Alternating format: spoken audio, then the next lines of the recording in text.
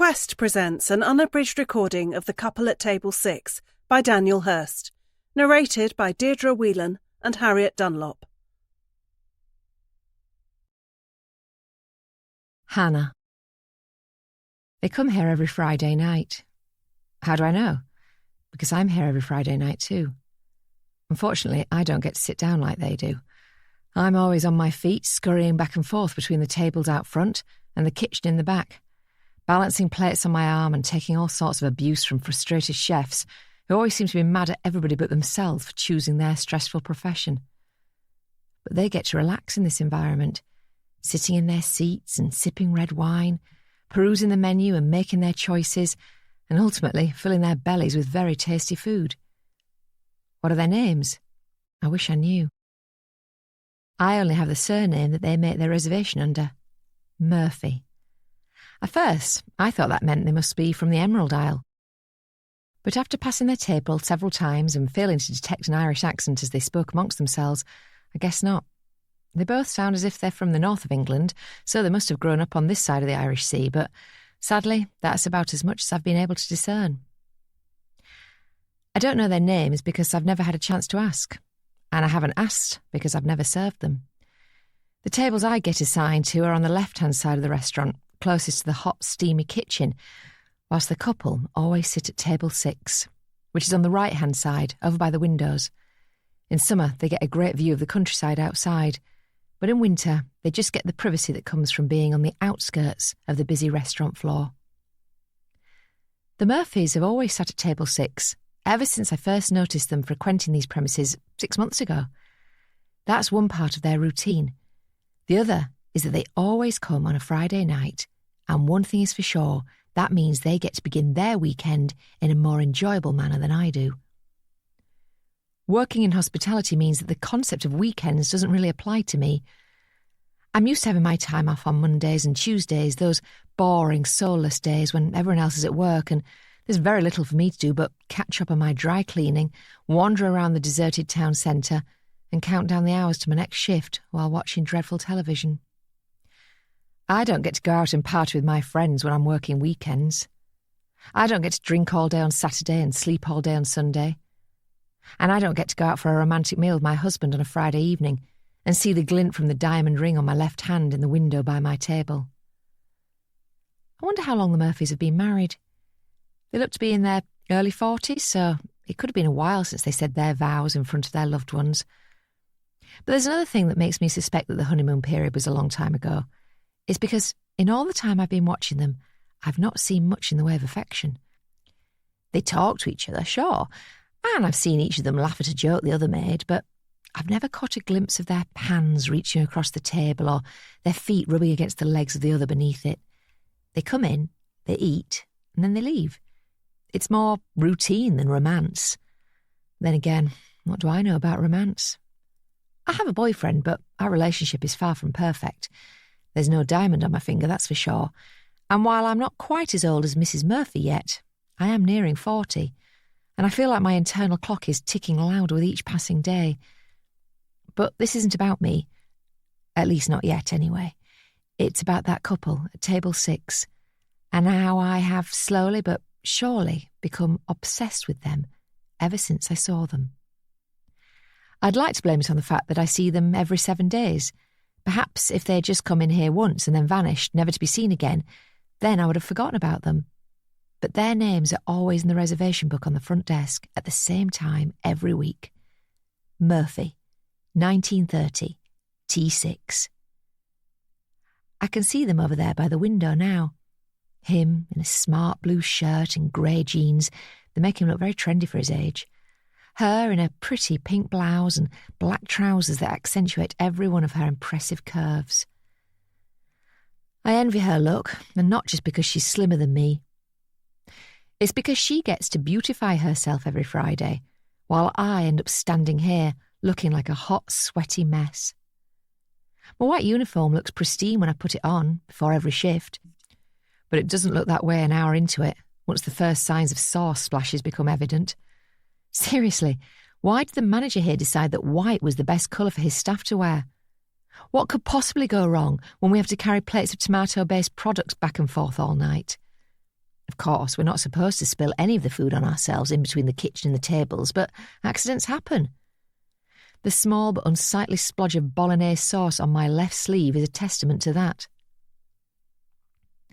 Along with my god-awful uniform, I have to scrunch my mousy brown locks into a bobble so that I don't get my hair in any of the food, and while that is practical, it doesn't do anything to enhance my appearance. Add into that fact that I'm carrying several stubborn pounds around my midriff, despite being on my feet for most of my working week, and I can safely say that I do not look anywhere near as attractive as Mrs. Murphy does. I guess that's why I've never caught Mr. Murphy looking in my direction.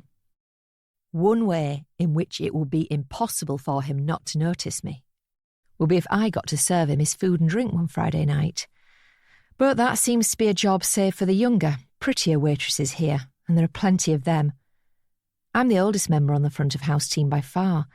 The rest of my colleagues are nearly 20 years my junior, and not only are they all annoyingly and alluringly attractive, but they also have irritatingly young names too, like Chrissy, Tori, and Becky with an I. None of the guys in here are looking at me whenever Becky walks in by the parts of her uniform that are clearly 2 sizes too small for her. It's Becky who's serving the Murphys tonight, and I can see her over there now, fluttering her eyelashes at the man of the table as she pours him another red wine. She's obviously only doing it because she wants him to leave a big tip at the end of the meal, but it's pretty clear it's working, because Mr. Murphy looks very happy with the service he's getting from his 19-year-old waitress. Mrs. Murphy doesn't seem quite so enamoured with Becky, but she must be used to her husband's wandering eyes because she doesn't scold him once the teenager leaves, opting instead to just take another big bite from the slice of garlic bread on her plate. I don't smile at Becky as she walks past me on the way into the kitchen, and she doesn't smile at me either. But that's okay, because we're not friends. I'm not friends with anybody here. I just turn up, do my job, and go home again. That reminds me, I should probably go check on table 12. Meandering my way through the myriad of tables on this side of the restaurant, I eventually reach the solitary 30-something-year-old male at table 12 and ask him if he's finished with his meal. He looks a little startled when he hears my voice, almost as if he wasn't expecting to be spoken to by anybody in here this evening, but he soon composes himself and nods his head. "Was everything okay?" I ask him as I pick up his empty plate, and he tells me that it was, although the lack of food he left had already told me that before he uttered a word. But being a good waitress isn't just about carrying plates and pouring drinks, it's also about interacting with the patrons and making them feel like they are the most important people in the room. So, would I class myself as a good waitress? Not really. I just do enough to get by, which is how I've tended to operate in all areas of my life. I don't excel. I just exist. But I must be doing something right here because Francesco, the hot-tempered Italian who runs this place, has not got rid of me yet.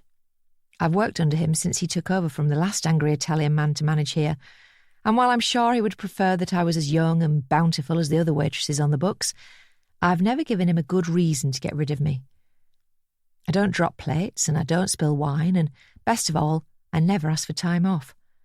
Unlike my younger colleagues, I actually adhere to the rota, and I don't swap shifts like children swap sweets on a playground.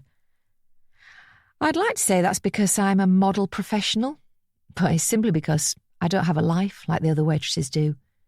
There are no parties for me to try and get to, nor are there any hangover days that could cause me to call in sick. This job is pretty much all I have going for me. Well, that and my boyfriend, but he works a lot, and my unsociable hours don't help there either. As I leave table 12, and the lonely man occupying it, I check the clock above the bar and see there are still 2 hours to go of my shift this evening. But that's okay. There's no rush to get out of here. I could hang around all night if I had to, and I'd be more than happy to do so if the Murphys were here with me. After disposing of the dirty plate in the kitchen and taking an earful of abuse from a chef who blames me for him burning himself on the next plate I need to carry, I return to the main floor and continue with my duties in a quiet but polite fashion. As Italian restaurants go, this isn't a bad one, but it's not a great one, which is why I suspect I've managed to stay employed as a waitress here for so long. It's just okay. Popular enough to be at least half full on the quieter weeknights and nearly always fully booked on the weekends. Of course, being an Italian restaurant, it needs a name that befits that Central European country and allows its patrons to forget that they are actually in a fairly nondescript town in northern England. The owner of this restaurant went with San Bella, which translates as Saint Beautiful for anyone who wants to know. I guess that is a pretty name, and I've seen several people having their photo taken beside the large sign at the front door on their way in and out over the years. Instagram filters love San Bella. But you won't catch me taking selfies here. I dread to think what I look like now, as I feel a few beads of sweat on my forehead. I'm hot, I'm tired, and I'm needed back in the kitchen again because one of the chefs has apparently forgotten to furnish me with the sauce that should have gone out with that last plate. What a job. It would be more fun to be sitting at the tables rather than serving them. It would be more fun to be sitting at table 6. Nadine. That's another Friday night at San Bella over and done with. As always, we arrived at 19:30. As always, we sat at table 6. And as always, we decided to start with a glass of red wine while we perused the menu. But that wasn't where the traditions ended. Like I always do, I pretended to think about it before I opted for the tagliatelle. Like always, my husband Max ogled the pretty waitress while ordering his pasta dish. And as always, I pretended not to be bothered by his wandering eyes. Then we departed shortly before 10, Max leaving a £20 note on the table as a tip for Becky, while I busied myself with ordering an Uber on my phone. Now we are in our taxi, and we are headed for home, and once we get there, that will be it for another week. Max will go back to working on his busy business and staying away from home for the majority of the next 7 days, while I will entertain myself by keeping the house tidy and snooping at my children's lives on social media. But before we both know it, Friday will come around again, and we will put on our finest clothes and return to the Italian restaurant that has become our favourite ever since we first set foot inside it 6 months ago. "What did you think of the food this week?" Max asks me, as our driver shuttles us down another dark street. "It was fine," I reply, while suspecting my husband is just making conversation, rather than suggesting standards have slipped at our most frequent haunt. "The wine wasn't as good as last week." "I told you to get that bottle of Bordeaux." "I know, but I fancied the Merlot. They're usually much nicer than that." "Well, you can have the Merlot next week, can't you?" "I will." I wonder if the taxi driver is internally cursing his luck for his latest fare being for 2 privileged passengers who have no greater worries in the world this evening than the expensive bottle of wine they consumed over dinner. But he doesn't say anything, and it's up to me to fill the silence in the vehicle a few seconds later. "Those waitresses seem to be getting younger by the week." "Are they? I hadn't noticed." I roll my eyes at my husband's pathetic attempt at pretending he wasn't gawking at all the waitstaff who were half his age, but he sticks to his story and shrugs. At least he only looks and doesn't touch. The last thing our marriage needs is him to start an affair. Max is a red-blooded male, and he likes to let his eyes linger on things he shouldn't be looking at from time to time. But he's faithful, and I guess that's the most important thing. It's certainly more than can be said for me. Shifting in my seat because the memory of what I once did has suddenly caused me to feel uncomfortable, I turn away from the man sitting beside me and look out at the field on the other side of the window. We're leaving town behind now and heading out into the countryside, and that is where we will find the home we purchased here just under a year ago. With Max's business going from strength to strength, it was time for us to reap the rewards of all his hard work, and we chose to do that by buying a property that was double the size of our last house. On the face of it, it seemed unnecessary, especially because our 2 children had recently flown the nest and halved the number of people occupying the family home. And I'm still not convinced we needed the space for the potential tennis court either. But we went ahead and put our offer in, and it was a very proud day when we received the keys. Max has always been the main breadwinner in our relationship, but things really went to another level when he came home one day and told me that he had an idea for a new type of filter on an air conditioning system.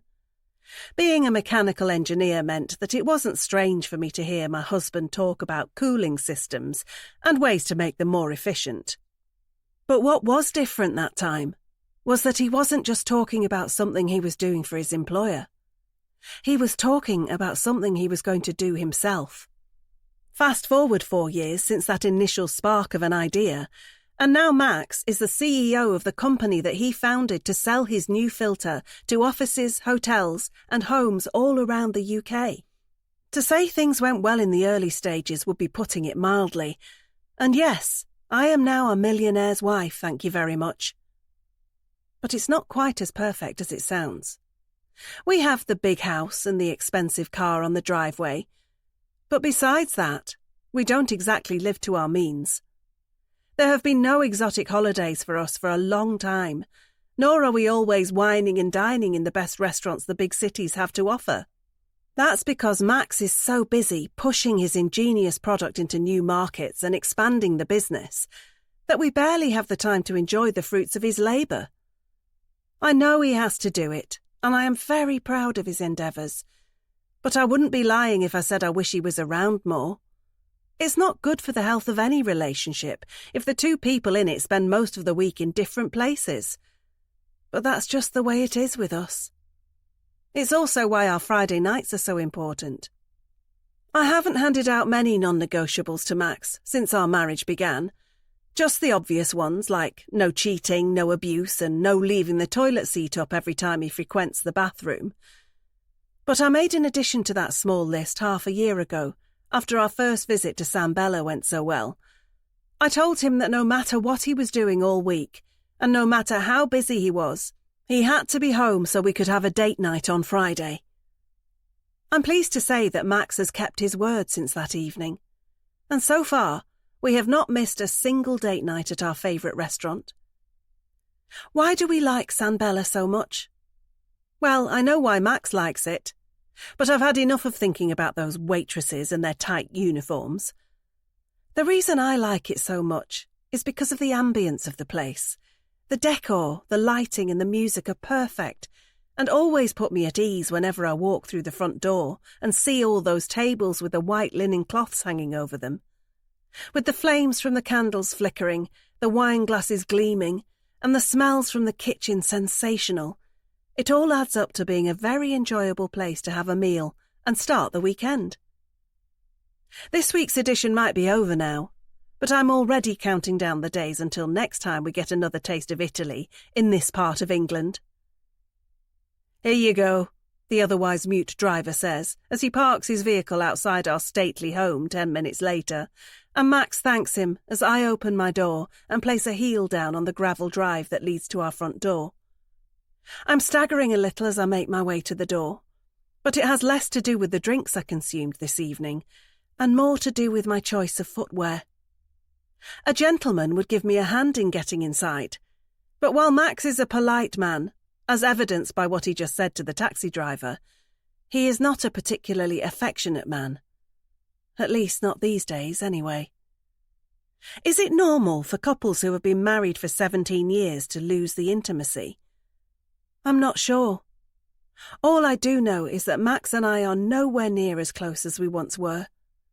Forget ripping each other's clothes off at the sight of one another anymore. These days we can barely bring ourselves to pick up an item of clothing that the other might have discarded on their way to the wash basket in the bedroom. It's not that I'm no longer attracted to the man I married, nor is it that I have let myself go and lost the lustful look from the eye of my husband. It's just that being together has become routine. And unlike our Friday night tradition, not all routines are good. We sleep side by side, but no longer snuggle. He pecks me on the cheek instead of kissing me on the lips when he leaves to disappear on his business trips for days on end. And I stopped putting kisses at the end of my text messages to him a long time ago. We're comfortably uncomfortable with each other these days. But am I complaining? Of course not. I still love him, and I certainly love the life he has given me. But most of all, I love the children we have raised together. Sophie and Adam are the real lights of our lives, and they kept us together all this time, because neither of us would ever do anything to break up the family unit we have. Sadly, our children grew up too fast, as many others do, and now they are getting on with the first part of their adult lives. Sophie is 21 and has just embarked on what she hopes will be a very long and very exhilarating tour around Southeast Asia. Meanwhile, Adam is 18 and just beginning a 3-year stint at Loughborough University, where he is studying to be a sports journalist. I couldn't be prouder of the pair of them, and I'm just grateful that they have grown to be 2 healthy, happy souls. I miss them terribly, of course, and like most mothers, I wish they would do a better job of keeping in touch while they are away. But I know they are safe and having fun, and that is the main thing. I will keep the home fires burning while they are away, just as I do for Max every time he pecks me on the cheek and grabs his suitcase before hopping behind the wheel of his Jaguar and venturing off on what he hopes will be another lucrative business trip. With my head full of wistful thoughts, I barely notice that Max has wasted no time in getting the front door unlocked, and once I've followed him in, I waste just as little time in getting my heels off. That's better, I say, as I place my bare feet down on the hardwood floor in our hallway and hang my jacket on the hook at the bottom of our very grand staircase. I might have lived here for a while now, but this house never fails to make me smile every time I arrive at it and remind myself of where I call home these days. I know Max loves it too, and it's just a shame he doesn't get as much time to enjoy these surroundings as I do during the year. I fancy a nightcap, he says, as he unbuttons the top of his shirt and heads for the kitchen. I might go up, I call after him, feeling more in the mood for my bed rather than something fizzy from the fridge. No worries, he mutters as he disappears, and I plod up the stairs towards the bedroom, trying not to feel too guilty about calling it a night, but struggling because I should probably stay up late and sit with him while he has his drink. But I'm tired. I'm overly full from all the food.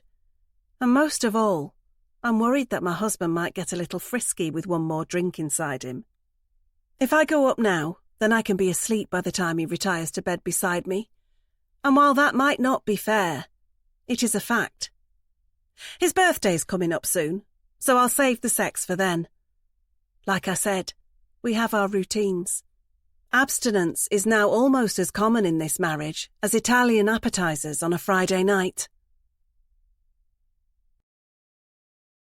Hannah. I complete my shift as I always do, changing in the bathroom so that I don't have to wear my waitress uniform for a second longer than is necessary. Feeling better to be back in more comfortable clothing, I leave the bathroom and head down the corridor in the direction of the door that will take me out of here. I pass several other colleagues as I go, some in their chef's whites, others in uniforms just like the one I discarded, but I don't get much in the way of conversation from them. We're all as tired as each other, and all just as eager to get out and salvage something of our Friday night. But while some of these people might be hoping to catch last orders in the local pub, or maybe even join the queue at a nightclub that is open long into the night, I have far less exciting plans. I'm going to go to the nearest takeaway, and I'm going to order myself a big serving of cheesy chips. I'm harbouring a little guilt as I step out into the fresh air and feel the cold wind blowing in my face as I cross the restaurant car park. It's guilt because I know I shouldn't be seeking out such fatty food at this time of the day. I should just go home, get to sleep and survive on the calories I'd already consumed earlier. The salad I had before my shift began was supposed to be enough. Yeah, enough if I was some skinny supermodel who got paid to live on lettuce leaves and fresh air. Alas, my stomach was growling at me for the last couple of hours of my shift, and now all I can think about is stuffing my face with some food that will do nothing for my waistline, but will at least do something for my mood. I'm feeling fed up, which is familiar, and only something sinful will perk me up now.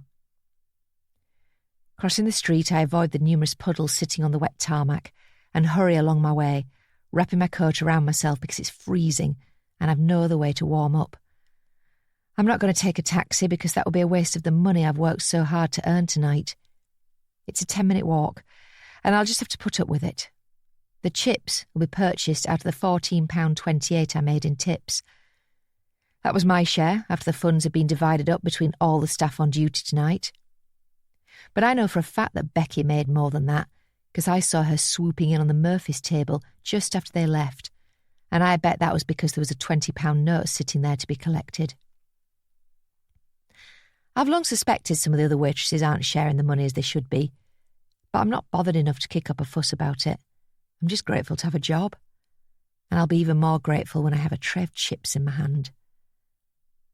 I pass a couple who look like they've spent the night in one of the pubs around here, because he's swaying and she's shouting. They're having a fight, and I wonder what happened as I look over my shoulder at the pair of them walking away. Did he not give her enough attention this evening? Did he give someone else too much attention? Or is she just not doing a good job of handling her alcohol and taking out her tipsiness on him?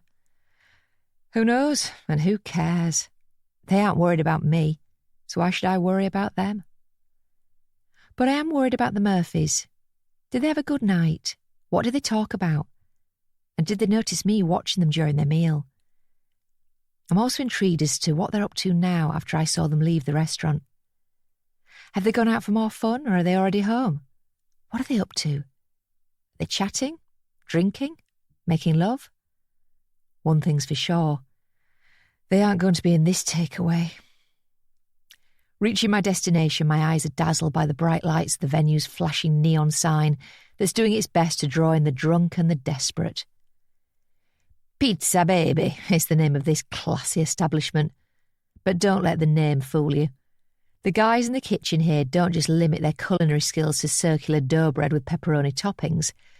They can cook kebabs, chicken wings, and anything else a person might need to ensure they increase their odds of having a heart attack in the next few hours. But I'll make do with a portion of chips, and I let that be known to Mario, the guy who operates the till in this place, but also doubles as a ladies' man in his spare time. Hey, look who it is, my favourite customer. Where have you been? I missed you. I roll my eyes and offer a weary smile to be polite. But I do wish we didn't have to go through this charade every time I come here. I know I'm not Mario's favourite customer, because I've seen some of the other women who frequent this place, and they're a damn sight sexier than I am. But I do have female body parts, and that seems like it's all it takes for this enthusiastic Turkish man to be enamoured with me. Here you go, I say, as I offer him the £3.50 for his till. But he's in no rush to take it. Instead, he's more interested in showing me his new watch. Look, the hands are Cupid's arrows and the numbers are hearts. You like? It's cheap, gaudy, and certainly not as romantic as he thinks it is. But I tell him I do like it, because I presume that will get me my chips quicker. Mario is thrilled to get my seal of approval and takes my money, but then continues jabbering away, telling me where he bought the watch and confirming my suspicions that it is nothing but a dodgy fake. He got it at the market, and nothing at the market is what it seems. What are you doing tonight? We could party after I'm finished here. Mario is trying his luck with me, even after I've walked away from the counter and sat down at one of the sticky tables to wait for my food. But I can't blame him. He's tried before, and he almost got lucky. That was a low point in my life, but I admit I did almost go home with him. I was single back then, and you could say that I was somewhat desperate. But I came to my senses at the last minute, and I left him with nothing more than a peck on the cheek, which I'm glad about, because I have a feeling that if Mario ended up in my bed, then I would have had a very hard time getting him out of it. No party for me tonight, Mario. I'm going home. I come with you. No, thank you. Why not? I have a boyfriend. Oh, forget about him. I laugh at the Turkish man's confidence and almost wish I could be as nonchalant about things as he is. He does seem happier than me, yet we both seem to have pretty lame jobs. Then again, attitude's everything, and he seems making the most of his situation, hitting on the customers and amusing himself as much as others. I, on the other hand, get through my working days in a much less enthusiastic fashion. But everyone's different, and we can't all be womanizers from Western Europe, can we? Maybe some other time, I tell Mario to appease him, and that seems to do the trick, because he gives me a wink before going to check on my chips. I check my phone for messages as I wait, but there are none. No friend asking me how my day was or wondering if I'd like to go for a drink soon. No family members wanting to know when I'm coming around for dinner again, because I haven't spoken to any of my relatives in years. And there's no message from my boyfriend either. But that's standard for him because he's always so busy, and I'll see him soon. But with little else to occupy me on my mobile, other than some lame game that a woman my age should not be playing, I put my device away and let out a sigh. Cheesy chips. I vacate my seat at Mario's call and gratefully accept the hot tray of fatty food before picking up one of the plastic forks from the container on the counter and turning for the door. Thank you, I say as I go to leave, but my progress is delayed temporarily by 3 teenage girls entering. Barely 18, with too much makeup on and not enough clothing, they don't even acknowledge my existence as they waltz past me in pursuit of their own food. It seems Mario has already forgotten about his love for me because he's now running his routine on his latest customers. But that's fine by me, as I leave them all to it and step back onto the street. The warmth from the tray in my hands does me a few favours as I walk down the last couple of streets until making the final turn that will take me to my front door. When I get there, I find the house cold and uninviting, just like I left it. But there's no time for turning on too many lights or bringing the boiler into action via the central heating system. Instead, I just sit down on the carpet in the living room and start eating my unhealthy meal, using only the light from the window behind me to allow me to see what I'm doing. The chips go down easily, as I knew they would, and while they don't alleviate my guilt, they certainly alleviate my hunger.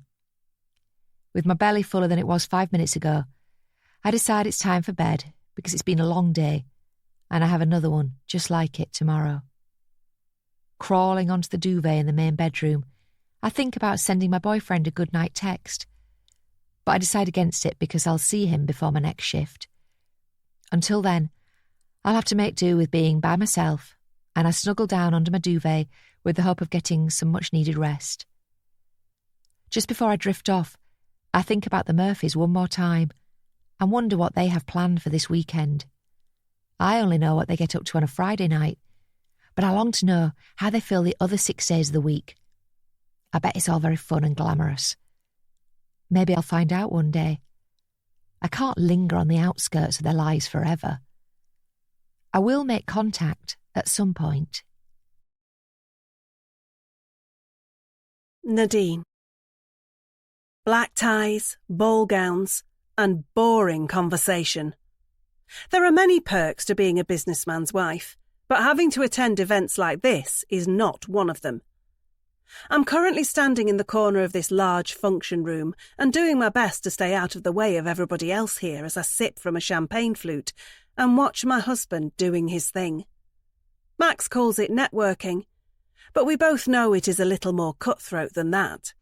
He is doing his best to make as many contacts as he can, in the hope that some of these wealthy people will be connected to the types of industries that he can sell his product to.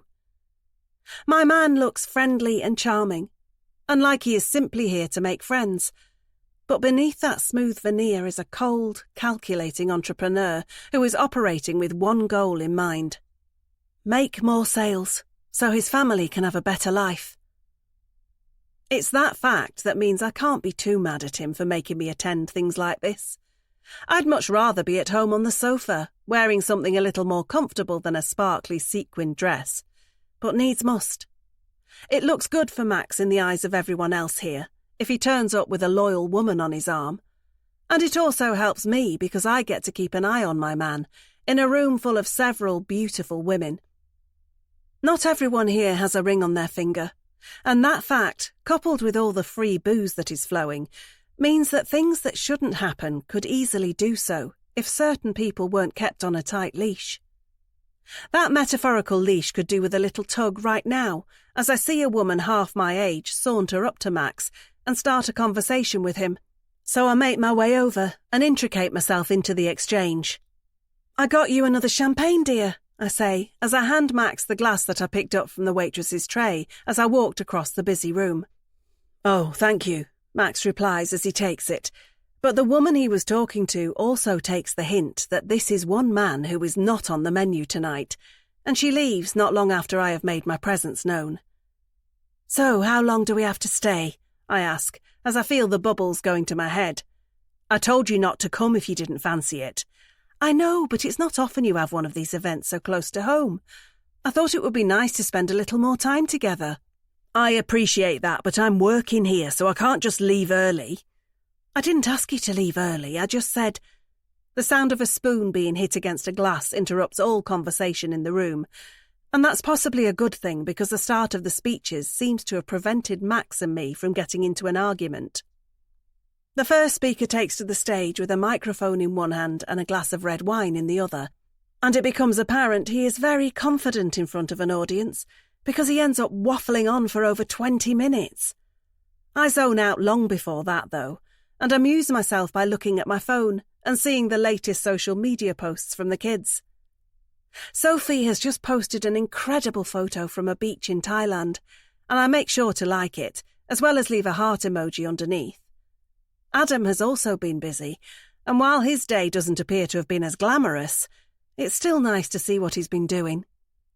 The photo of him with his mates in his university's student union bar makes me smile, and I leave a comment saying, "Have fun," even though I know he gets embarrassed by his mother commenting on his posts. But I'm not going to stop, because as his mum it's my duty to embarrass him from time to time, and now he's away at uni, this is the only way I can do that. The second speech is only slightly more entertaining than the first. It's all about how it's not enough for the business leaders of today to show drive and initiative, but that they have to start thinking outside the box when it comes to growing their company. That seems pretty obvious to me, but the business figures around me are lapping it up, and Max is one of them. He was right. I shouldn't have come here. We're technically together, but he's not as present with me as I would like him to be. I whisper in his ear that I need the bathroom, and then I walk away, snaking my way through the sea of stationary souls in black and white suits or flowing dresses, before making it to the door that allows me to make my escape. The voice on the microphone is dulled out here, and that's a relief. One more minute of hearing somebody stating the obvious, and I don't know what I would have done. The bathroom at this venue is nowhere near as fancy as the ballroom, but I linger by the sinks and freshen up my makeup, pleased to see that I'm still looking good despite the champagne, the boredom, and my advancing years. My 40s seemed to creep up on me. One minute I was turning heads as a 20-something without any responsibilities in the world. The next, I was turning up to a surprise party where all my loved ones had gathered to help me celebrate reaching the beginning of midlife. Funny, but I didn't feel like celebrating it at the time. Max seems to have adjusted to this new decade much better than I have. Although I suppose the mansion, new sports car and ever-present need to grow his business beyond all realm of recognition could be signs that he is suffering from his own crisis as he begins to acknowledge his mortality. But what does this second chapter of life have in store for us? The first brought marriage, kids, and a whole heap of fun. But what's next? Plucking out greys and reminiscing on the past? Max really was right. I shouldn't have come here, because now I've had too much champagne and I'm getting all deep and thoughtful. I should have just made do with our Friday nights at the Italian. Forcing myself to be around my husband more is only going to lead to even more problems between us. And so it proved. I got progressively more drunk as the evening went on, as did Max, and by the time we were in the taxi home we were bickering. He accused me of not making an effort with the other people at the event. I accused him of trying too hard and not being himself. Then I said he was neglecting me. He said I didn't understand what it took to run a business. I scoffed. He rolled his eyes. I wanted to hit him, not to hurt him, but just to show that I felt we were heading towards a dangerous place if we didn't snap out of this. But I didn't. I left him untouched, just like he left me untouched when we got home, and let the poor taxi driver be on his way. This time it's my turn to sit up with a nightcap, while Max has gone upstairs to pretend to be asleep when we both end up in bed. At least our Fridays at San Bella result in some good food. I barely got a chance to sample some of the canapes tonight before they ran out. Sophie has posted another photo. She's been swimming in the sea and it's beautiful. But it's another reminder of how far away she is from home. Adam has no further updates, but I notice he has deleted the comment I left under his photo earlier. That stings a little, but I know he loves me, just like I know Max loves me. So what am I missing? Why do I have such a wonderful family, yet feel so lonely? It's easy to think that I'm the only person who feels this way, but of course that won't be the case. The world is full of lonely souls. I bet there's someone else in this town who is experiencing the same emotions at this very moment. I wonder what coping mechanisms they use. Do they have actual tactics, or do they just stubbornly carry on and wait for things to get better? I wish I could meet one of those people. I could ask them. Who knows? We might even become friends. Hannah. It's been a quiet week at the restaurant, and I blame it on the weather. Who wants to get dressed up and go out for a meal when the rain's horizontal and the winds are blowing a gale? While it's the job of the manager to worry about low reservations, I'm still affected because fewer people dining and drinking means fewer people tipping. Then again, I know I'll never be rich, so there's no point crying over a few lost pound coins. Thankfully, Friday's on the horizon again, and I'm already counting down the hours. I know that night will be busy because it always is. But most importantly, I know that night I will see Mr. and Mrs. Murphy come back into my life for a couple of hours. Until then, I'll keep myself occupied as I always do. Outside of work, I don't do much, but one thing I always make sure to fit into my schedule, at least twice a week, is to visit the local graveyard. That's not because I'm morbid, but because there are a couple of headstones belonging to people I used to know. I like to pay my respects regularly, and today is another example of that. I'm taking advantage of a brief lull in the rain to be out and about as I move along the path that cuts through this depressing but well-maintained resting place for the dead. I brought flowers with me, like all good mourners should, and the cheap but colourful bunch of lilies are definitely going to brighten up the graves in question. It took me a little while to find the headstones in question. But once I had the route, I've been back again and again until it was ingrained in my mind. I almost feel like I could find my way with my eyes closed now, but I won't put that to the test. The last thing I want to do is trip over someone's headstone and find myself face down on a grave. It would be hard to rest in peace with my weight crashing down on top of the poor soul under the soil. I pass an elderly woman with tears in her eyes, and my heart breaks for the partner she's presumably lost. There's nothing better than falling in love, but there's nothing worse than losing that other person and trying to find a way to go on. It's possible, but it's not easy. The woman shuffles away, and I wish I could stop and give her a hug, but I don't. She's done what she needs to do here, and now it's time for me to do the same. Guess who's back, I say, as I reach the two headstones that stand side by side, protruding out of the grass that has got a little long and could do with a trim. I presume the groundskeeper here is waiting for the earth to dry out a little before he gets the lawnmower out, but based on the weather forecast, I think he's going to be waiting a while. But in the meantime, I can do my bit to spruce up this area, and I place the flowers down by the headstone on the left. It's the one that belongs to Michael Spinner, and along with his name, the headstone gives the years he was alive. 1985 to 2020. Yes, this poor man died young, well before his time, but life isn't fair. Hi, babe, I say to Michael, as if he can hear me and could offer up a response. But the only reply I do get comes in the sound of the wind rustling the leaves on the tall oak trees that surround this spooky place. Oh, it's been a tough week this week. Work's rubbish as usual, and this weather's getting me down. But I feel better for seeing you. The wind grows stronger, and I wait for it to settle before I speak again. I hope you're not cold. I can't imagine what it must be like to have to be out here all day. Then again, it's not exactly warm where I am. I still don't put the heating on, But I got a new hoodie last week at the charity shop, and I wear it to bed sometimes. It keeps me cosy. I noticed the old woman from earlier walking back the way she came just then, and I wonder what she could be doing. I keep watching her to find out, and it's not long until I see her pick up a handbag from beside one of the graves. She must have left it there by mistake. Forgetful, but at her age, she can be forgiven for that.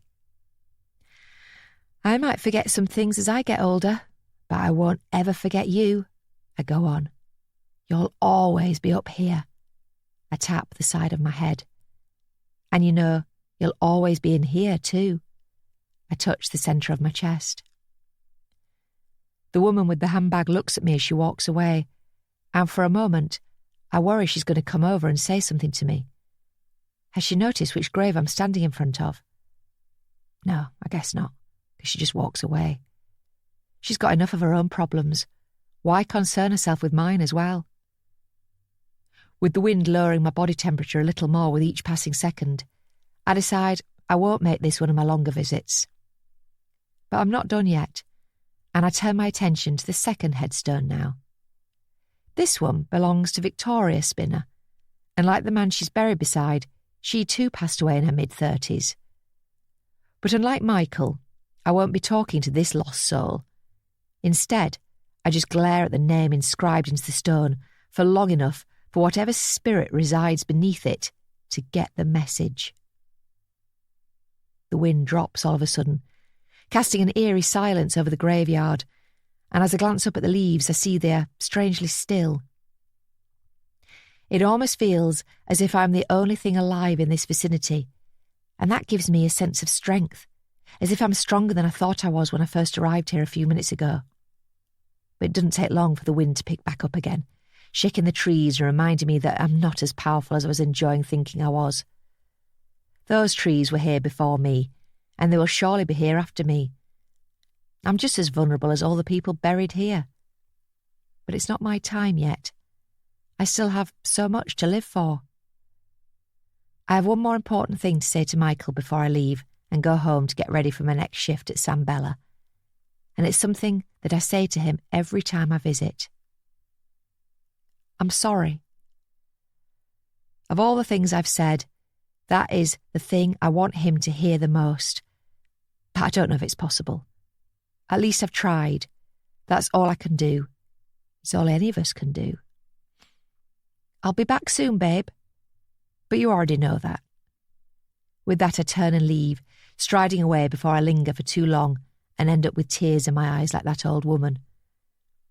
But despite my urgency, my emotions still manage to get the better of me, and I'm pretty much crying by the time I reach the gates. Damn it, I didn't bring a tissue with me today. That's because I'd told myself I wasn't going to get upset. It's been 2 years now. 2 years and I'm still blubbering away. I need to get a grip, pull myself together. One way to do that would be to stop coming here, but I'm not prepared to do that yet. That's because I haven't moved on. I can only do that if I find somebody else. But filling a hole in the heart is not easy. It takes a special kind of person to replace a lost soulmate. Do I have anyone in mind? I might do, but it's complicated. Just like the story of how Mr. and Mrs. Spinner ended up in the ground. Nadine. I've been sorting through some of Adam's things today in the loft. I'm not throwing anything away, because I'll keep these items for memory's sake, if he doesn't want them himself. But I'm just trying to get a little more organised, and it won't hurt to kill a couple of hours of my afternoon either. Max is away in Leeds, pitching to another client, and he won't be back until tomorrow. He spends at least half his week in various hotel rooms in various cities, but he doesn't seem to mind it. I have told him to hire an actual salesman to do all the travelling for him, but he insists on doing it himself. No one is as passionate about my product as I am, is what he always says. And I suppose he is right. I'm certainly not as passionate about it as him. Who can get excited about an air conditioning filter? But Max can. And that's good, because without that passion, he'd be earning a lot less. Tackling another cardboard box full of items from my son's childhood, I pull out football trophies, school reports, and even an old story he wrote once in his youth. Everything is mixed in together, but I'm trying to create a system now. One box for school things, another for hobbies. Not only will it create more space, but there will come a time when Max and I are no longer here, and I want my kids to have one less headache on their hands when it comes to going through our possessions. But like all trips down memory lane, it's a journey fraught with emotion, and it doesn't take me long to stop being productive and end up just sitting with my legs crossed on the floor, reading through Adam's old school reports and recalling the bright little boy he used to be. He was always better at the more creative subjects like English and art, rather than maths and science, and that's evident in the grades on these report cards. There's a wild contrast between A's and D's, but overall he was a good student, and all his teachers agreed he was no trouble. Unlike his mother. I was terrible at school, barely making the effort to turn up, never mind trying to pass exams. I can say that life turned out well, regardless of my attitude towards education. But looking back, I'm not proud of how I used to treat my teachers. Thankfully, neither of my kids took after me in that respect, and I didn't get anywhere near as much hassle as my parents got with me. Being surrounded by Adam's things is only making me miss him even more now that he's moved out, and I think about giving him a call to see how he's getting on. But what if he doesn't answer because he's busy in a lecture or having too much fun with a new friend he's made? I don't want to hassle him. He'll call me when he wants to talk. However, as I sit here in this dimly lit loft full of old things that came with us from the last house, I'm aware that it's not just a mother's love that is making me want to reach out to my son. It's guilt, too, as well as a need to double-check and make sure my secret is still safe. Adam is my son, but he is not Max's. I'm the only person that knows that fact in this family. My husband, my son, and my daughter have no idea that there is a terrible secret hanging over all of our heads that could blow this family apart if it ever came out. The only other person who knows the truth is Kieran, the man I had a brief fling with a year before Adam was born. It was stupid. I knew it at the time, and I haven't changed my opinion on that in the 19 years since. I could blame it on being young, but I wasn't that young. I was in my mid-20s, so there's no excuse, really. I was old enough to know what I was doing, and that it was very, very wrong. Cheating on Max was a bad call. But Kieran came into my life at a time when I was feeling a little overwhelmed with things. I was married to a hard-working, ambitious man who made me feel proud, but also a little insignificant whenever I compared my talents to his. I was a mother to a young daughter who demanded so much of my time and energy that I could barely remember the person I used to be before breastfeeding and burping was a thing.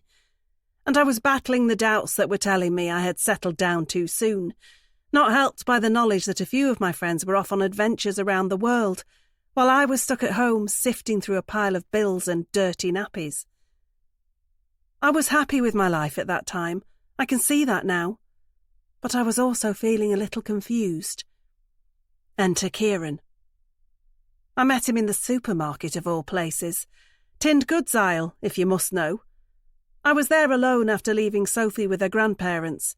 Such an act had given me the time to do all the other jobs I was struggling to fit in, like showering and shopping, and while visiting the supermarket was hardly a break, it was a brief moment of calm in an otherwise busy existence. It was perhaps a consequence of my tired, bedraggled mind that had caused me to accidentally drop several tins of tomato soup all over the floor, and as they clattered across the aisle, a fellow shopper came to my aid. After scooping up some of the cans and chuckling at my apology, he told me that everything was okay and that none of the tins had cracked, meaning a mop and bucket was not going to be needed. Then he smiled at me, and I caught him glancing down at my left hand. It was at that moment that I realised I had forgotten to put my wedding ring back on after my shower. I always used to take it off before washing in those days because the fit wasn't quite right on it, and it often came loose when my hands were all soapy. Being terrified of losing the small diamond ring down the plug hole, I had taken to removing it before stepping under the jets of water in my bathroom. But that day, I had forgotten to return it to my fourth finger, and it seemed that the Good Samaritan in the supermarket had then assumed that I was single, and therefore prime for a pick-up attempt. I could have told him that I was taken, and brushed off his questions, thanking him for helping me before pushing my trolley away and carrying on with my errands. But I didn't. I stood and listened to him, and the more we chatted, the more I forgot about all the jobs on my to-do list, and the more I realised it had been a long time since anybody had paid me this much attention. It didn't take Kieran long to start flirting, and while I wasn't overly encouraging him, I wasn't shutting him down either. Perhaps it was only inevitable that he then saw fit to ask for my phone number. But why did I have to give it to him? I'd left the supermarket that day in a daze. It almost felt like it was all a dream, and I hadn't actually done what I had. Like one of those nightmares where you commit a terrible crime, only to wake up and feel that overwhelming relief that it didn't actually happen. But this was no dream. It had happened. I was a married woman, and I had just swapped numbers with a guy who had been hitting on me. It hadn't taken long for Kieran to send me a message, but it had taken a while before I had plucked up the courage to respond. At first I was going to just delete the text, try and forget about it, and hope to never bump into him in the supermarket again. But after a particularly bad night with Sophie, in which Max had been more of a hindrance than a help, I had found myself reaching for my phone in my sleep-deprived state and typing out a text of my own. I agreed to meet him for a drink during the day, knowing I could leave my daughter with my parents again, and also knowing that Max would be at work, so he would be none the wiser. But just before meeting Kieran, I did something else. I took off my wedding ring again. Adam's school reports are starting to weigh heavier in my hands as I remain sitting on the loft floor whilst thinking back over the sins of my past. But it's nothing compared to the weight of carrying this secret around with me for almost half my life. After meeting Kieran for a drink, he played the gentleman and didn't want to take things too quickly. But I was the opposite. I felt like I had to rush because I feared I was going to get caught at any second, and that was why I suggested we go back to his place. I don't think there are too many single men around who would have refused an idea like that, and Kieran was certainly not one of them. We ended up at his that fateful afternoon, and by the time I left, I had not only cheated on Max emotionally, but physically too. I ended up seeing Kieran 3 more times after that, before I came to my senses and called it quits. I confessed to him that I was married, and I had experienced a moment of madness, or rather several moments of madness, as he rightly pointed out. But he accepted it when I told him I wished for our fling to remain a secret, and then I walked away, expecting, or rather hoping, that I would never see him again. Then I missed my period. I locked myself in the bathroom and cried, as I wished it wasn't so. But I was pregnant again, and I knew that my husband was not the father. It took me a while to realise that I could continue with the pregnancy, and Max wouldn't be any the wiser. I just kept my pregnancy status quiet, seduced my husband as soon as I could, and then told him that I had returned a positive test not long after that. He believed the baby was his, so I kept it. Adam arrived, and out of a terrible mistake, something truly wonderful had happened. I had a son to go with my daughter, and it seemed like I had gotten away with it. Until Kieran came back into my life. I'd changed supermarkets out of fear of seeing him again, but I couldn't do much about bumping into him on the high street one sunny Tuesday afternoon. I had been pushing Adam in his stroller when I saw him coming towards me, and despite trying to change course and duck into the nearest shop, Kieran caught up with me. It was impossible for him not to notice Adam, just like it was impossible to not see the resemblance between father and child. Despite that, I pretended like he wasn't his. But he was never stupid, and after figuring out the dates could match, he asked me outright, was Adam his? I'd almost collapsed at that moment, fearing like my life was going to crash down all around me. and it was as if I wanted to get a head start on it by falling over myself. But my weak reaction to the question gave Kieran the answer he was seeking. He knew he was the father. All I needed to know then was what he planned on doing with that information. To my eternal relief, Kieran panicked and said he was starting a job abroad soon and couldn't deal with this. I sensed an opportunity and quickly told him that it was not his problem if he didn't want it to be. He could just leave, get on that plane, pretend like this never happened. It was for my sake as much as his. But he agreed to it. He apologised and asked would I be okay. I told him I was. He knew this was a secret I was desperate to keep quiet. And so he left. I've not seen Kieran since that day, and I hope I won't see him until the day I die. I don't know what became of Adam's real father, but I do know what became of the boy we created. He grew into a fine young man who believes he has two perfect parents, me and Max. It's not the truth, but I will do anything to stop him from becoming damaged. And I will do anything to keep Max from knowing what I did behind his back. I'm not a bad person. I feel like I have atoned for my sin through almost 2 decades of guilt weighing on my conscience. But I can't look at any more of Adam's things today, so I leave the loft quickly and go back downstairs, where I won't be reminded of the past quite so easily. It's just a secret, and we all have them. Don't we? Hannah. We've had a complaint from one of the customers. It's from a well-dressed but bolshy man on table 8. He's part of a 5-strong party of similarly dressed and similarly bolshy men who came in at 7 o'clock, after what I can only suspect was a boozy afternoon elsewhere. I guess the weekend started early for those guys, but I'm not having quite as much fun as they are today.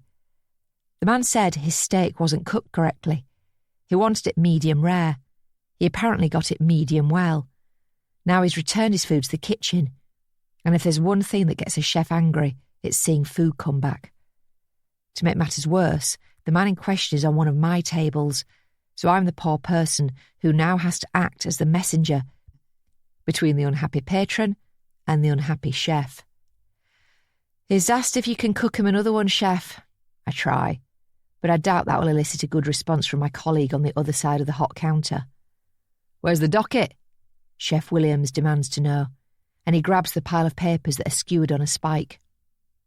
These represent all the meals that have already been cooked, but they're also a good way of determining who's in the right. Did the chef mess up the order? Unlikely. Did the customer change his mind? Most probably. Or did I just get the order wrong when I placed it? Hopefully not. To my relief, it seems it is a rare mistake on the part of the chef. And while he doesn't apologise, he does start cooking another steak, telling me to wait because it'll be ready very soon. I'd much rather step out of this steaming kitchen, but I do as I'm told, because that's how it works in restaurants. There's a clear pecking order, and the waitresses are way below the people who cook the food we serve. But there's another reason for me wanting to get out of the kitchen, other than needing to cool down. It's because I know the Murphys are out there. As it's Friday, they're seated, as usual, at table 6. And as always, I am not tasked with serving them, but that doesn't mean I can't eavesdrop on a few things they say whenever I pass their table with a pile of plates. So far this evening, I've heard Mr. Murphy mention something about the hotel in Leeds not being up to standard, while I heard Mrs. Murphy say she was making progress sorting through the items in the loft. OK, so it's hardly the kind of sound bites that give me a full picture of the lives they lead outside of this restaurant, but it's something to keep me entertained during my shift. The steak is ready as quickly as the chef promised it would be, and he urges me to leave the kitchen quickly. I'm only too happy to do so, and while I don't get much in the way of a thank you from the man who ordered the slab of red meat a while ago now, at least it's one problem taken care of. But there's another problem waiting for me only a second later. So, how long have you worked here for? The question has been asked of me by the solitary man at table 12. He's the same guy I saw in here last Friday night, and just like the first time, he's eating alone.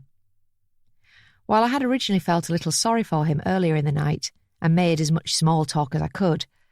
I'm now starting to regret being so pleasant, because I think he might have misinterpreted my friendliness for something more. I don't really have the time to stand around and answer questions about myself on the busiest night of the week at this restaurant, but I also can't ignore the customers, or I might get a complaint against me. I'll just have to answer quickly and then get back to work. Too long, I say with a smile, hoping a little humour will be enough to satisfy his curiosity. But it's not, and he presses me for a better answer before I can walk away. Seriously, I'm interested. How long have you worked here for? A few years. You like it here? It's okay, I guess. Well, you must like it if you've stayed for so long. I suppose. Unless there's something else you'd rather be doing. Is there? No, not really. You haven't got any other dreams or ambitions beside being a waitress?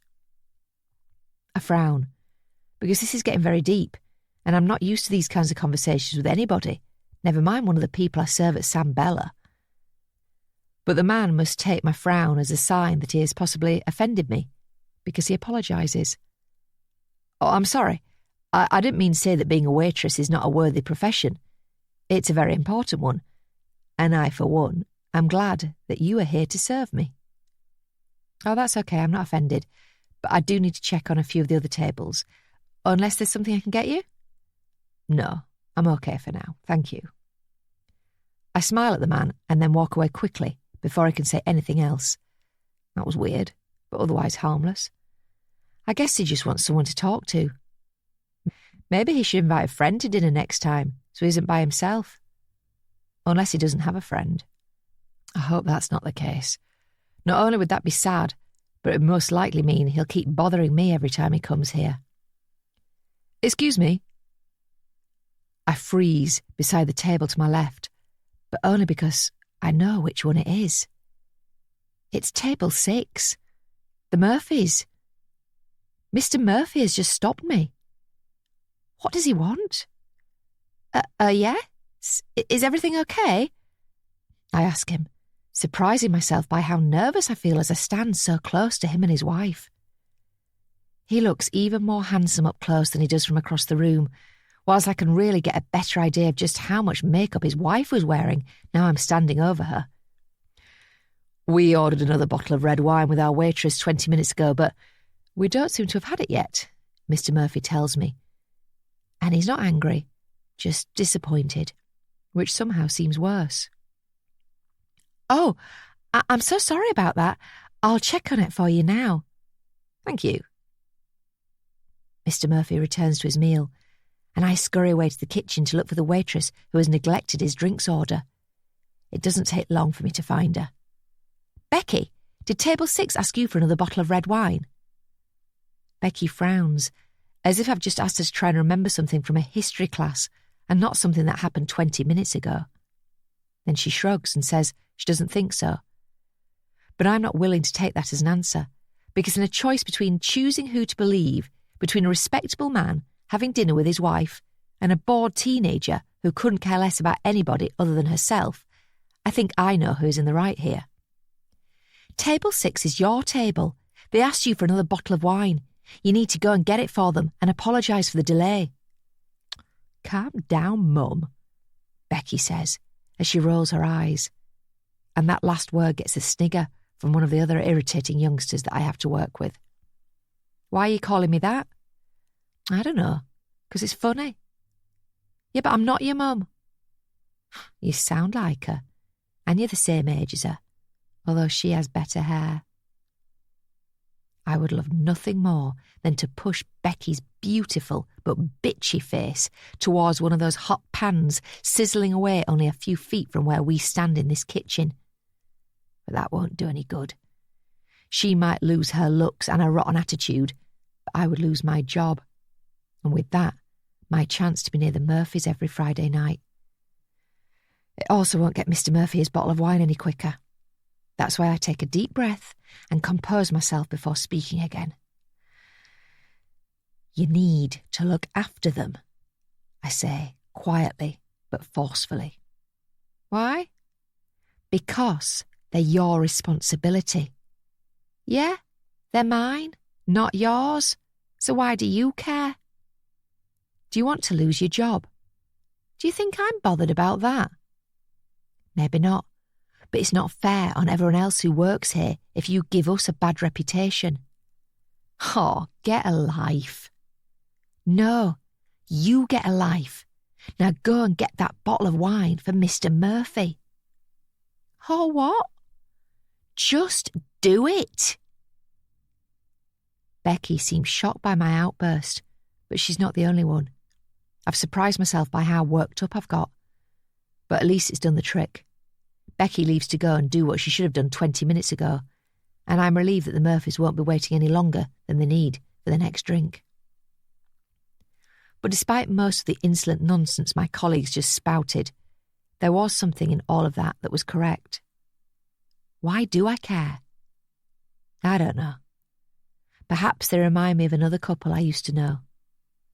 I do care about the Murphys. I'm fascinated by them. And now that I've had a little taste of being nearer to them, I want more.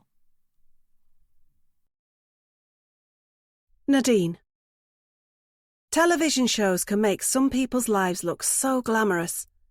I don't know who the bigger fool is. The person who believes everything they see on reality TV, or the person who knows it's all nonsense but still watches it anyway. I would fall into that latter category of audience member, because I've spent all morning watching episodes of such a show. Housewives of Australia is the name of it, and while I could try and pretend that I put it on to inject a little Aussie sunshine into my life with sights of Bondi Beach and beyond, I would be lying. I've been watching it because it's entertaining, and it also reminds me of the time I almost participated in a show just like it. Perhaps it was my own version of a midlife crisis that had seen me apply for a spot on Housewives at Home, a UK reality show in which the camera was to follow the lives of 8 women who were married to successful businessmen and who had a penchant for some of the finer things in life. It seemed like a fun idea at the time, particularly after a bottle of wine, but I had not expected to make the shortlist. So imagine my surprise when I found out that I had been called for an audition. I was a bundle of nerves on the day I journeyed to the TV studio, but I relaxed a little when I saw how many other women had been called too. It seemed like the producers hadn't been particularly selective in who they had summoned to audition, and that made me realise I was probably not going to get much further. With the nerves having dissipated, I was able to be my usual confident self in the audition when the cameras were trained on me, and that must have been why I was selected to go to the next round. And the next. And the next. Suddenly, before I knew it, I was one round away from being chosen to be the next big reality star. Forget about the reality of the glamorous world of television. It was more the reality of my face being all over TV screens in the UK that caused me to come to my senses at the last minute and withdraw from the process.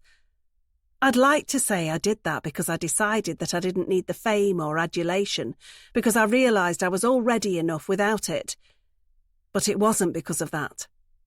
Rather, I pulled out because I had realised that Kieran could see me on TV, hear me talking about my son Adam, and suddenly decide that he wanted to make contact again.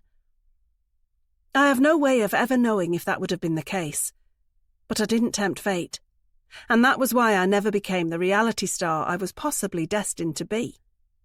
The 8 women who did get selected were all fairly famous for the 2 years the show ended up running for, and it did look like a lot of fun from what I saw when I tuned into a couple of the episodes. But I know I made the right decision. I maintained a low profile and kept my name and face out of the limelight. And because of that, there was no risk of Kieran having second thoughts about what he said to me all those years ago. Skipping the show also meant I avoided being trolled online by all the cretins who use social media to try and bring down those in the public eye. So that was another bonus. I'm not sure how well I would have handled having millions of people commenting on my appearance, my lifestyle, and my opinions on everything from politics to my favourite holiday destination. As it is, I can keep all those things to myself as I lie here on the sofa and watch other people parading themselves around for a paycheck. But there's only so much reality TV I can watch before I start to feel guilty about wasting my day, So it doesn't take me long to get my shoes and coat on and get out of the house to go and do a bit of shopping in town. The weather is clear, unlike my cluttered mind. But there's nothing like a little retail therapy to perk me up. 2 hours later, and with several shopping bags hanging from my arms, I'm feeling much better about things. I'll never forget how I have lied to my husband and my son, but I can have a few brief moments of respite in the long day. It's a relief to make it back to my car and unload all the shopping bags onto the back seat, and the plan now is to go home and hang these items in my wardrobe before Max can see how much I bought. But just before I start the engine, I check my phone, and that's when I notice I have several missed calls from Adam. It seems he's suddenly decided to stop ignoring me and now needs me urgently. But why? My first guess is that he has run out of money, having overspent in the student bars, and needs a top-up in his bank account. Either that, or he has had an attack of conscience and realised he should probably check in with his dear mother at least once during his first term. But I'm not foolish enough to think it's the latter, so I already have my mind set on transferring him some extra spending money as I call him back and wait for him to answer. When he does pick up, he sounds annoyed, and definitely not like somebody who is about to ask a favour. "Why didn't you answer your phone?" "I'm sorry, love, I've been shopping and I didn't hear it in my handbag. What's wrong?" I'm waiting for him to say the word money, but instead he says a word I never wanted to hear him say. "Who's Kieran?" The phone almost falls from my hand as I try to breathe properly and convince myself my world isn't seconds away from imploding. "What?" "Who's Kieran?" "What are you talking about?" Please tell me there is a perfectly reasonable explanation for why my son is using this man's name, or just any reason that won't result in Adam telling me he never wants to see me again. "I got a letter from somebody called Kieran, and they told me they were one of your old friends." "A letter? What letter?" "It just came to my student halls." Has Kieran been following Adam? "What did it say?" "Not much. It was weird. The guy just said he was a friend of yours and wanted to reach out to wish me well at university." "Who is it?" "I don't know. Did he say anything else?" "He said that he wanted to make contact with me sooner, but had not been sure if it was the right thing to do." Shit. It sounds like Kieran has changed his mind about not wanting to be a dad. Then again, it has been 19 years. I imagine he has grown up a lot in that time, just like our son has. "What else did he say?" "Nothing. He just left a phone number and said I could call him if I wanted to talk." I feel like I could be sick, but I have to hold myself together long enough to make sure this isn't going to get any worse. "Did you call it?" I ask, as the fear rises up in my throat. "No, I almost did, but I thought it was a bit strange, so I wanted to check with you."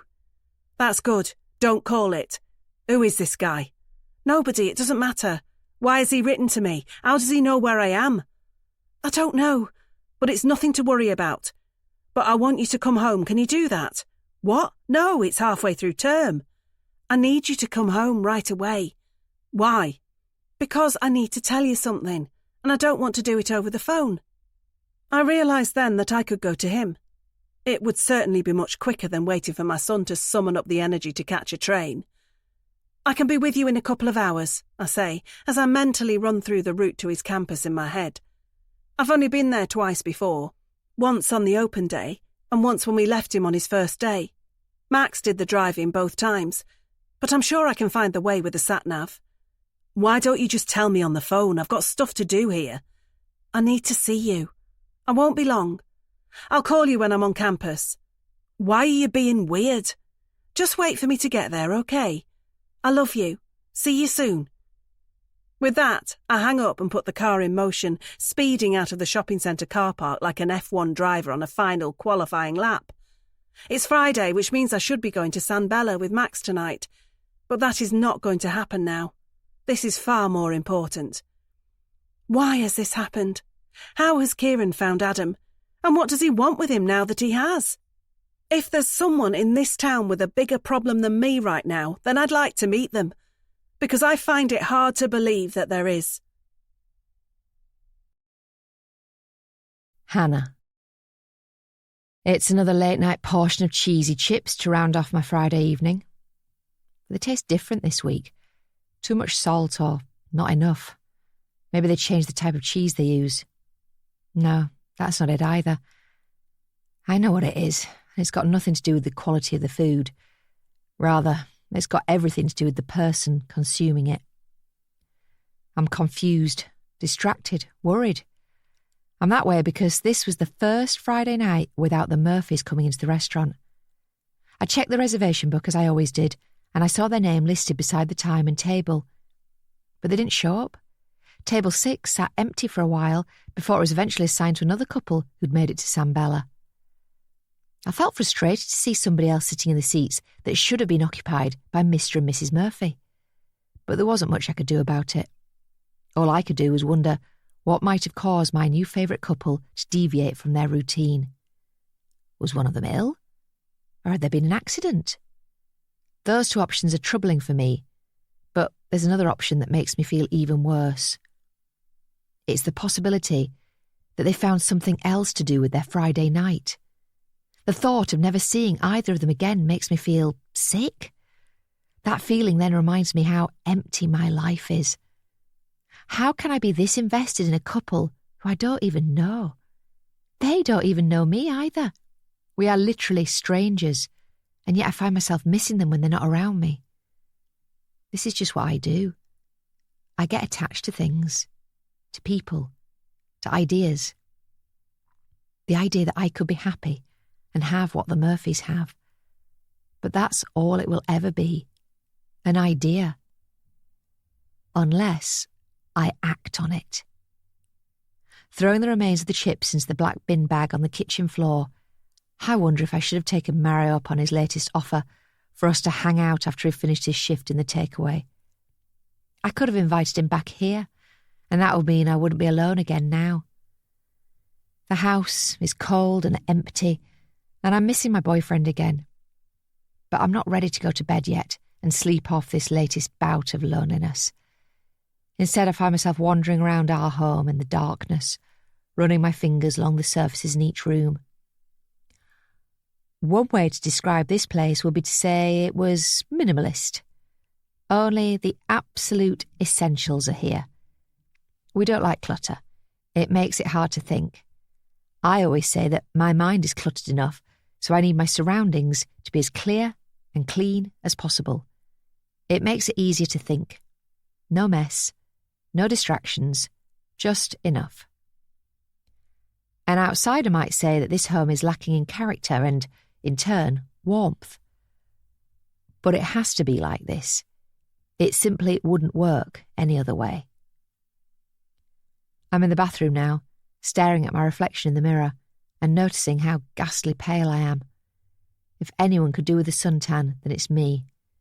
But there's not much chance of getting one of those in this town at this time of the year. Hopefully we'll go on holiday soon. Me and my man. Somewhere warm and exotic. I hear Mexico is the place to be these days. Then again, all the girls at work seem to be obsessed with Dubai. I hear them all chatting to each other on our breaks. They talk about such and such an influencer and how much she's getting paid to post poolside photos from under the palm trees in that desert city. They talk as if such a thing is possible in their futures and that they won't be waitresses forever. I'm not sure they'll ever get to the point where they get paid to upload selfies from sunny climes, but I am fairly confident none of them will be working at Sambella for much longer. Why would they? They are young, and they're full of dreams and aspirations. More importantly, they still have the energy required to try and go after them. One of the waitresses left a couple of months ago, Rebecca, stormed out halfway through her shift, said life was too short for this shit, or something to that effect.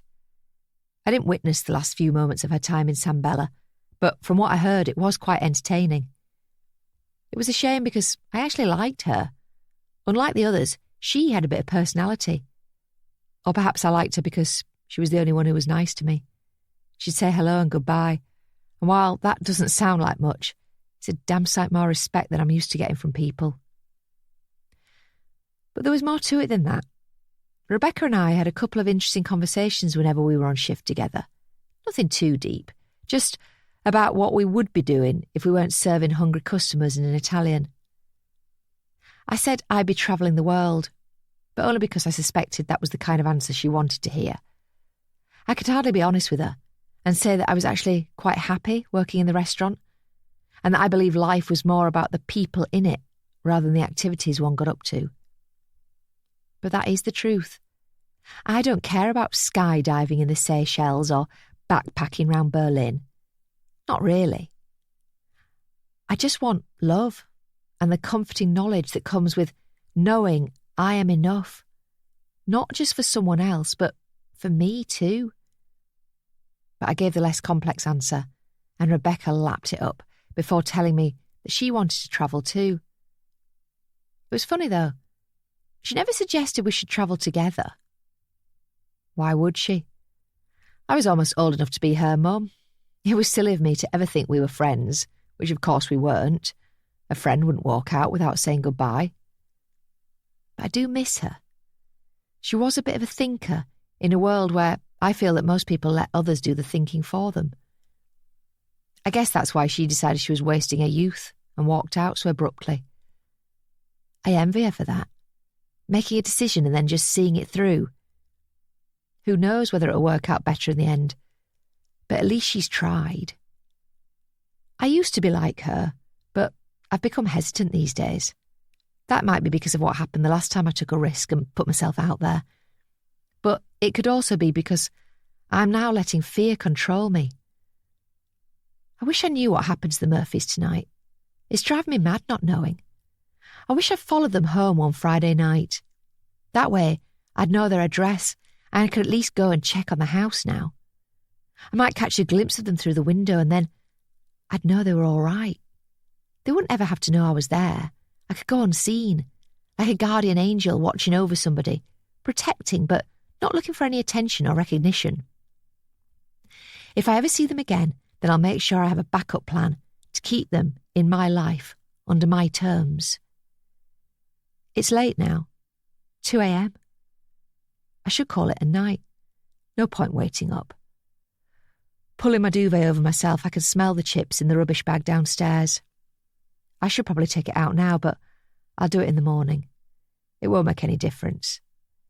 I used to spend a lot of time worrying about doing something here that could get me into trouble, leaving something out of place so that it was noticeable, using too much energy and causing the bills to rise, or cooking something that filled the home with a smell that required the windows to be left open for hours. But I've become a little less paranoid about all of that these days. I'm still careful, but I've figured out what works and where the limits are. I don't want to upset anybody, and I don't want to bring any extra attention upon me. But I can't live like this forever. Something has to give eventually. And when it does, I just hope it's not as bad as last time. Nadine. It had gone dark by the time I had made it onto campus at Adams University.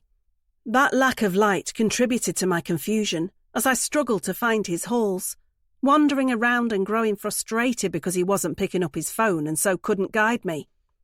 But I eventually got my bearings and found the building we had dropped him off outside of on his first day as a student. It had been a sunny September day when Max and I had driven Adam here to begin his first adventure away from home. The car had been full of bags, but my eyes had also been full of tears as I tried to comprehend not having my youngest child around the house anymore.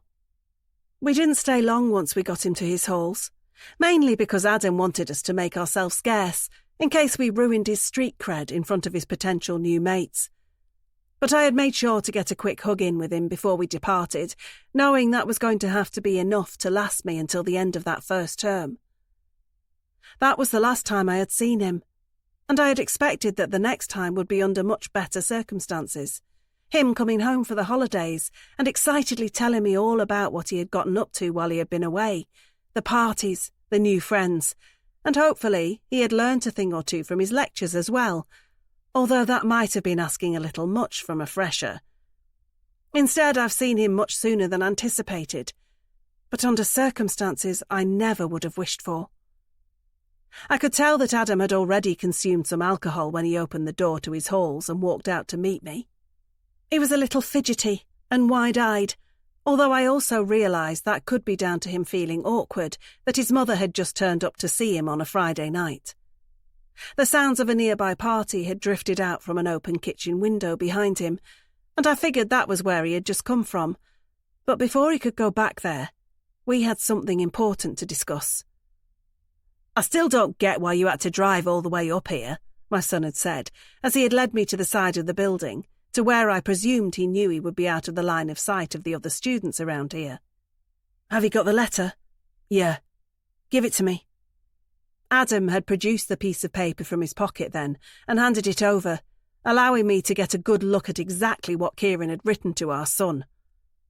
"Hello, Adam. My name is Kieran, and I am an old friend of your mother's. I wanted to reach out to you sooner, but I wasn't sure if it was the right thing to do.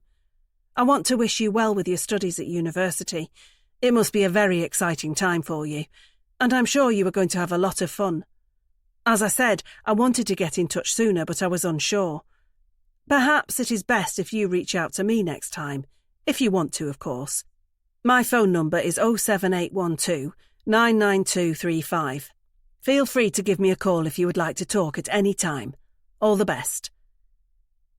I suppose I should have been grateful that Kieran hadn't signed off his letter from Dad. But even though he spared me that disaster, the content of the note made it clear that he now wanted to play a much bigger role in the life of his long-lost son. "So who the hell is this guy?" Adam asked me, as I had been reading the letter for a second time. "I almost called him when you were driving up here, just to get some answers. You never call this number. Do you hear me?" "Why not?" "Because this man is dangerous." Adam had been shocked at my answer, but I had held it together as the words had come out of my mouth, mainly because it had been the course of action I had decided to take during my drive to campus. I had settled on the idea of telling Adam that Kieran was an old boyfriend, someone who I knew before I met Max, and that he had not taken it well when I had broken up with him. He had never hurt me, I assured Adam of that, but he had displayed some troubling tendencies over the years. In other words, he was a bit obsessed with me and my family. "He's stalking you?" Adam had asked, looking stunned that anybody would find me interesting enough to be so fixated with. "I wouldn't say stalking." "Then what? Do we need to go to the police?" "No, definitely not." "What if this guy turns up looking for me? Would he hurt me?" "No, of course not. I will handle this. You have nothing to worry about." I didn't have any confidence when I told my son that Kieran was not going to turn up, but I was at least confident that he wouldn't hurt him. He's Adam's dad. He just wants to get to know him. But I can't let that happen. And armed with a letter with Kieran's phone number on it, I at least had a way of getting in touch with the man from my past and telling him to stay away. I had told Adam to let me know if anything else happened, but other than that, he was free to go back inside and rejoin the party. He was happy enough with that, but just before he left, I had needed to give him one more instruction. "Don't mention this to your father. I don't want him to know one of my exes is being weird." Thankfully, Adam could see why it would make sense to not bring Max in on these developments, and he had agreed to keep the letter between us. Then we said our goodbyes and I was back on the road again, heading home to salvage what was left of my Friday evening with my husband. Max was disappointed when I told him that we would have to cancel our usual date night at San Bella, but I had told him we would get a takeaway when I got back. He bought my story about needing to visit Adam to drop off an emergency food parcel, and now he is waiting in the house, no doubt hungrily perusing the menu for the local Chinese and wishing I would walk through the door so he could order. But I've not gone inside yet. I'm sitting in my car on the driveway, and I have one more thing to do before I go into our home. I have to call the number in the letter. I have to speak to Kieran. For a man who was supposedly desperate to receive a call from his son, it takes Kieran a while to answer. But I get him on the line in the end, and when I hear him say hello, his voice transports me back in time. "What the hell do you think you're doing sending a letter to Adam? And how did you find him? Have you been following him?" I barely gave Kieran time to answer before I launched my next diatribe. "You stay away from us, you hear me? You made your choice 19 years ago. You said you couldn't deal with it. You moved abroad. That was your decision. You can't change your mind now. It's not fair on Adam. You'll destroy his childhood. He'll think it was all a lie. It was a lie. We agreed to keep it a secret. I know, but that was then. I'm older now, and I've realised I've made mistakes. I want to atone for them. I want to get to know my son. You can't do this. Adam has a right to know. If he doesn't want to see me, then I will have to accept it. But he has to know I exist. You must see that. All I see is someone being selfish and only thinking of himself. You'll ruin him if you keep this up, and you'll ruin me too. Is that what you want? Do you have any idea what it's like not to be with your child? No, because I've raised my children. You panicked and ran. It's no good having a guilty conscience over it now. I don't know what you want me to do. You can't expect me to stop. Please, I'm begging you, leave us alone or what? Or I'll go to the police. I'll say you've been stalking me. You must have been stalking Adam to send him the letter. How else did you know where he was? I found his social media pages. All his profiles are public. Damn Zuckerberg and all the other website creators. Have they any idea how much trouble they have caused with their inventions? So you've been cyber-stalking him. Now you're being ridiculous. Am I? I'm just trying to protect my family. All you're doing is threatening it. I don't know what you want me to say, but I can't walk away from this. If Adam doesn't reach out, then I will contact him again, and I'll tell him exactly who I am. I have a feeling he will call me then. I realise then that this isn't working, and I need to change tactics. What do they say? Keep your friends close and your enemies closer. I need to meet Kieran. Maybe that way I can talk some sense into him. We need to talk. Properly. Can we meet next week? Wherever you want, so we can talk this over and come to some sort of arrangement. I'm happy to meet you, but I'm not sure what you expect me to say. We'll discuss that next week. I'll text you. In the meantime, stay away from Adam. Kieran assures me that he will, and we leave it at that. It's probably no surprise that I'm not in the mood for a takeaway when I go inside and see Max, but he's starving, so I order enough to seem normal and force myself to eat a bit of it. But I don't sleep a wink all night. It's been a hell of a day, and it seems like there are even tougher days ahead. But amazingly, I didn't even know the half of it. Hannah.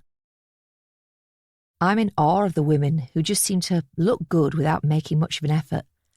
I'm certainly not one of them. I'm looking decidedly average this evening, owing to my lack of makeup and the fact I haven't washed my hair today like I promised myself I would. So what? It's a rare Monday at work for me, and the restaurant is quiet. I always slack off at the start of the week. It's only when it starts getting closer to Friday that I begin to step my game up and try to make myself look more presentable.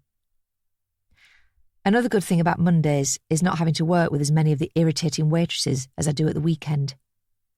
The early part of the week is like the graveyard shift in the hospitality industry, and those slots often go to the full-time staff rather than the students or those who need just a little bit of cash on the busy nights. That means no Becky, Chrissy or Tori, just plain old Hannah, tasked with looking after the only 4 tables of customers who are in this evening. Or should that be 5 now? I freeze as I stand on the edges of the restaurant floor and look towards the table by the window. It's the table that was unoccupied a few moments ago when I went into the kitchen. It's table 6, the one the Murphys use at the same time every week. But they're here now. What? It's not Friday. They shouldn't be here. I'm thrilled to see them, but I'm also terrified because I'm the only waitress on duty, and that means I'll have to serve them. Oh, curse my bad luck. Why didn't I make more of an effort with my appearance? Instead of getting the prim and proper Becky with her long eyelashes and a fake tan, they're going to get a frumpy, greasy, makeup-free me. Oh, damn it. What should I do? Have I got time to try and spruce myself up? There might be a stick of lipstick somewhere in the changing rooms. Or perhaps there might be... Hannah, can you take the drinks order for table 6, please? The instruction from Francesco snaps me out of my trance and sends me scurrying over to the couple by the window. My heart is racing and my hands are clammy, but whatever I do, I just need to make sure I don't mess their service up tonight.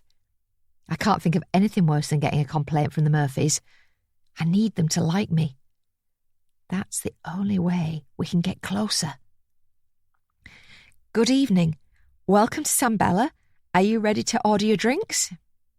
I'm grinning like a Cheshire cat and hoping that my overly pleasant demeanour will distract from my severely unkempt hair. Mr. Murphy looks up from his menu, and I can't tell if the confusion on his face is because I'm not his usual waitress, or because he just hasn't decided what he wants to drink yet. What do you think, dear? Do you fancy wine this evening, or should we just get soft drinks? I wonder if the husband's question to his wife is just him being a gentleman, or because he's unsure what the sensible code of conduct is for drinking alcohol so early in the week. But it seems Mrs. Murphy has no such qualms about any of it. Yes, I want wine. That was a very short and snappy answer, and I see Mr. Murphy raise his eyebrows a little bit before he confers with the menu to try and find something that will satisfy his partner's thirst. But the longer it takes for him to make a decision, the more I sense an opportunity. May I recommend the Malbec? I say, trying to keep my voice calm and steady, even though I'm feeling almost as nervous as I did during my first ever shift here. Oh, okay, he says. I'm happy to go with that one, if you are, darling. Yeah, fine, whatever. Is Mrs. Murphy always this rude, or is she just having a bad day? I wonder what could have happened to cause them to deviate from their established routine. Then, before I can stop the words, I'm already asking the question that reveals my curiosity. You guys usually come here on a Friday, don't you? I say, before instantly regretting it. But it's out there now. It's obvious how much I've been watching them. That's right, Mr. Murphy says, with a smile that sets me at ease a little. We always sit at this same table. I guess it's hard not to notice us. I laugh a little too loudly for this quiet restaurant, and a few people look in my direction. But it's Mrs. Murphy who I notice the most, because she's looked up from her menu now, and she doesn't look particularly happy about me guffawing at her husband's mild joke. I think you usually get served by Becky, I say, and I'm ready to walk away then, because I don't want the woman at the table to get irritated with me. But before I can go, Mr. Murphy speaks again. That's right. She's a good waitress, but she can be a little forgetful. I think it was you who helped us get our drinks quicker last time we came here. He's right, and I can't believe that he remembers that. The big grin on my face is almost impossible to tone down, but I manage it when I see Mrs. Murphy still glaring at me. How about that bottle of wine? She asks, as a way of reminding me that I am simply here to serve them with food and drink, not small talk. Of course, I'll be right back. I rush towards the bar without wasting another second and quickly tell my colleague behind it to get me a bottle of Malbec pronto. But while he's searching the wine rack for the right thing, I glance back towards table 6, and I feel a mixture of emotions. On the one hand, I'm super excited that Mr. Murphy remembers me. On the other hand, I'm sad that Mrs. Murphy clearly doesn't care who I am and couldn't get rid of me quickly enough. I like him even more now than when I watched him from a distance. But I have to say, she has done very little to endear herself to me so far tonight. With the bottle found and opened, I carry it back to the table by the window and offer to pour each of the diners a small sample to make sure that it's their tastes. But Mrs. Murphy tells me not to bother with any of that, and she just gestures for me to give her the bottle without wasting any more time. I stand by rather uselessly as she pours her own glass first and gulps some of it down before even thinking about giving the bottle to her husband to share. He looks as surprised as I am, but I can't stand here all night as much as I would like to. Annoyingly, I've other tables to serve, and I can see some of the people sitting at them are ready for their next stage of their meal. I wish it was just me and table 6. That way, I could give them the personalised service they deserve instead of it being diluted by all the other people in here. I'll be back shortly to take your food order, I tell the couple. Thank you, Hannah, Mr. Murphy says, noting my name badge, And just hearing him use my name sends a jolt of energy through me that I haven't felt in a long time. You're very welcome. I'm still smiling as I clear away the plates from table 2 and take the dessert order from table 8. In fact, it's a miracle I can even remember what cakes and cheeses they asked for, because all I can think about is that man by the window. That polite, handsome man who remembers me. As for the woman he's sitting with, she's already on her second glass of wine. She's either thirsty or stressed or both. But then it occurs to me that they no longer have to be a mystery. Now that they're under my care, I can find out more about them. Their names, what they do for work, and why they're here on a Monday instead of a Friday. A good waitress can find out a lot about her customers without making it seem like she's prying or being too personal. So that's all I have to do. Be a good waitress. Smile. Serve. And slip in a couple of questions, the answers to which are already causing me to salivate almost as much as the Murphys as they keep on reading those menus. Nadine. It was my idea to go out for this meal on a Monday night. Part of the reason that I came to the decision was that it was my fault that we couldn't make it on Friday. But the other part is what is waiting for me in the morning. Tomorrow is when I will meet Kieran, and that is precisely why I needed something to take my mind off it tonight. "Are you sure everything's okay?" Max asks me as I finish another glass of wine. He's already asked me that question since we sat down at this table, and I know why he is so concerned. It's been impossible for him not to notice how fast and loose I am being with the wine in my glass. How much have I had now? I'm not sure. All I know is that I'm not doing a very good job of sharing this bottle. "How's your pizza?" I ask without answering his question.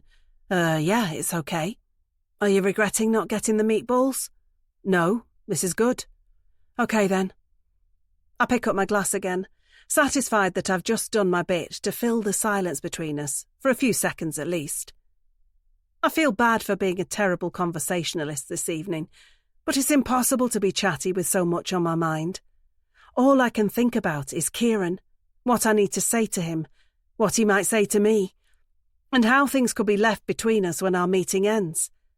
The outcome will literally determine whether I have a family who loves me or a family who hates me, and I will have a better idea of which one it will be this time tomorrow.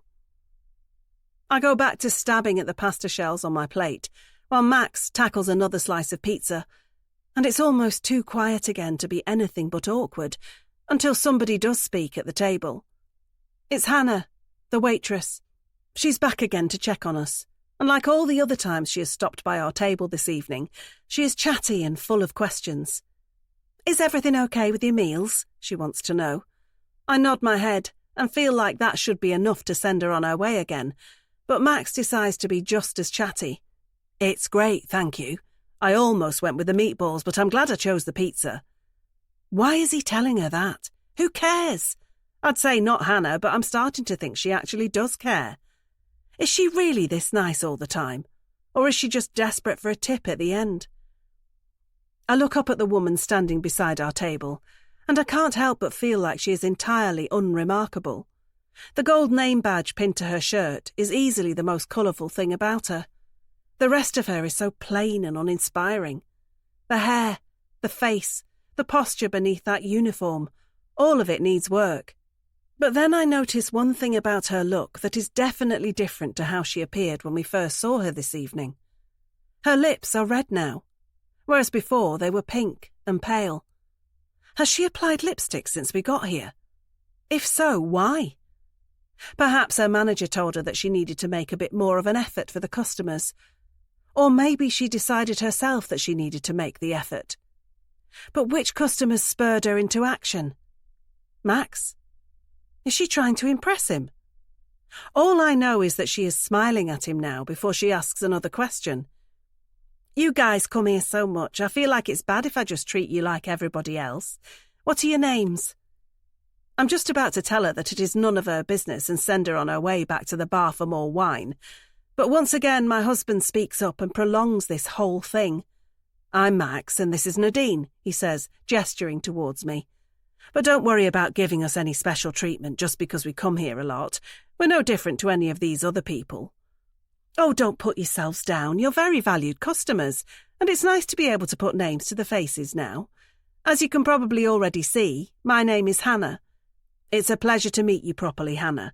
And don't say this to Becky because I'd hate for her to be offended, but I have to say that the service this evening has been much better than usual. Not that the other times were bad, but I hope you know what I mean." I'm looking at my husband like I have no idea what he means. Why is he still chattering away with this dowdy waitress when he could be talking to me? Sure, I've hardly been a font of conversation this evening, but still, I'm far more interesting than this woman could be. Aren't I? That's okay, I won't tell Becky, but I understand what you mean. Perhaps the service is a little less personal on a Friday because it's so busy in here. Mondays are somewhat calmer, as you can tell. Hannah gestures around the half-empty room to make her point, but I keep my eyes on my smiling husband as he leans back in his seat. "Well, maybe we'll have to start coming on Mondays instead then," he suggests, and he then looks to me for my opinion on that. But I don't have one. Bizarrely, Hannah doesn't leave the questions there, and by the time she has moved on from our table, she has managed to get Max to divulge what he does for a living and why we weren't here on Friday. He told her all about his business, information that she seemed to lap up before he explained something had come up on Friday, and we were making up for it tonight. Neither my husband nor the waitress has any idea what actually came up on Friday, which of course I'm glad about. But what I'm not glad about is him chunnering away like he's talking to a long-lost friend. I make sure to tell him that once Hannah has finally gone. "You shouldn't be so open with strangers." "What?" "Telling her our names and what you do for work. It's none of her business. She's just being nice, because she wants a tip. So, it's her job. She's in hospitality. It's not her job to pry. I don't see what the problem is. You never do. What's that supposed to mean? Nothing." I bite my tongue before saying any more. I'm in a foul mood because of all the stress of Kieran contacting Adam, and the looming meeting is weighing heavily on my mind. It was a bad idea to come here tonight and think I could distract myself from it. I just want to go home now, and I make that clear by telling Max that I'm far too full for dessert and that we should just get the bill. He seems surprised, but I'm just grateful he doesn't want any dessert himself. And while it's tedious to have to listen to Hannah again as she brings us the bill and asks if we've enjoyed our evening, it's a relief to be putting my coat on and heading for the door. "I hope to see you two again soon," Hannah says as we leave, and Max assures her that it won't be long until we are back. But I just keep my head down and say nothing, which is the same tactic I try and employ once we are in the car driving home. The problem is, Max doesn't make it easy for me. "Are you going to tell me what's going on, or am I going to have to prise it out of you, like I had to do with the kids when they were younger?" Max asks as he navigates the dark roads. "There's nothing wrong, I'm just tired. You've barely said a word to me all night. You were rude to that waitress, and you still haven't told me what Friday night was all about." "I did tell you. Adam needed some food. You seemed funny when you got back that night. I was just tired from the drive." "Are you sure something didn't happen with Adam? Something more serious than him running out of food?" "Of course I'm sure." "You would tell me if there was something, wouldn't you? If he's struggling with his studies or whatever, because he's my son too, you know." "I know he is." My voice went a little high then, but that's what happens when I'm forced into telling a lie during a heated discussion. "So why were you grumpy tonight then?" Max goes on, thankfully dropping Adam and Friday night for now.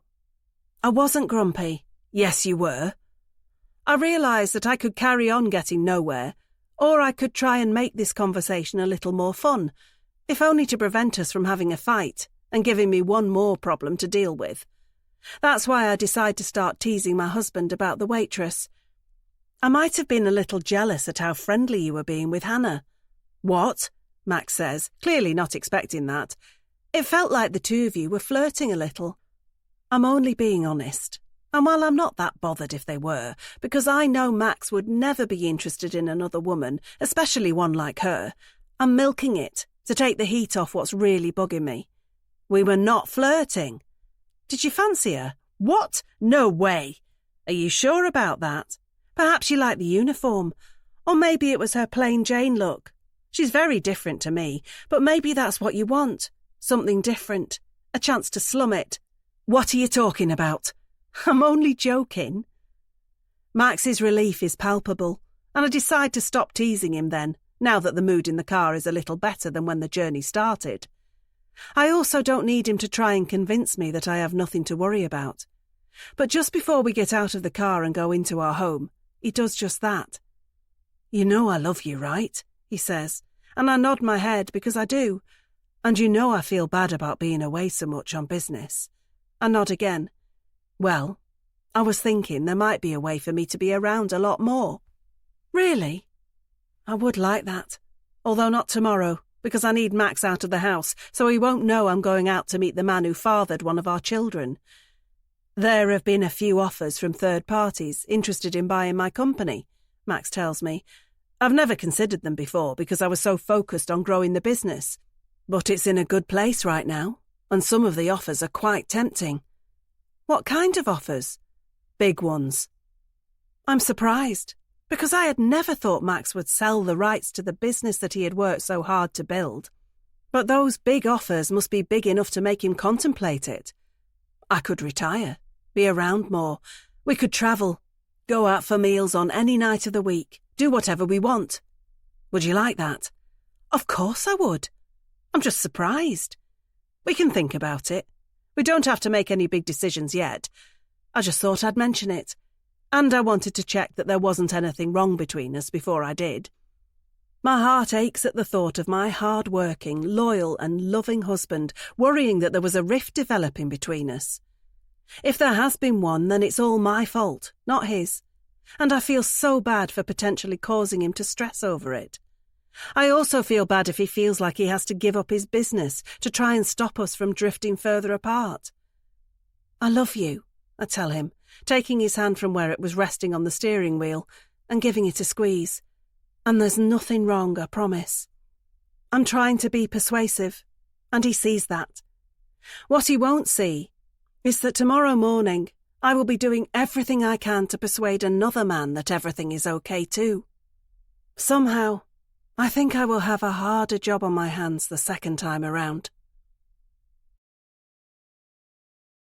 Hannah. This has been the best Monday in ages. The shift just seemed to fly by, and my walk home did too. I didn't even contemplate calling in at the takeaway on the way back.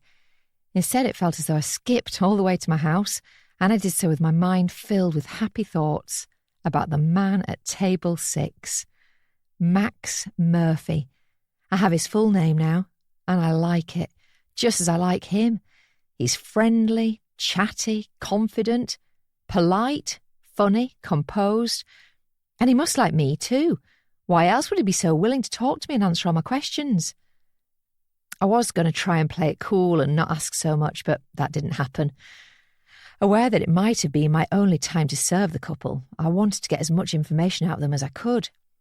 Now, I know that Max is the owner of a business. How cool? He must be loaded.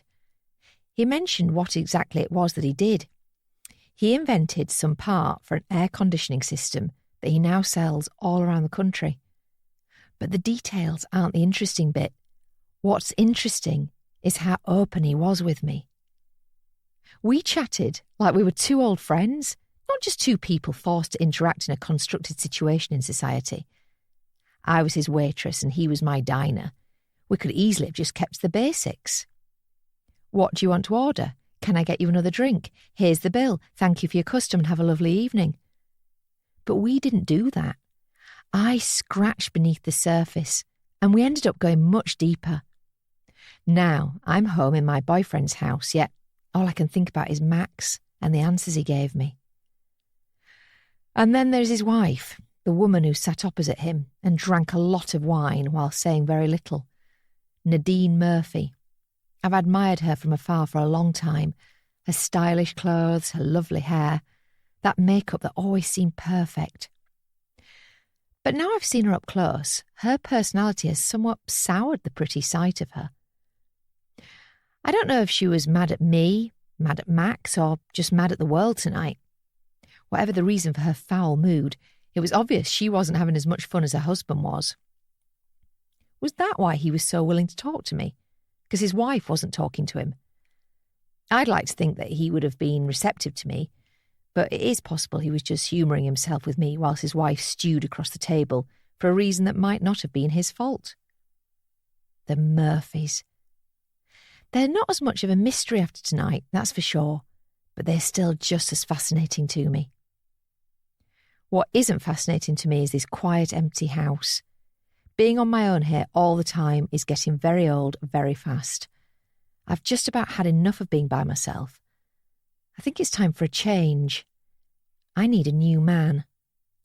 I need somebody like Max. It's not hard for my mind to run away with itself as I entertain fantasies of sharing a home with him. Being the successful businessman he is, I bet we wouldn't want for anything. He'd want me to quit my job, of course, telling me that my days of slaving away for fussy diners were over, and that it was time to put my feet up and let him do all the work. I protest for a short while, just to be polite, before excitedly handing in my notice at Sam Bella and hurrying back to Max to start planning all our adventures together. He'd probably give me free rein on choosing the furniture and decor for our new place together. I'd leave him to all the serious jobs like managing the finances and the bills, but we would reconvene at the end of the day over a lovely dinner in our dining room. He'd tell me about his business deals that day, and I would tell him what colour I've decided on in the second bathroom. And we would indulge in all the food and all the wine that Mrs. Murphy doesn't seem to appreciate as much as I would. What would become of her if she didn't have Max? If she was no longer Mrs. Murphy? There's no real way of knowing for sure, but I'd have to assume she'd take losing her husband to another woman pretty badly, especially when that woman used to serve them dinner. I bet Nadine has never seen me as a threat, but she's never seen me as a friend either, so I don't owe her anything. Who knows if I would be entertaining these thoughts of taking her man if she'd been nicer to me? I'd like to think that I'd have been happy just being both of their friends. But if I'm honest, I know I would have always wanted more. That's what I do. I keep pushing the boundaries until it's too much. And I would have done the same tonight if the Murphys had ordered dessert. I'd have asked more questions. How long have they been married? Do they have kids? If so, what are their names? I'd love to know more. I'd love to know everything. And the more I get to know him, the more I start to love Max. Nadine. I was wondering if I would recognise Kieran when I laid eyes on him. It has been a long time after all. But there was no mistaking who he was when I saw him enter the pub and start walking towards me. Sure, he's aged, as have I. But he still carries himself with that same swagger that first attracted me to him. He was a cheeky chappie back then, and it'll be interesting to see if he has matured as he has grown into a man in middle age. But the most interesting thing that I can find out today is what it will take for him to leave Adam alone. I set today's meeting place as the Rose and Crown, a watering hole in town that I haven't spent much time in, but that's exactly why I chose it. I wanted a place where nobody would know me. I just look like a woman meeting a man for a drink as lunchtime approaches on a boring, bland weekday. No fuss, no attention, nothing to see here. I wish. You look well, Kieran says to me when he reaches my table, and I'm not sure if he's expecting me to stand and offer him a hug for old time's sake. But I stay seated, before telling him to put himself in the chair opposite me, so that we can get down to business. I had toyed with the idea of deploying a few tactics here today. Ask him how he's been. Show an interest.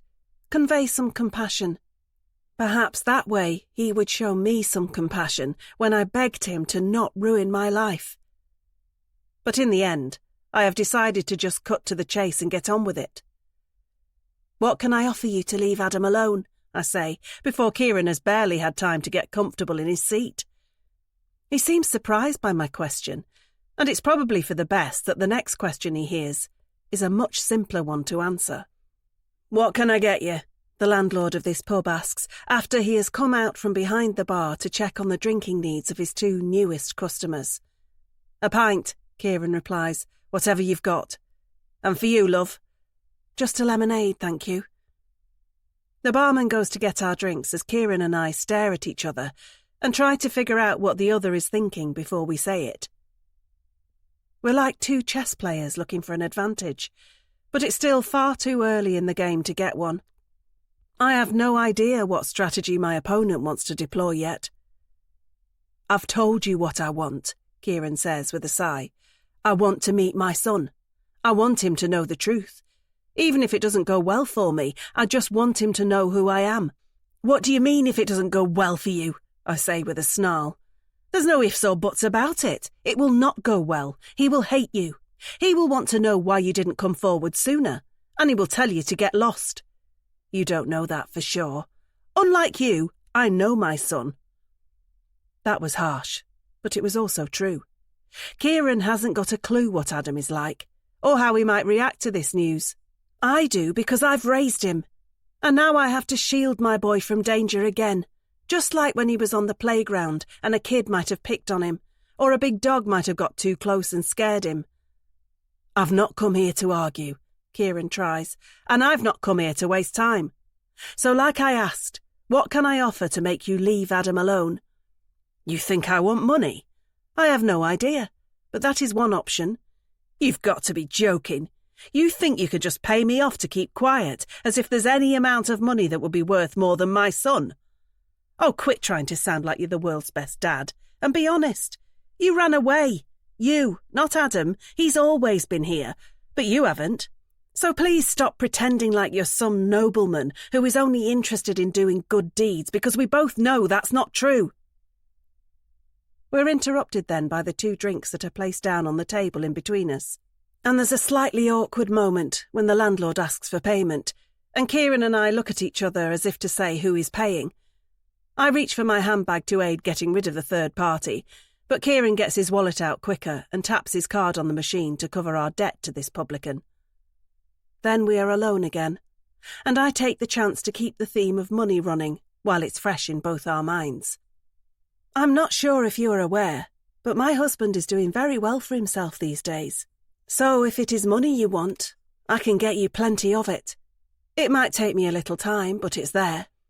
I just told you that I'm not interested in money. And why is that? What exactly is it that you do for work these days? That's not got anything to do with it. Whatever it is, I doubt it's as highly paid as Max is. So come on, stop messing around and name your price. All cowards have one, so let's hear yours. I knew this was going to be a waste of time. Kieran goes to get up then, and I fear I've played this all wrong. To show my remorse, I reach out and grab his arm, a strong sign that he holds all the power here and not me, despite how I've been trying to make things look since he got here. Please don't go. I really want us to sort this out.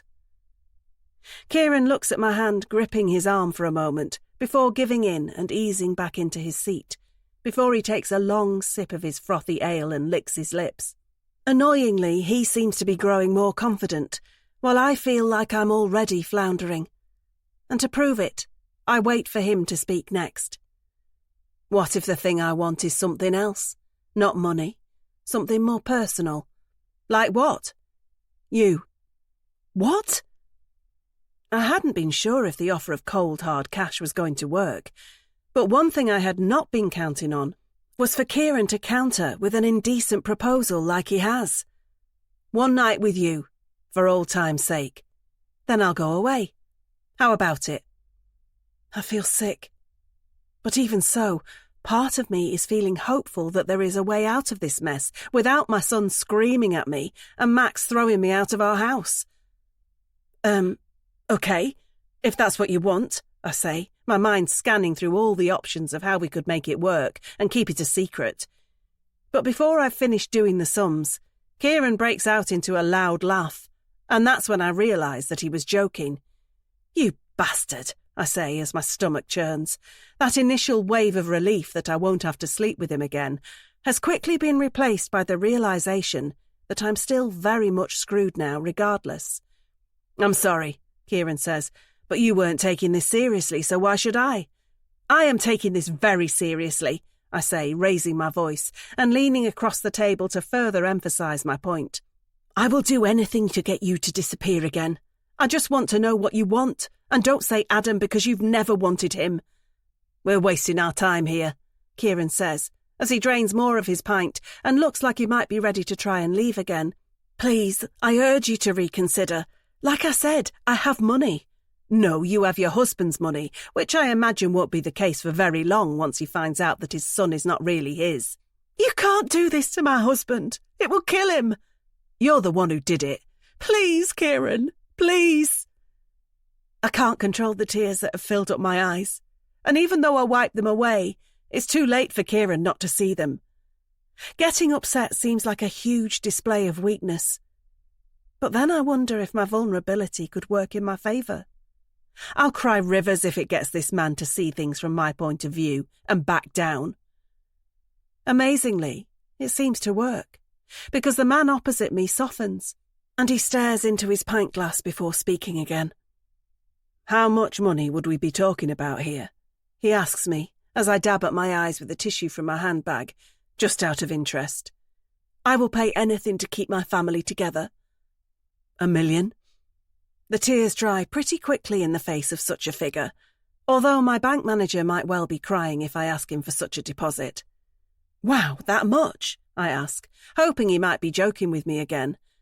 But this time, he is deadly serious.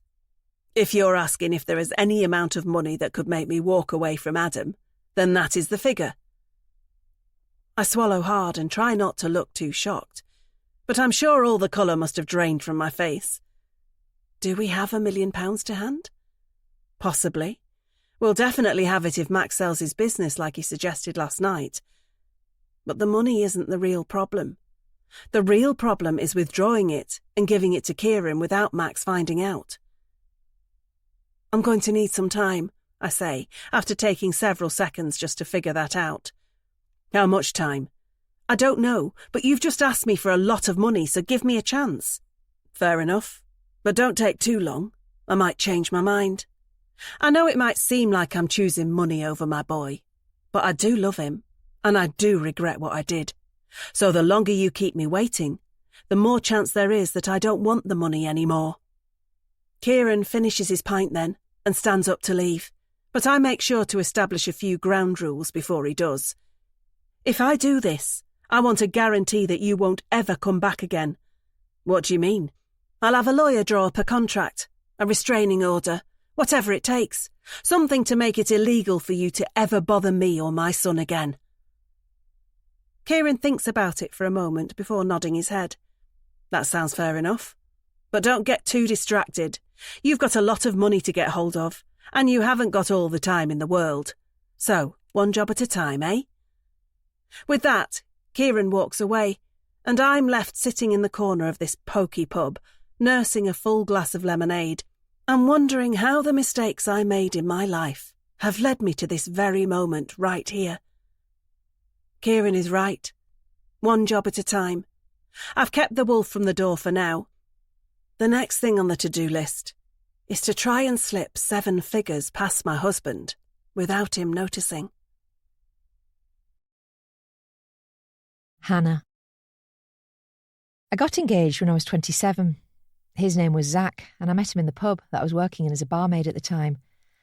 I was used to spending most of my day serving old men with flat caps on their heads and newspapers under their arms, or football fans who would break into various chants after a couple of drinks and needed me to remind them to keep the noise down. Therefore, it was quite a nice change to one day be tasked with serving the quiet, handsome, debonair man who came in by himself and ordered a vodka and coke. While Zach was easy on the eye, the thing that drew me to him the most was how nervous he seemed. I was curious, so I asked him if everything was okay once I'd furnished him with his beverage, and that had been when he had told me that he was getting ready for a first date in a pub up the street. Turned out he had come into my workplace to try and calm some of those nerves with a little help from Mr. Grey Goose. I thought it was sweet that he was anxious about his date, but I was also a little envious that this man would be getting to sit down and talk with someone else tonight who wasn't me. But that was when I realised that I was at a distinct advantage to my love rival, who hadn't had the chance to have her date with Zach yet. The advantage was that he was with me, not her. And as long as I kept him in my pub, he couldn't go and meet her in the other one. Bear in mind, this was over 10 years ago, so I was a lot better looking then than I am now. I was slimmer, sassier, and, dare I say it, sexier. All I had to do was make sure that Zach saw that too. Laying on the charm, along with a little help from that extra button on my blouse that I had undone, I made sure Zach was kept busy chatting to me for so long that his date started to pale into insignificance. I flirted. I found everything he said 10 times funnier than it was. And I managed to sneak him a couple of free drinks to the point where his nerves melted away and he was very receptive to my charms. In the end, it was a foregone conclusion that he was going to cancel his date at the last minute and spend the rest of the night with me. From those humble beginnings, ours was a love that blossomed into something very serious. We met each other's friends, we moved in together, and then we began to plan for marriage when he popped the question during a weekend getaway in Devon. Oh, I loved being a fiancée. It was basically several months of getting to get together with my girlfriends and talk them through all of my plans, the venues I was looking at, the dresses I had my eye on, and the ideas for our honeymoon, all of which were very exotic. I also liked it because it was around that time that my friends were either married or getting engaged, so it was a lot easier to fit in with them when I was no longer the only singleton in the group. So what happened? Where was my happy ending? Why, a decade on, have I ended up as a waitress, lusting over a married man who comes in every Friday, instead of being settled with a ring on my finger and a couple of kids to bring up? Simple. Zach cheated on me. But he didn't just do it with anybody. He did so with one of my best friends. The group of girlfriends I had, they weren't so great when one of them stabs you in the back and the others are so mortified that they can never be themselves around you again. I called off the wedding and got rid of Zach immediately, and surprisingly, that was the easy part. The hard part was realising that I was too embarrassed to be around my friends after that. They were all settling down and starting families with loyal men by their side, while it felt like I was cast aside onto this scrap heap of life. I was still young, but that didn't matter because I didn't want to start again. I thought I'd found my future and I was set for life. But I was wrong. So very, very wrong. Being single sucked. Being broke was just as bad, but that's what happened when I stopped turning up for my shifts in the pub. I couldn't face anybody. I felt like everyone was laughing at me, even complete strangers who had no idea what I'd been through. In the end, I did the only thing I could. I left my hometown and I didn't look back. I thought time would heal the wounds. I thought I'd fall in love again and not be paranoid about getting hurt a second time. And I thought I'd make new friends in a new place once I was comfortable opening myself up to a different group of women. But instead, I felt myself becoming angrier, more bitter and more twisted. The years ticked by and things weren't getting any better. Just a series of dead-end jobs, interspersed with me getting my hopes up about a guy, only to find out he wasn't interested in me. That was why I stopped making an effort with my appearance. I put on a bit of weight and went half the week without makeup. Nobody cared. Nobody told me to sort myself out. I just faded into the background, while everyone else got to experience all the things I had missed out on. One day, 3 years ago now, I decided to look up Zach and see what he was doing. The internet makes it easy to find out about other people from a safe distance. And that's what I did with the man who had betrayed me. I discovered he was married, had 3 kids, 3, and he even had a dog. That made me feel sick because he was the cutest little thing I'd ever seen, and I hated him for that. It seemed that despite what he had done, life had worked out pretty well for Zach. I wish I could say I left it there. I wish I could say that I put my phone away and got on with my life without giving him a second thought. But I didn't. I ended up becoming obsessed with that perfect family of his. And that was what led me back to my hometown. His LinkedIn page told me where he worked, and after waiting outside his office to see him leave, I followed him home. And what a home it was. Detached, must have had at least 4 bedrooms, and in an area where crime was just some strange word the residents occasionally overheard on the news while they left their doors unlocked and their house alarms deactivated. It was the perfect place for the imperfect man. So that was why I knocked on the door. I wanted to give Zach's new partner a tip-off about the man she had a family with, the man she trusted, the man she surely had no idea was capable of ripping out someone's heart only weeks out from their wedding day. It was Zach who answered. It actually took him a moment to recognise me. When he did, he didn't look shocked. He looked sad, and that was almost worse. The pity seemed to be emanating off him in waves. But that soon stopped when his wife appeared in the doorway behind him. I just blurted it out, said I was Zach's ex-fiancé and he had broken my heart after sleeping with one of my most trusted friends. I told them that my life was a mess and it was all his fault. And then I waited to see what either of them had to say about that. Turned out, it was not a lot. I wish they had got angry, upset, or just done something that might have made them feel as bad as I was feeling. But that's not what happened. Why?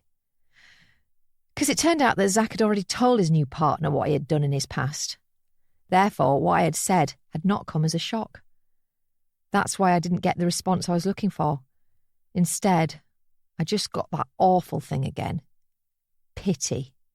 And lots of it. I ran away from that house after realising it had been a mistake to go there, and I've never been back to my hometown since. Going back there was a mistake because it taught me many things, not least of which was that life is not so much about heroes and villains, but more about a series of highs and lows that ultimately end up making no difference in the grand scheme of things. Zach wasn't the bad guy. He just made a mistake. And I wasn't innocent, as I would later go on to prove with what came next in my life. I wish I hadn't had to learn those things, but I did, and I learned them the hard way. That's why love is a very dangerous thing for me to indulge in. It's now why Nadine needs to keep a very serious eye on her husband. Nadine. I'm in a fortunate position where £1 million is not completely out of reach for me. But I'm in the unfortunate position of having to access it without anybody else knowing. I wish I could just withdraw the cash, throw it into a bag, hand it to Kieran and say good riddance. Sure, losing such a sum would sting. But if that's the price to keep my family together, then so be it. But it's not as simple as that. I might be one of my bank's favourite customers due to the numbers in my account and the mortgage my husband applied for, but there are still systems in place. All sorts of checks and balances. This isn't the Wild West. Withdrawing 7 figures in one fell swoop these days would be almost akin to holding up a bank with a gun and demanding the clerk stay calm so nobody gets hurt.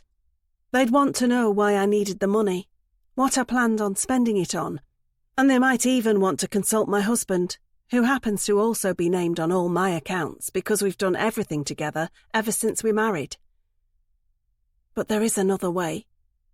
Max is planning on selling the business. With the funds that will raise, it would make it a little easier for such a large sum of money to go missing. The bank manager and my husband might not be so intrigued to know where $1 million was going if there were several millions still sitting in the bank. I could set up a new account, move the money, tell Max I had found some super high savings account to store it in, and maybe one day, in time, he'd forget I ever took it, as he focused on spending all the other money he had earned through the sale of his brilliant business. One thing is for sure, without the sale of his company, I won't be able to get that money. I only hope Kieran can be patient until that happens. I've drifted between incredibly positive highs, in which I think everything will be okay, and soul-crushing lows, when I suddenly fear that it won't be. That's just today, and it's not even dinner time yet. But in general, I'm feeling more on the optimistic side, and that's because I've managed to keep a secret from Max for so long. Therefore, I feel like I can do it again. And this time, it will be the last one. But then Max came home after another busy day and said something I did not want to hear. "I've been thinking," he began, a sentence which never seems to end well for the person on the receiving end of it. "I'm not sure I'm going to sell the business." I actually stopped breathing when he said it. "What?" was all I could choke out after several seconds. I mean, sure, the money would be great. But what would I do all day once the novelty of it all had worn off? I'd get bored without a purpose. But you were adamant that you wanted to retire the other day. I know, but I've given it more thought. And I'm not sure it's for the best. I mean, I'm in my early 40s. How many people retire that young? But not many people have created a business worth millions. It must sound like I'm bigging up my resourceful partner, but I'm really just trying to say anything to get him to stick to the original plan. Retire, sell for millions, and allow me to skim $1 million off the top to pay Kieran. You hear all those stories of people who retired and suddenly found themselves with nothing to do. They were dead within 6 months, as if their bodies just gave up because there was nothing to get them out of bed in the mornings. What if it's not healthy to just suddenly stop? This is different. Is it? Yes, you're not like everyone else. I always thought that too. But now I'm not so sure. If I do this, I'll just be another person who used to work hard but now just plays golf all day and falls asleep in front of daytime TV. You hate golf and TV. You'll find something else to do. And like you said, we can spend more time together. I'll keep you busy, don't worry about that. I smile, to try and snap Max out of his concerning train of thought. And thankfully it seems to do the trick. Maybe you're right. I guess it's just the fear of the unknown. Don't worry about that. It's the fear of giving me a hand with some of the housework that should really bother you. Max laughs as I give him a hug, and it feels good to feel him squeezing me as we embrace. I need every ounce of strength I can get to make it through this troubling time, and I don't have enough of it on my own. I could use some of my partner's too.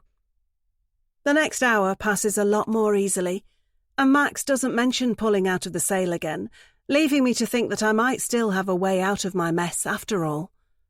Then it's time to sit down, because we have a couple of important video calls planned this evening.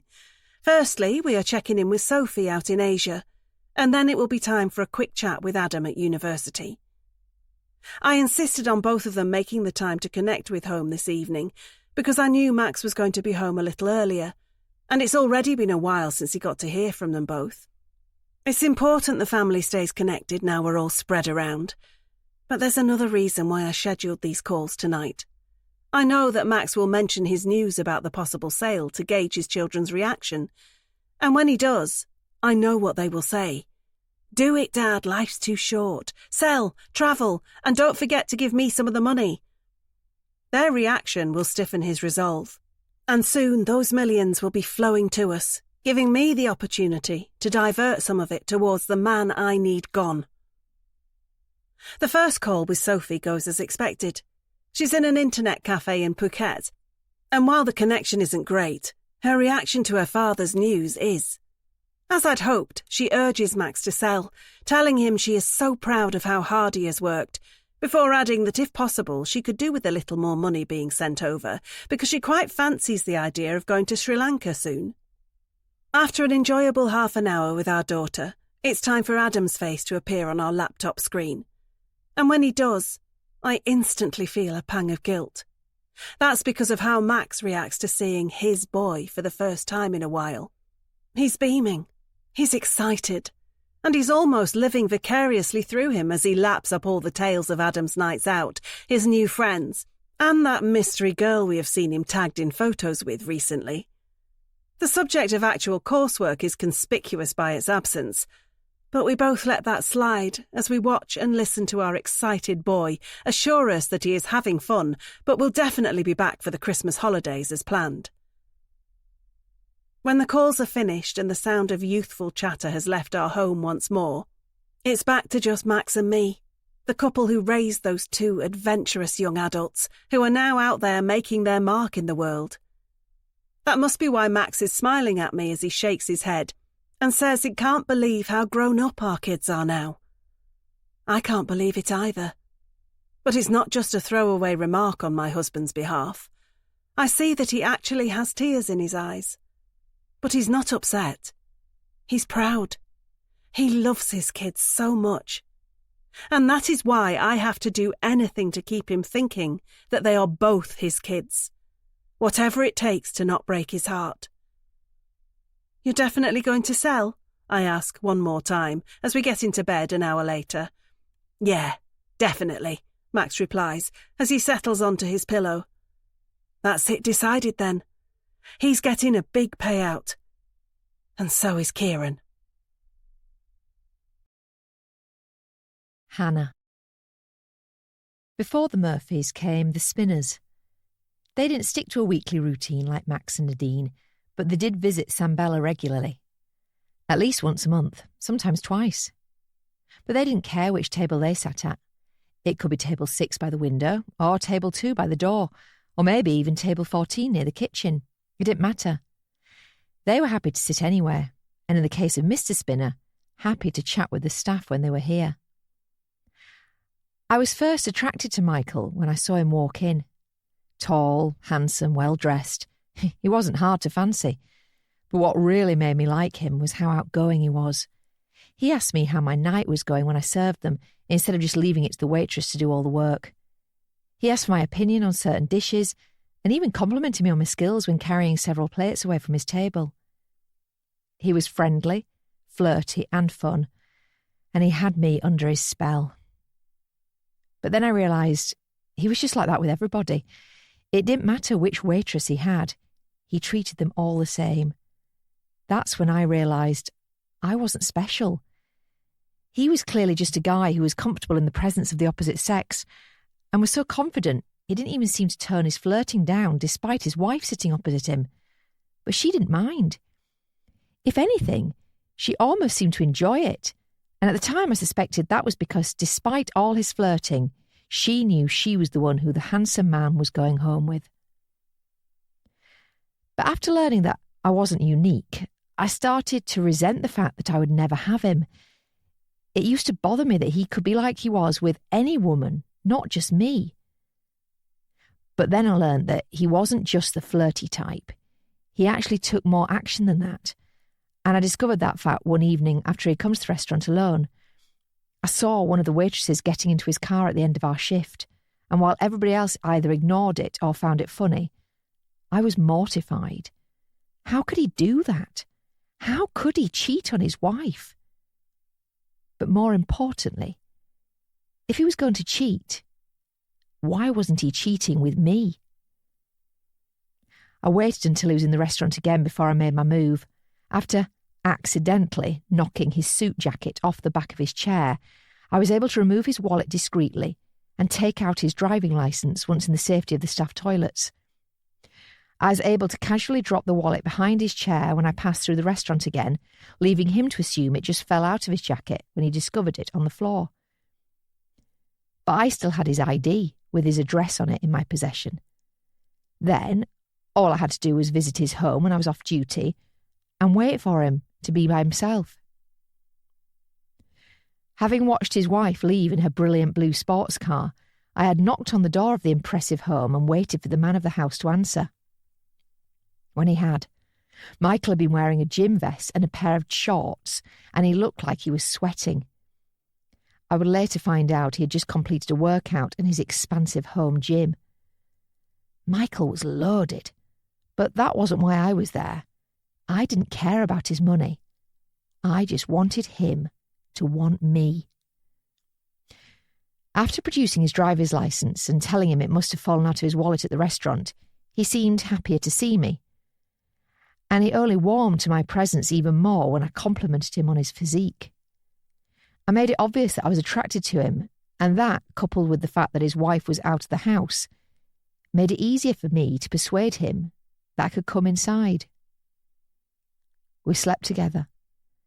It was hurried and urgent, and not quite how I had imagined it going. But it happened, all the same. I had gotten what I wanted. Almost. Having been intimate with Michael, it only made me want to be around him more. And after what we had done together, I had hoped he might be feeling the same way. Could we somehow make it work? Would he leave his wife for me? Was this the happy future to make up for my own happy past? In a word, no. Michael didn't leave his wife for me. He had no intention of doing such a thing. It was obvious I was just another one of his flings, Nothing more, nothing less. To make it even worse, he barely acknowledged me the next time he came into the restaurant. He acted as if I wasn't the woman who had been in his bed the week before. He deserved an Oscar for the way he so casually ordered his dessert with me, while his wife sat opposite him, being none the wiser as to who I really was and what I had done with her man. I blame what happened next on Michael's nonchalance. If only he had been more respectful to me, then I like to think that I wouldn't have gone back to his house.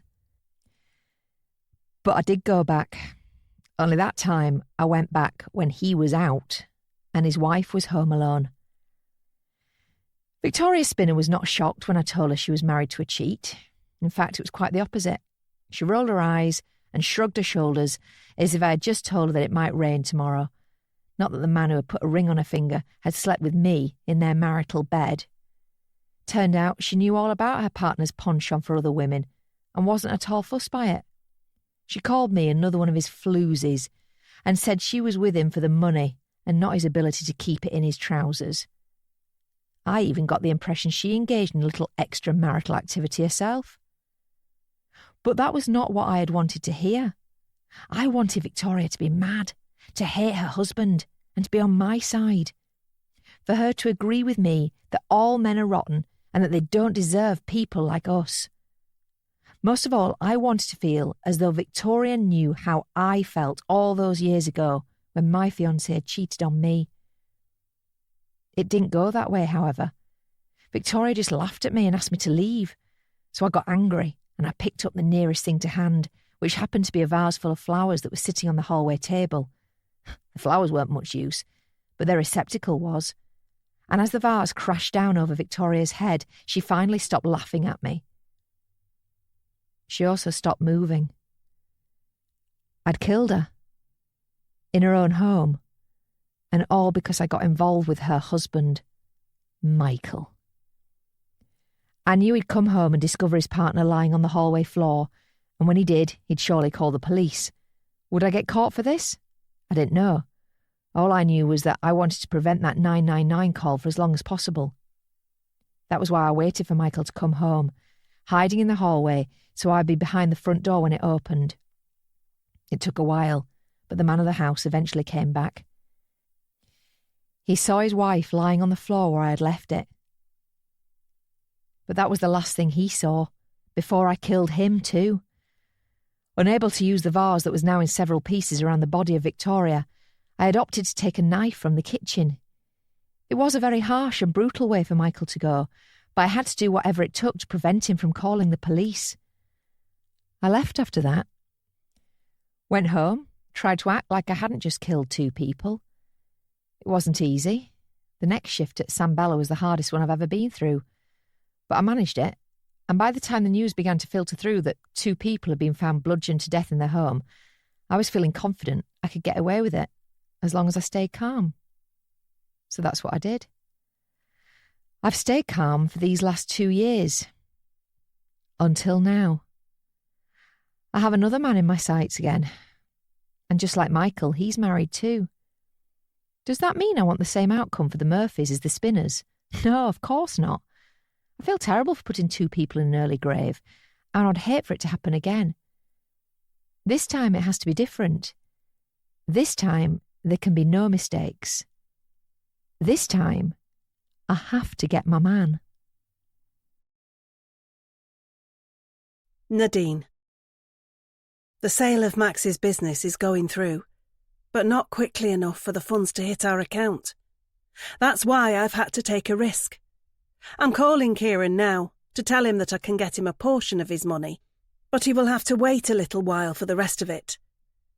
I hope he will agree to it. I'm hardly giving him an insignificant sum, but it's not the full figure we agreed on, and I am aware he might be upset by that.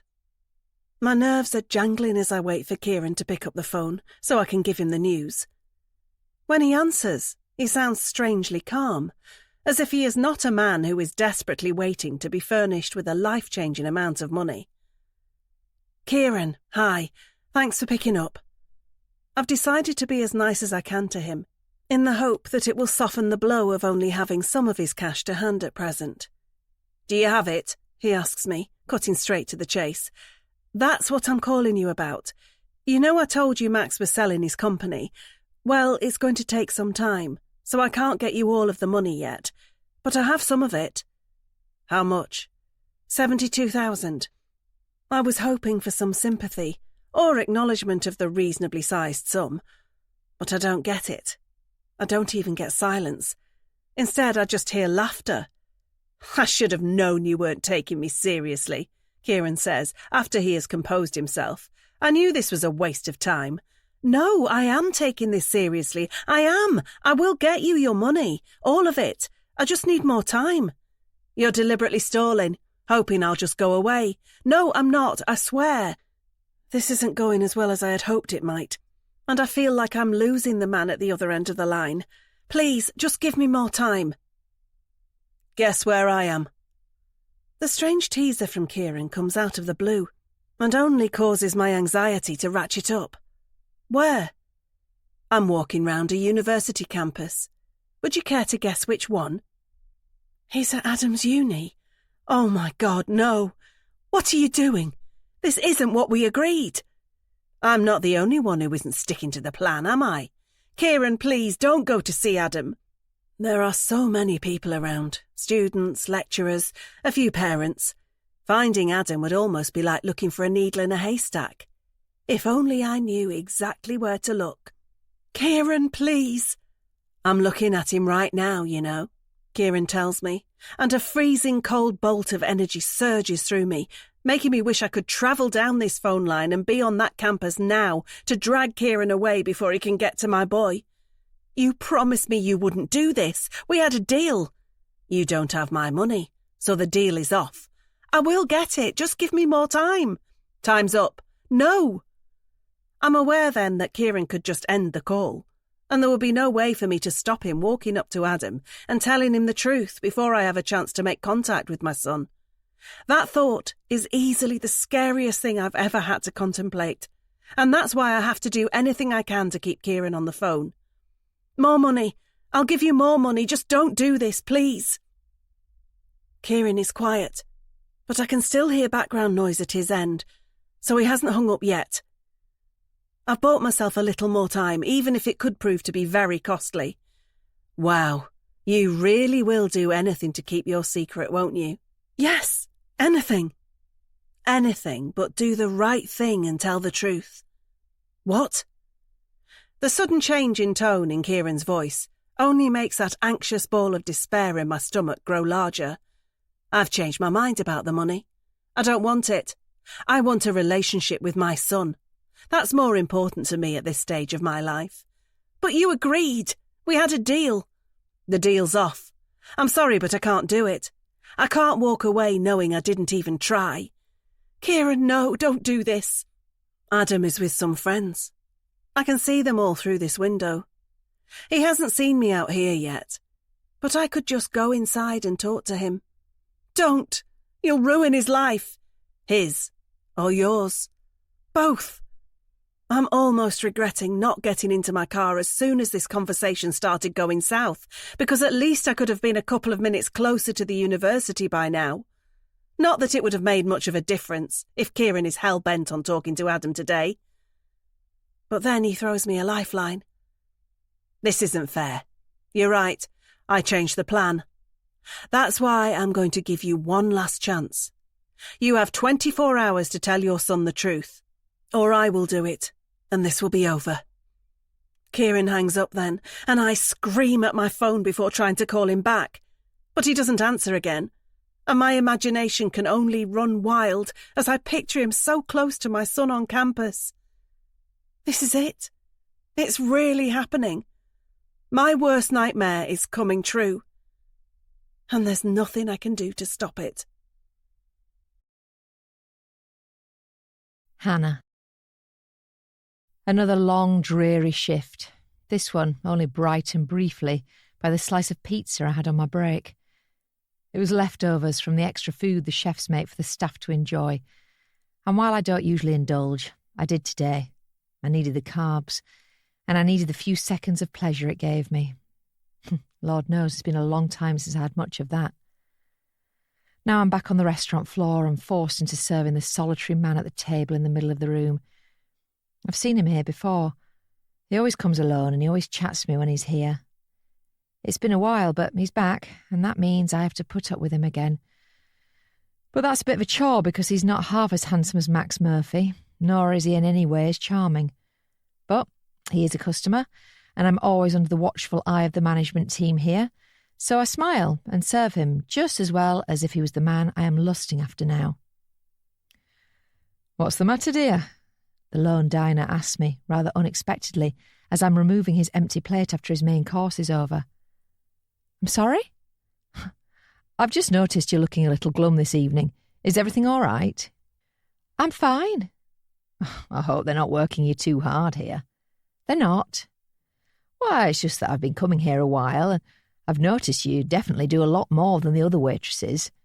I admire your work ethic, and I only hope your boss does too." I'm not sure he does, but thank you."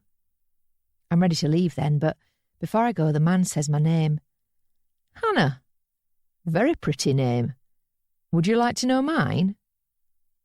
Once again, the presence of a name badge on my uniform seems to have caused another diner to feel as though they know me better than they do. Instead of just being some waitress who operates in the background, the displaying of my name seems to make some folk think that I'm their friend. I like Max knowing my name, but I don't really want anyone else to know it. Not with what I've done in the past. The fewer people who know about me, the better. "My name's Tom," the man says, after I've failed to answer his question. "Oh, okay." "I feel bad, having you serve me so often, and not knowing who I was, while I knew who you were."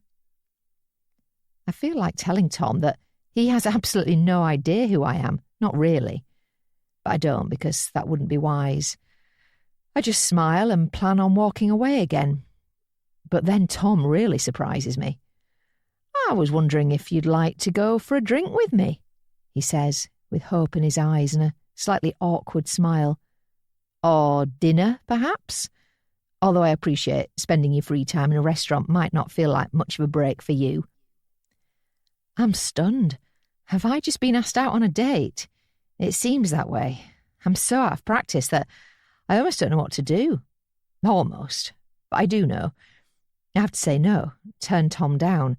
I have to do that because Max is the man for me, and it wouldn't be right for me to be seeing anybody else. I've already got rid of my last boyfriend so that I'm single and ready for him. Tom will only get in the way of things. "I'm sorry, I'm very flattered, but I'm seeing somebody," I say, hoping he buys my lie and leaves it at that. "Oh, I see. That's a pity." Tom looks disappointed and I feel bad for him for a moment, but this is just how affairs of the heart are. They're never simple and they don't always go to plan. But I'm sure Tom will survive. He probably only asked me because he's lonely. "I'll be right back with the dessert menu," I tell him before I finally get away from his table and make it back into the kitchen, my head spinning a little at the surprise invitation. I wonder if that was what has kept him coming back here. Is it because of me? Will he stop coming now I've turned him down? Or will he just have a go with one of the other waitresses?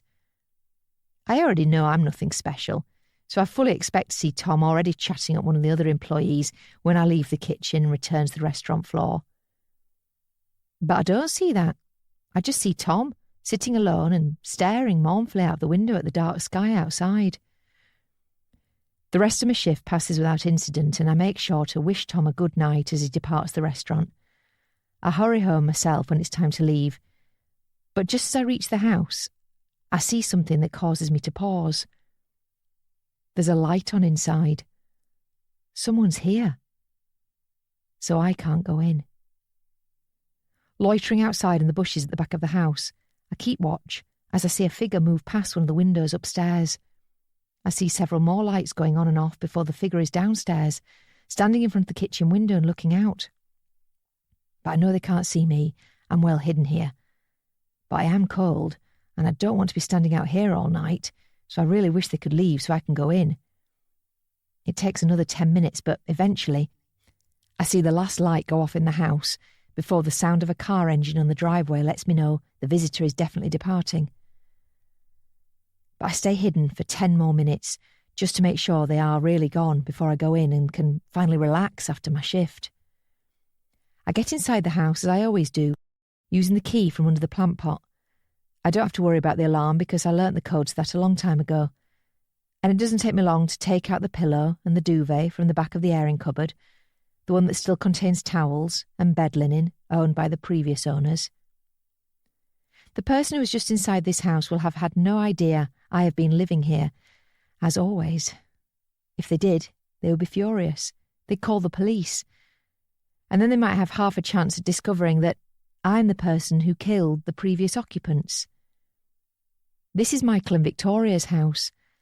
I've been living here, secretly, since I noticed the property was sitting empty after their deaths, and Michael's parents were in no rush to sell it. Their understandable lack of desire to cash in on their deceased son's bricks and mortar was my opportunity to live somewhere far above my means. A big house, devoid of furniture, is still better than a small flat filled with crummy things.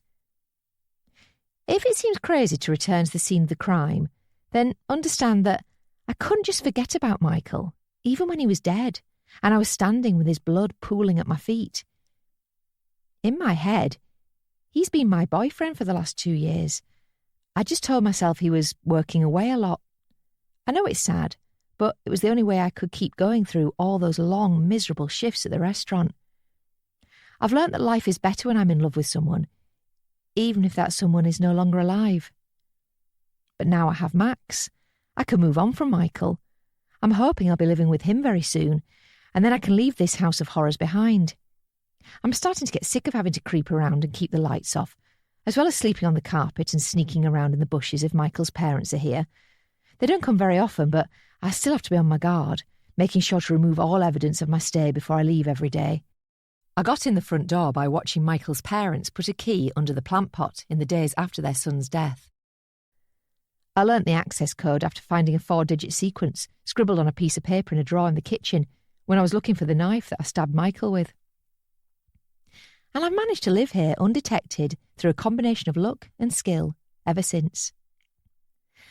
But now it's time to flourish again instead of being a wallflower. Max can help me forget the pain of my past. And guess what tomorrow is? Friday. Hannah. It's 19:30, and there's no sign of the Murphys at Sambella. Come on, where are you? Don't do this to me. I need to see you this week, Max. What are you doing? I look up from the reservation book to see my manager glaring at me. Oh, sorry, I was just checking if table 6 is still booked in. Yes, they are. Now get back to work. I rush back onto the restaurant floor, returning to doing what I'm paid to do here, instead of dithering by the door and hoping to see Max. If the Murphys are coming, then they're late.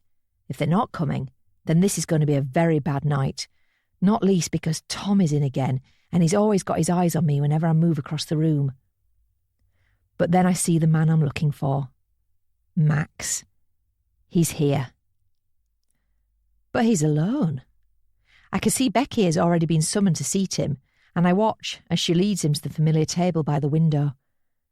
But despite not being his official waitress this evening, there is no way I'm not going to talk to Max at some point tonight. My shift continues as normal, and I watch as Max orders his drinks and his starter, but it's around the midway point of his meal when I see an opportunity to get closer to him. Max's main course is sitting on the pass, the area of the kitchen where the plates that are ready to be served sit under the hot lights for the waitresses to take. Becky should be springing into action now to prevent the perfectly cooked meal getting cold, but she isn't. She's too busy looking at her phone, which she shouldn't have on during her shift, but she's never been one to worry about the rules. It would usually bother me, but not tonight. Not when I can take Max's meal instead of her. I've got it, I say, as I pick up Max's plate and head for the door. And Becky barely looks up from her device as I pass her, not even thanking me for doing the things that she should be doing. Reaching Max's table, I notice that he's looking a little forlorn, and I want to get to the bottom of that right away. Hi, I say, making sure to put on my biggest and best smile as he sees me. Here's your main course. I drop the plate down on the table in front of him, and he thanks me. But I'm not done yet. Is everything okay? I notice you're not here with your wife. Oh, yeah, she's fine. She's just feeling a little under the weather this evening. Oh, that's a shame. I hope she's better soon. Thank you. Yeah, it's never as much fun eating alone, is it? No, not quite. Well, don't worry. I'm always happy to chat if you need some company. When I'm not serving these other tables, of course.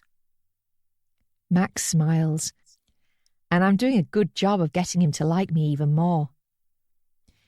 Didn't you think about cancelling? I ask, curious as to why Max decided to come here alone. Was it to see me? That might be wishful thinking, but it won't hurt to ask. Oh, I was going to, but my wife insisted that I come. She told me I'd been working so hard recently that I deserved it. And she told me she wasn't well enough to cook, so it was either this or a dodgy takeaway. I laugh before focusing on the nugget of information he gave me about his work.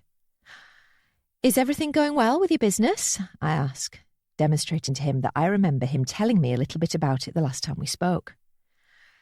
Yeah, it's going great, actually. I'm selling it. We're just working through the details now. Oh, wow. Congratulations. That's amazing. Yeah, it is. But it's also a little daunting. Technically, I'm going to be retired very soon, and I'm not sure how I feel about that. Oh, I'm so jealous. I wish I could retire. Max seems to appreciate me reminding him that there are worse problems in the world than his, like being a waitress in a busy restaurant, and being at least 30 years away from retirement myself. Of course, what he doesn't know is that I would love to seduce him and get with him more permanently, freeing me up to escape my dreary life and enjoy plenty of days in the sun with him instead. Well, if it's any consolation, you are excellent at your job. The compliment from Max fills my heart with pride and only makes me grow in confidence even more. I really do think he likes me, and now his wife isn't here. Who knows what he might be willing to say to me? Hannah, table 3, needs clearing. Once again, Francesco has interrupted me. Of course, I say, smiling at Max before telling him to enjoy his meal and rushing away. I suppose I should be grateful that I wasn't disciplined by my manager in front of Max for attending to a table that is out of my jurisdiction, but I'm more annoyed that I can never get long enough with Max to really get anywhere with him.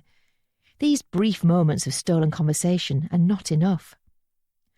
I'm going to have to see Max outside of this restaurant. I'm going to have to talk to him at home. Excuse me? I'm stopped on my way back to the kitchen, and I already know who it is before I look. It's Tom, or Tiresome Tom, as I have started to think of him as. Yeah? Is everything okay with your meal? I ask, just going into autopilot mode. My meal is fine. It's you I'm worried about. Excuse me? How long have you been in love with him? What?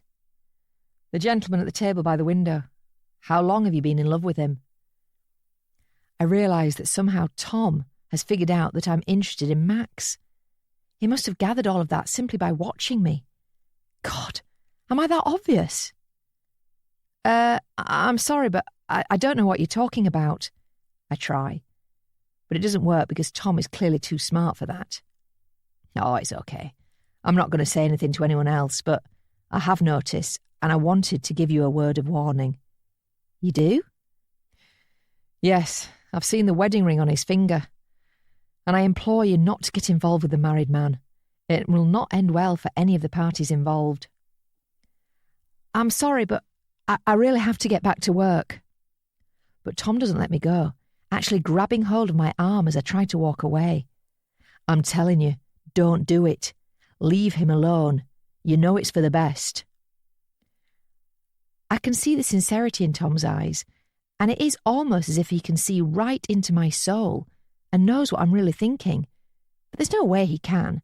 To him, I must just seem like some foolish woman lusting after a married man. He won't know what I am really capable of, and what I've done in the past, because nobody knows.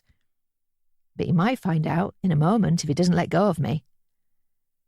Is everything okay? This is the first time I've been grateful for my manager interrupting me tonight, and when he does, Tom removes his hand from my arm instantly. I suppose I could make a scene here, tell Francesco that this diner has been rude and behaved inappropriately, have him removed from the restaurant, make it known that he is not welcome here again. But I don't do that. I just tell my boss that everything is fine, and then I walk away towards the kitchen, carrying on as if everything is normal. Maybe it can be. So what if Tom knows that I like Max? He's just some lonely guy who has a crush on me. I don't care about him. But one thing is for sure. If he ever touches me again, he won't have the manager to worry about. He'll have me. Nadine. I'm home alone, but not for long. Kieran is on his way to my house, and a quick check on the time lets me know he should only be minutes away now. I told him to be here at 8 o'clock, and that's not all I told him. I also assured him that my family would be in attendance this evening, and this would be the night when I told the truth about what happened in the past. The fling, the pregnancy, the lie over who the father was. Kieran expects Adam to be here, as he expects Max to be here too. But neither are. They are both safely away. Adam's still at uni, and Max is at San Bella, where I sent him to dine alone, after telling him that I was feeling unwell. I don't expect him to spend too long at the restaurant, considering he hasn't got anybody for company. But I won't need too long once Kieran gets here. It won't take him long to realise that I have lied to him, but by then it will be too late.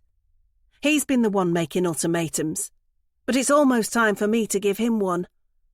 I hope he complies with my wishes, but if not, I have an insurance policy. It's the knife tucked into the waistline of my jeans. If Kieran continues to be a problem for me, I will have to become one for him. The sound of the doorbell comes as a shock, even though I've spent the last hour expecting it. Kieran is here, and he's right on time. When I was young, I had a way of dealing with daunting situations. I would take 3 deep breaths, just as my mother had advised me to do, before repeating the same word over and over again, until I felt better. The word always changed, and it didn't really matter what it was. It just had to be something that emboldened me before I went into battle. Back then, the things that worried me tended to be school exams or a performance in a play, and some of the words I used reflected the childish times. Elephant was always a strong one, because it was hard to be anxious when saying that word, and filling my mind with a big-eared, long-nosed animal that seemed to connotate cuteness and peace. But as I've got older, the words have taken on more meaning, and right now, the word I feel like using is easily the one that makes me feel the most powerful. Family. I've taken my deep breaths, and now I'm saying that word over and over as I walk towards the front door and prepare to let Kieran into my home. As I'm saying it, images of Max, Adam and Sophie are flashing through my mind. Their smiling faces, their silly ways, the memories we have shared together, and all the ones we still have to make. By the time I reach the door, I'm feeling as strong as an ox. Nothing is going to stop me from getting my own way this evening. Kieran is on my territory now, and he is going to have to concede to my wishes, not the other way around. My way, or else. Neither of us smiles at the other as I open the door, and we get a look at one another before the visitor breaks the silence. Are they here? Yes. I step aside to allow him in, but to my dismay he lingers on the doorstep for a second, looking around the driveway, and I'm wondering if he is trying to figure out if I am telling the truth. Is everyone else inside? Or am I lying to him? I can feel the cool surface of the knife's blade against the skin of my lower back as I stand beside the open doorway and hope that he will come inside. It's mixed in with the cool air seeping into my warm house, and the longer I'm standing here, the more my temperature is dropping. But then Kieran makes his move, stepping into my home, and I'm glad he hasn't realised that something is wrong yet. So where are they? He wants to know as I close the door. I think about locking it, but I don't, because that will only raise Kieran's suspicions. So it remains unbolted and still available as an escape route should either of us require it. In the kitchen, it's just this way. I lead Kieran towards the door at the other end of the hallway, aware that the silence in the house is not helping my claim that there are others inside with us. But I only needed to get him inside. I can let him know the truth any second now. I enter the kitchen and turn around to see Kieran as he walks in too, because it's at that point he realises I have been lying to him. Where is everybody? I couldn't do it. I haven't told them. You lying bitch. I should have known you wouldn't go through with this. What do you expect? I'm not going to ruin my family for you. You don't have a choice. I'm going to Adam right now, and if you stop me, I'll go to the police. Kieran turns back to leave, but I don't let him, rushing forward and grabbing his arm. This is it. The moment of truth, my last shot at making him see things from my point of view and dropping all of this before it goes too far. Leave me and my family alone, I'm warning you. Kieran spins around, and for a second I think he is going to strike me, but he doesn't, although he's clearly incensed. You've wasted my time with your stupid games. You wasted mine. I was going to give you money. This could have been over by now. Screw your money, and screw you. Enjoy your last night in your beautiful home. I'm sure your husband will have kicked you out by the morning once he's found out what you did. Kieran pulls his arm away, breaking free from my grip, and he is now heading towards the front door again. This is it. The moment I realise I have no other choice. Not if I want to keep my family together. I have to do this. There is no other way. I rush towards Kieran's back, pulling the knife from its hiding place as I go. He doesn't turn around. He doesn't know he's in danger. He has no idea what's about to happen. I plunge the knife into his lower back, surprised at how easily it slips through his clothing and his skin. I'm also surprised by the sound that Kieran makes as the weapon penetrates him. He lets out an awful, guttural moan, as if he was full of air but is now deflating. It's a noise that will stay with me for a long time. But the fact he is still making any sound tells me he isn't dead yet. So I strike again. And again. I stab him 6 times in total, which turns out to be the exact number I needed to get my victim to fall to the floor and curl up. He's at my feet now, defenceless, bleeding, whimpering. I wonder if I will have to stab him one more time. Was that not already enough? I wait to find out. It's not as if he is going anywhere. He's too busy clutching his torso and gasping for air. What vital organs did the knife puncture? The liver? The spleen? The kidneys? Or did I miss them all? Do the wounds look worse than they are? Am I going to have to change my area of attack, moving up from the torso to the head and neck area? No. Whatever damage I caused, it is enough. The blood keeps pouring, but Kieran has stopped moving. My knife is no longer needed. He's dead. With shaking, bloodied hands, I take out my mobile phone and make a call. Help me! There's been an intruder! I stabbed him! I expect the person at the other end of the line to be shocked at first, before composing themselves and doing what is required of them. And to their credit, they do. Don't do anything. I'm on my way. I knew I could count on Max to come to my rescue. That's why I didn't call the police. This doesn't have to concern them. This could all be okay. I just want my husband to come home, and until then, I will do what I have always done. 3 deep breaths. And then say a word that emboldens me. Hannah. I saw Max receiving a call on his mobile phone in the restaurant, but I couldn't hear what he was saying. All I did note was that whatever he heard at the other end of the line drained the colour from his face and caused him to get up from his table quickly. Now he's heading for the door, and Becky's chasing after him, no doubt wanting to make sure he pays for his meal before he departs. But he doesn't seem to be slowing down. It must be serious. I decide to give Becky some assistance, although it's less out of duty as an employee here, and more because I want to find out what's troubling Max. Is everything okay? I ask as I reach the flustered man. "You need to pay," Becky says, stating the obvious, but she isn't helping. So I tell her that I'll sort it out, and she seems relieved that it doesn't have to be her problem anymore. Then I switch my attention to Max, who's set off towards the door again. "Max, excuse me. You need to tell me what's wrong, or they won't let you leave."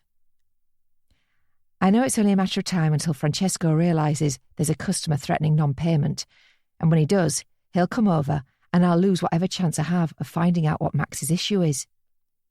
"Max, is everything okay?" "No, it's not."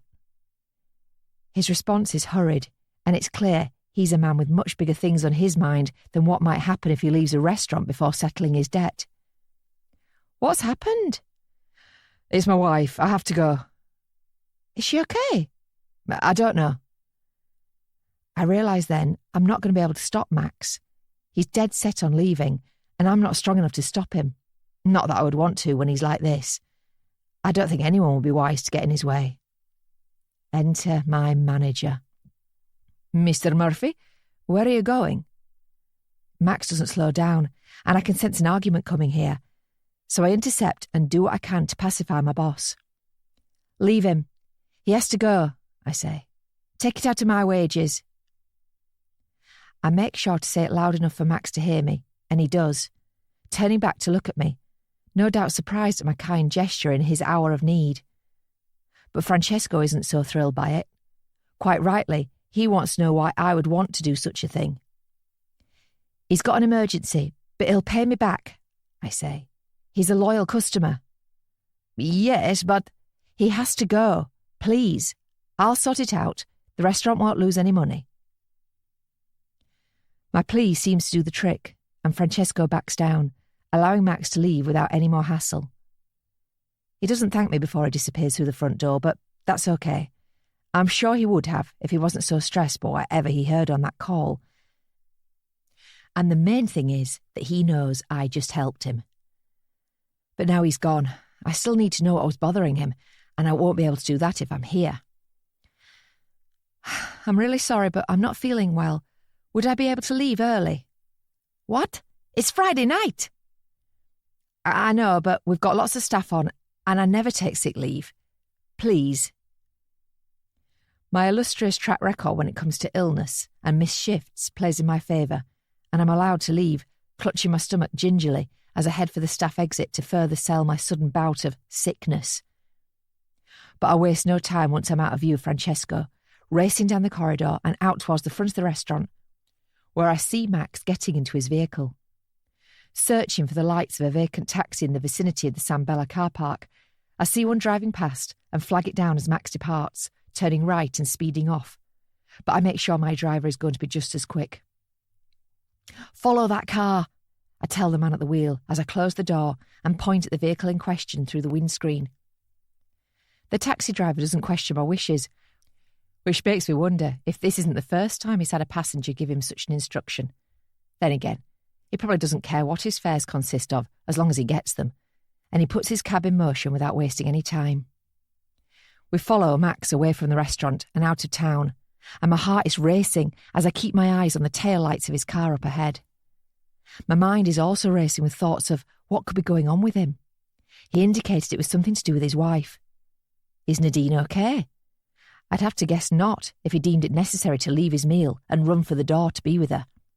But if she was ill or in trouble, then why not just call for an ambulance or the police?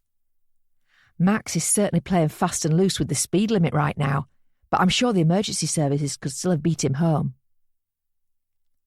My taxi driver is unwilling to go quite as fast as the car we are trailing, but it's not a big problem if the gap between the vehicles widens a little.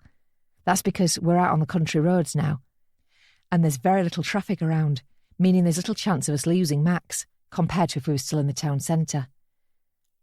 As the roads get darker and narrower, Max eventually slows down, and I instruct my driver to hit the brakes so we can observe from a distance. I want my presence to remain undetected, so it would do me no good to have the taxi pull up on Max's driveway, which is where I assume he's parking now. When I'm satisfied that Max has concluded his journey, I pay my driver what I owe him and step out onto the quiet country lane. The cab leaves, and I creep towards the property that I saw Max park in front of, making sure to keep low and tucked into the side of the road where the hedges are. But Max has very little chance of spotting me due to the lack of light, and as I get close to the house, I'm confident I'll remain unseen. Peering around the side of a tree, I watch Max leave his car and run towards his front door, looking just as frantic as when I last saw him back at the restaurant. Then he goes inside and the door slams shut, putting me at a disadvantage as to know what happens next. There's only one way for me to find out. I'll have to get closer to the house. It's time to discover what all the fuss is about. Nadine. It's a relief to see my husband walk through the door. Now I'm not alone in this. There are two of us to fix this problem. The problem that still resides by my feet. Mac's jaw hangs open when he sees Kieran's body on the floor, and it seems that telling him about it over the phone did little to dispel his shock when he sees it firsthand. "Oh my God," Max says as he stares at the corpse. "What the hell happened?" "I went outside to put something in the bin. He followed me in before I could get the door closed and he told me he wanted money. I panicked and ran into the kitchen and he chased me in. But he ran when he saw I had a knife." "You stabbed him?" Max asks as he surveys the bloody scene. "Yes, I was scared. I thought he was going to hurt me." It's not hard to summon up a few tears after the events of tonight, and that only helps my cause in convincing Max that I am the victim here. "Come here," he says as he steps past the body and opens his arms to me. "Did he touch you? Did he hurt you?" "No, I'm okay." It feels good to be in Max's arms, and I wish I could stay pressed up against his chest all night. But we have the small matter of what to do next to talk about first.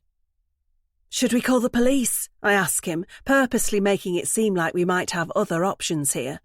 "They'll believe me, won't they? They'll know it was just self-defense." "I don't know." "Oh my God, what if they arrest me? What if they send me to prison for murder?" "That's not going to happen." "How do you know that? It might. I killed him." I'm starting to panic, but I know it won't be long until my resourceful husband has an idea to improve our situation. "Maybe we don't have to call the police," he says a moment later, after my tears have soaked through his shirt. "What do you mean?" "We could hide the body. If no one knows he was here, then no one will come looking for him here." Does Max really mean that? He would hide a body for me? What if we get caught? We'll both go to prison. The kids... We won't get caught. I'll take care of it. Max seems to slowly be coming out of the trance that he entered here in, and is now moving into a much more productive state of mind. "We need to move the body," he tells me. "We'll put it in my car, and I'll find somewhere to hide it." I feel physically sick as I think about Kieran being buried somewhere, potentially never to be found again. It's no way for a human being to leave this world. There should be a funeral, loved ones mourning, a notice in the local newspaper. Something to mark the life that was lived. But this way, Kieran will just disappear. A secret, a mystery, a ghost. But I also know that is the best thing for me, so I show that I am willing to help Max do whatever we need to do. It turns out that involves me lifting one end of the body while he manages the other, and as we pick Kieran up, I try not to look at all the blood that is still emanating from within him.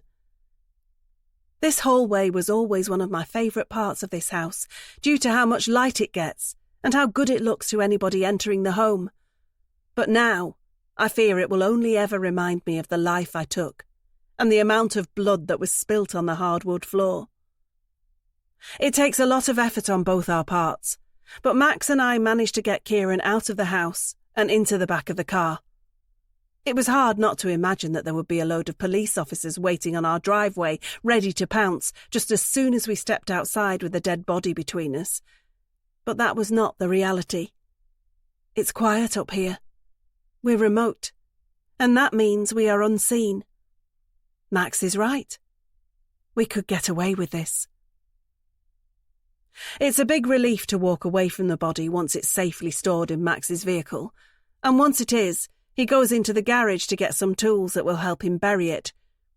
I watch as he picks up a spade a set of gardening gloves and a torch, before he tells me that he is going to go because he's not sure how long it will take for him to dig a hole, and he doesn't want to waste time before sunrise. But he doesn't leave me without my own task to complete. "Clean up in the hallway," he tells me solemnly. "Put everything into a bin bag. I'll burn it when I'm back." Max doesn't kiss me goodbye, like he usually does before he gets in his car and leaves our house. Then again, it's not really the time for displays of affection and soppiness. It's a time for cold, calculated action, and he is doing what he needs to do. So I better get on with doing what I need to do. I watch Max reversing out of the driveway, still feeling nauseous about what he is transporting. But I go in the house once he has left and get to work on scrubbing the hallway floor, filling up the mop bucket and not stopping until every drop of blood is gone. It's tough work, but I can't help but feel like I got the easier end of the bargain. All I had to do was get on my hands and knees and clean. Poor Max is driving out to the middle of nowhere before having to dig a hole and drop Kieran's body into it. I suspect it will be hours before he is back. Maybe I should have gone with him to make sure everything went okay. What if he gets stopped by the police and they discover what he has in the back of the car? What if he takes all the blame for my actions? What if he spends the rest of his life in prison, even though I'm the one who sinned, and not just the once? I stop what I'm doing and try the deep breath technique again, but it's no good. It's not working this time. I simply have too much stress in my body, and nothing is going to calm me down until Max is back and he tells me everything went as planned. An hour has passed before I remember I am able to see the location of my husband's mobile on my phone. We shared each other's location for all the times he was away on business. He knows I like to see where he is, and he has said it comforts him whenever he checks on me and sees that I'm at home. But now I'm checking the app for a very different reason. I want to see where my husband is burying the body I gave him. It takes a while for the app to pinpoint his location, and I presume that's because he's out in the middle of nowhere, miles from a cell phone tower. But it eventually narrows in on one spot, and when it does, I see that Max is in the middle of Grove Forest. I had a feeling he might go there, but seeing the little green dot in the middle of the wider green area on the map confirms it. That forest is huge, and in terms of finding a place to hide something within a 20-mile radius of our house, that would be the best bet. I remember we took the kids to that forest once, when they were little. Sophie and Adam ran around on the leaf-covered forest floor, while Max and I walked behind them, hand in hand, and smiling at their energetic ways. That seems a long time ago now. It was a long time ago, when things were innocent. But I guess they've never really been that innocent. Not after what I did. And now things are even worse. I'm a killer, and Max is a co-conspirator. Neither of us will ever be the same again. Will he eventually come to hate me for what I made him do for me? Will this drive a rift between us that we will never be able to bridge? Is this the beginning of the end for our marriage? For everything? Time will tell. It always does. Until then, I'll just have to keep telling myself that we will get away with this. We won't get caught. No one knows what we have done. No one has seen us committing a crime. Hannah. That was easily one of the craziest nights of my life, and I've had some crazy ones in my time. I never thought I'd experience anything like the adrenaline rush I got when I killed Michael and Victoria 2 years ago, but tonight has come close. That's because for the first time since then, I was in the presence of a dead body. However, it wasn't me who did the killing this time. Based on what I can gather from what I saw, I think it was Nadine who was the murderer this evening. But Max isn't innocent in all of this. That's because I saw him putting the body in his car and driving off, presumably to get rid of the evidence. Yep, it's been quite the night. I'm home now, after witnessing what I did in the darkness around the edges of the Murphys' home. But I doubt I'll be getting much sleep, as I continue to keep pacing around this empty house and thinking back on what I saw. I'd been watching the Murphy house ever since Max went inside, but I'd struggled to discern anything from a distance. That's why I went closer, in search of a window to see into the house through. And boy, did I find one. Of all the things I thought I might have seen when I peeked into the Murphys' hallway, the last thing I'd expected was a butchered body. But there it was, lying on the ground between Max and Nadine, not moving, blood everywhere, and a knife on the floor beside it that was obviously the murder weapon. Nadine looked upset. Max looked shocked, but explained why he'd run away from Sambella. I imagine he didn't fancy hanging around to have a look at the dessert menu once he found out his wife had just taken a knife to some poor guy in their house. I continued to watch as the couple embraced, and while it was a surprise to see Max being so supportive, considering the crime his wife had clearly committed, it also reinforced my belief that he was the man for me. Loyal, committed, and brave. He displayed that bravery a few moments later when he'd opened the front door before grabbing the arms belonging to the body and hauling it away. Nadine did her part in clearing up the mess by taking hold of the legs, and between them, the pair were able to get the corpse into their car. I watched on from the side of the house as Max took several items from the garage before he got behind the wheel and started the engine. I was sad to see him go, but hung back to watch what Nadine did next. And that was when I witnessed her scrubbing the blood from the hallway floor. To be fair to her, she worked tirelessly until all the crimson colour was gone, and I imagine Max was having a harder time of it with his task. The thought of him out there cleaning up Nadine's mess made me angry, and I was very close to knocking on the front door and letting the woman inside know that I'd seen everything and I wanted her to pay for what she had done. But cool heads prevailed, and I left the Murphy home without making my presence known, which I deemed to be for the best. This way, I have time to figure out my next move, and when I know what I want to do, I'll get Nadine at a better time. In her state tonight, she most likely would have tried to kill me too if I'd threatened her, so it's best to let things cool down a little before I speak to her and make her aware that she isn't quite the master criminal that she thinks she is. For now, I will wait, and I'm doing that waiting while Max is out there somewhere digging a hole. My poor guy. I wish he knew I was thinking of him, and I also wish he knew that I would never make him do anything like this for me. Despite my past, I would not expect someone to cover up my crimes. It makes me angry that Nadine is that way. But she will pay for this. I just need to see to that. The next couple of hours pass by slowly and painfully as I do nothing but lie on the carpet under my duvet and stare up at the ceiling. The moonlight filtering in through the window is giving the interior of this room a pale, whitish hue, but despite all that, all I can see is red. It's the after effects of all that blood that I saw tonight. I suffered the same thing after I killed the Spinners. It's as if the blood had soaked into my mind and disturbed my vision. I wonder if Nadine is experiencing the same thing.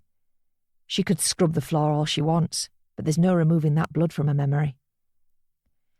It's just after 3 a.m. when I decide what I'm going to do next. I'll pay Nadine a visit when Max is out of the house, and I'll tell her I saw everything. I'll need to be careful, of course, because I know Mrs. Murphy is not afraid to take desperate measures, but I'm persuasive, and I have ways of keeping her calm. I'll make out like I can be a friend and can keep her crimes a secret, but only if she tells me why she killed that man. I want the truth, which may or may not be something she's willing to give me. Depending on what she says, I'll see where we can go from there. But it's clear to me now that I am in a position of power. I want Max, and I will do anything to get him. With what I know and what I will learn in the future, that should only give me more of a chance of getting my man. Nadine might have outsmarted that poor guy in her hallway, but she won't outsmart me. She's about to discover that I am so much more than a waitress at her favourite restaurant. Nadine. I've lost count of how many times I've mopped the hallway floor. It's been 3 days since I killed Kieran, but I still feel like his blood is everywhere in my home. I see it on the floor. I see it on the walls. and I see it in my dreams. I have to hope that it will get easier, but I have no way of knowing that it will. I've never killed before. Maybe I'm now cursed to spend the rest of my life reliving the time I took someone else's. The justification I had for what I planned to do seemed to make sense beforehand. Stopping Kieran to protect my family. It was a worthy motive. But now I've actually done it, I'm not so sure. Yes, I've kept my family together, but at what price? I must carry this terrible burden now, as must Max, the man who helped hide the body. My husband was painfully quiet when he got home after his trip out into Grove Forest. It was almost dawn when he got back, and I had been sitting by the window waiting for him to return. The first hint of sunlight was cresting on the horizon, but there was no mistaking the darkness on my man's face as he got out of his car and made his way to our garage, carrying the tools he had used to dig the grave that we both hope will never be found. I had gone outside to meet him, but he didn't say a word to me, as he had put away the dirty spade and the soil-soaked gloves before heading for the house. It was at that point that I grabbed his hand to make him stop and talk to me. I wanted to make sure that he was all right, but really, I just wanted him to tell me that I was going to be all right. In the end, neither happened. He just said 2 simple words and walked away. It's done. We haven't spoken about it since. I tried to broach the subject a couple of times, but Max cut me off straight away. It's clear he has chosen to deal with the guilt by stuffing it down deep inside and never letting it out. He's on the road again now, attending meetings, and somehow still finding the mental capacity to work on the sale of his business. As for me, I've been cooped up in the house ever since that fateful night, and I still don't feel like going out any time soon. I've stopped short of drawing the curtains during daylight hours, but I'm having a hard time functioning properly. I've got so many text messages from friends to reply to, so many errands to run, and I really need to get some exercise. But all I can seem to muster the energy for is making a cup of tea and sitting on the sofa before staring into space. I need something to snap me out of this funk. And then I get it. The sound of the doorbell forces me to have to go into the hallway to reach the front door, and once there, I'm hit by flashbacks of Kieran as he reacted to the knife entering his body. The fear that it could be the police calling to ask me questions is very real, but I tell myself it's not them. But if it is, then choosing not to answer the door won't make a difference anyway. I'm sure they would just barge in if they really thought I was a murder suspect. But there are no police officers on my doorstep. There's just a woman I know from somewhere. It's the waitress from San Bella. Hannah, was it? What the hell is she doing here? Hi, Mrs. Murphy. I was wondering if I could come in. I'm racking my brains for any reason why this woman would need to come into my house and talk to me. The only thing I can think of is that there might have been a problem with the payment going through for one of our many meals at San Bella. But that's unlikely. And even then, wouldn't the staff just call? The phone number is logged with our reservations. But not our address. How do you know where I live? I want to know, feeling my anxiety starting to ratchet up. I almost suspect everyone of knowing my shameful secret now, even though there is no reason why they should. It's like I still have Kieran's blood on my hands, and it's obvious to anyone who looks at me. I think it will be easier if you just let me in, and then we can talk properly, Hannah replies very calmly, but it's still not good enough. What are you doing here? Calm down. I come in peace, but you don't want to turn me away. Trust me on that.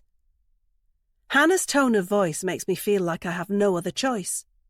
I do trust her that it would be best to let her in, even though I don't know why. Whatever she wants to say, it's something I have to hear. I step aside and allow her in, still silently praying that this won't have anything to do with something that could cause me a problem. But the odds of that are dwindling by the second. You have a lovely home, Hannah says, as she looks around the hallway and I close the door. It's beautiful. Thank you. I'm sorry, but I'm still a little confused. What is it you want? I watch Hannah as she seems to be examining the place, but she's not looking at the artwork on the walls or the architecture of the staircase. Instead, she is looking down at the floor, at the exact place where Kieran lay dying. "I saw what you did," Hannah tells me, breaking the unbearable silence, but saying the one thing that was worse than nothing at all. "What?" "You killed that man right here. Stabbed him. This is where he was." She gestures with her right hand to the area between us, pointing out what I already know. This is where the body was. But I can't just concede so easily. I have to try and deny this, even though it's true. "I don't know what you mean." "Oh, come off it. I saw everything." "Okay, so I missed the part where you killed that guy, but I saw him on the floor here. And I saw you and your husband put the body in the car." Oh my God, she really does know everything. My legs have gone all wobbly and I stumble backwards a little, reaching out for the wall to make sure I don't completely tumble over. This can't be happening. How is this possible? "How?" is all I can muster, as I stare at the calm, composed waitress in my home. "I saw Max leaving the restaurant in a hurry. He looked stressed, and when I asked him if everything was okay, he said it was something to do with you. He left without paying, so I knew it was serious. So I got out of my shift early and followed him." "You followed my husband? Why would you do that?" "I wanted to make sure everything was okay." "Why would you care?" That's when Hannah displays the first signs of annoyance at me and my questions. She didn't seem bothered when I was playing dumb about the body, but she does seem bothered now I've expressed confusion as to why she should care about me or my husband. "I've been watching you both ever since you've been coming to San Bella," she tells me. "It was hard not to be drawn to the two of you.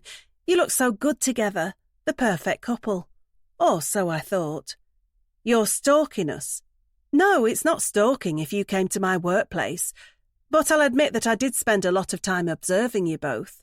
What you were wearing, what you ordered, whether you seemed happy or sad, chatty or quiet.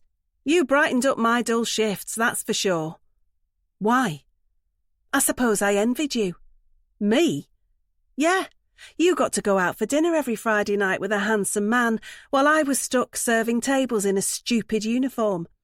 I'm sure you wouldn't have wanted to swap places with me, would you?" I don't answer that, or make any movement that would indicate she is correct with that assumption. But Hannah takes that as agreement anyway. "I was jealous. But that was all. I might have left things there, but then I saw Max leaving, and I wanted to know what was going on. Perhaps the perfect couple weren't so perfect after all. That's why I followed him. And that's how I saw what the pair of you did." "So what is this? You're here to blackmail us?" "I didn't use that word." "No, but I did." "Is this what all this is about? Do you want money?"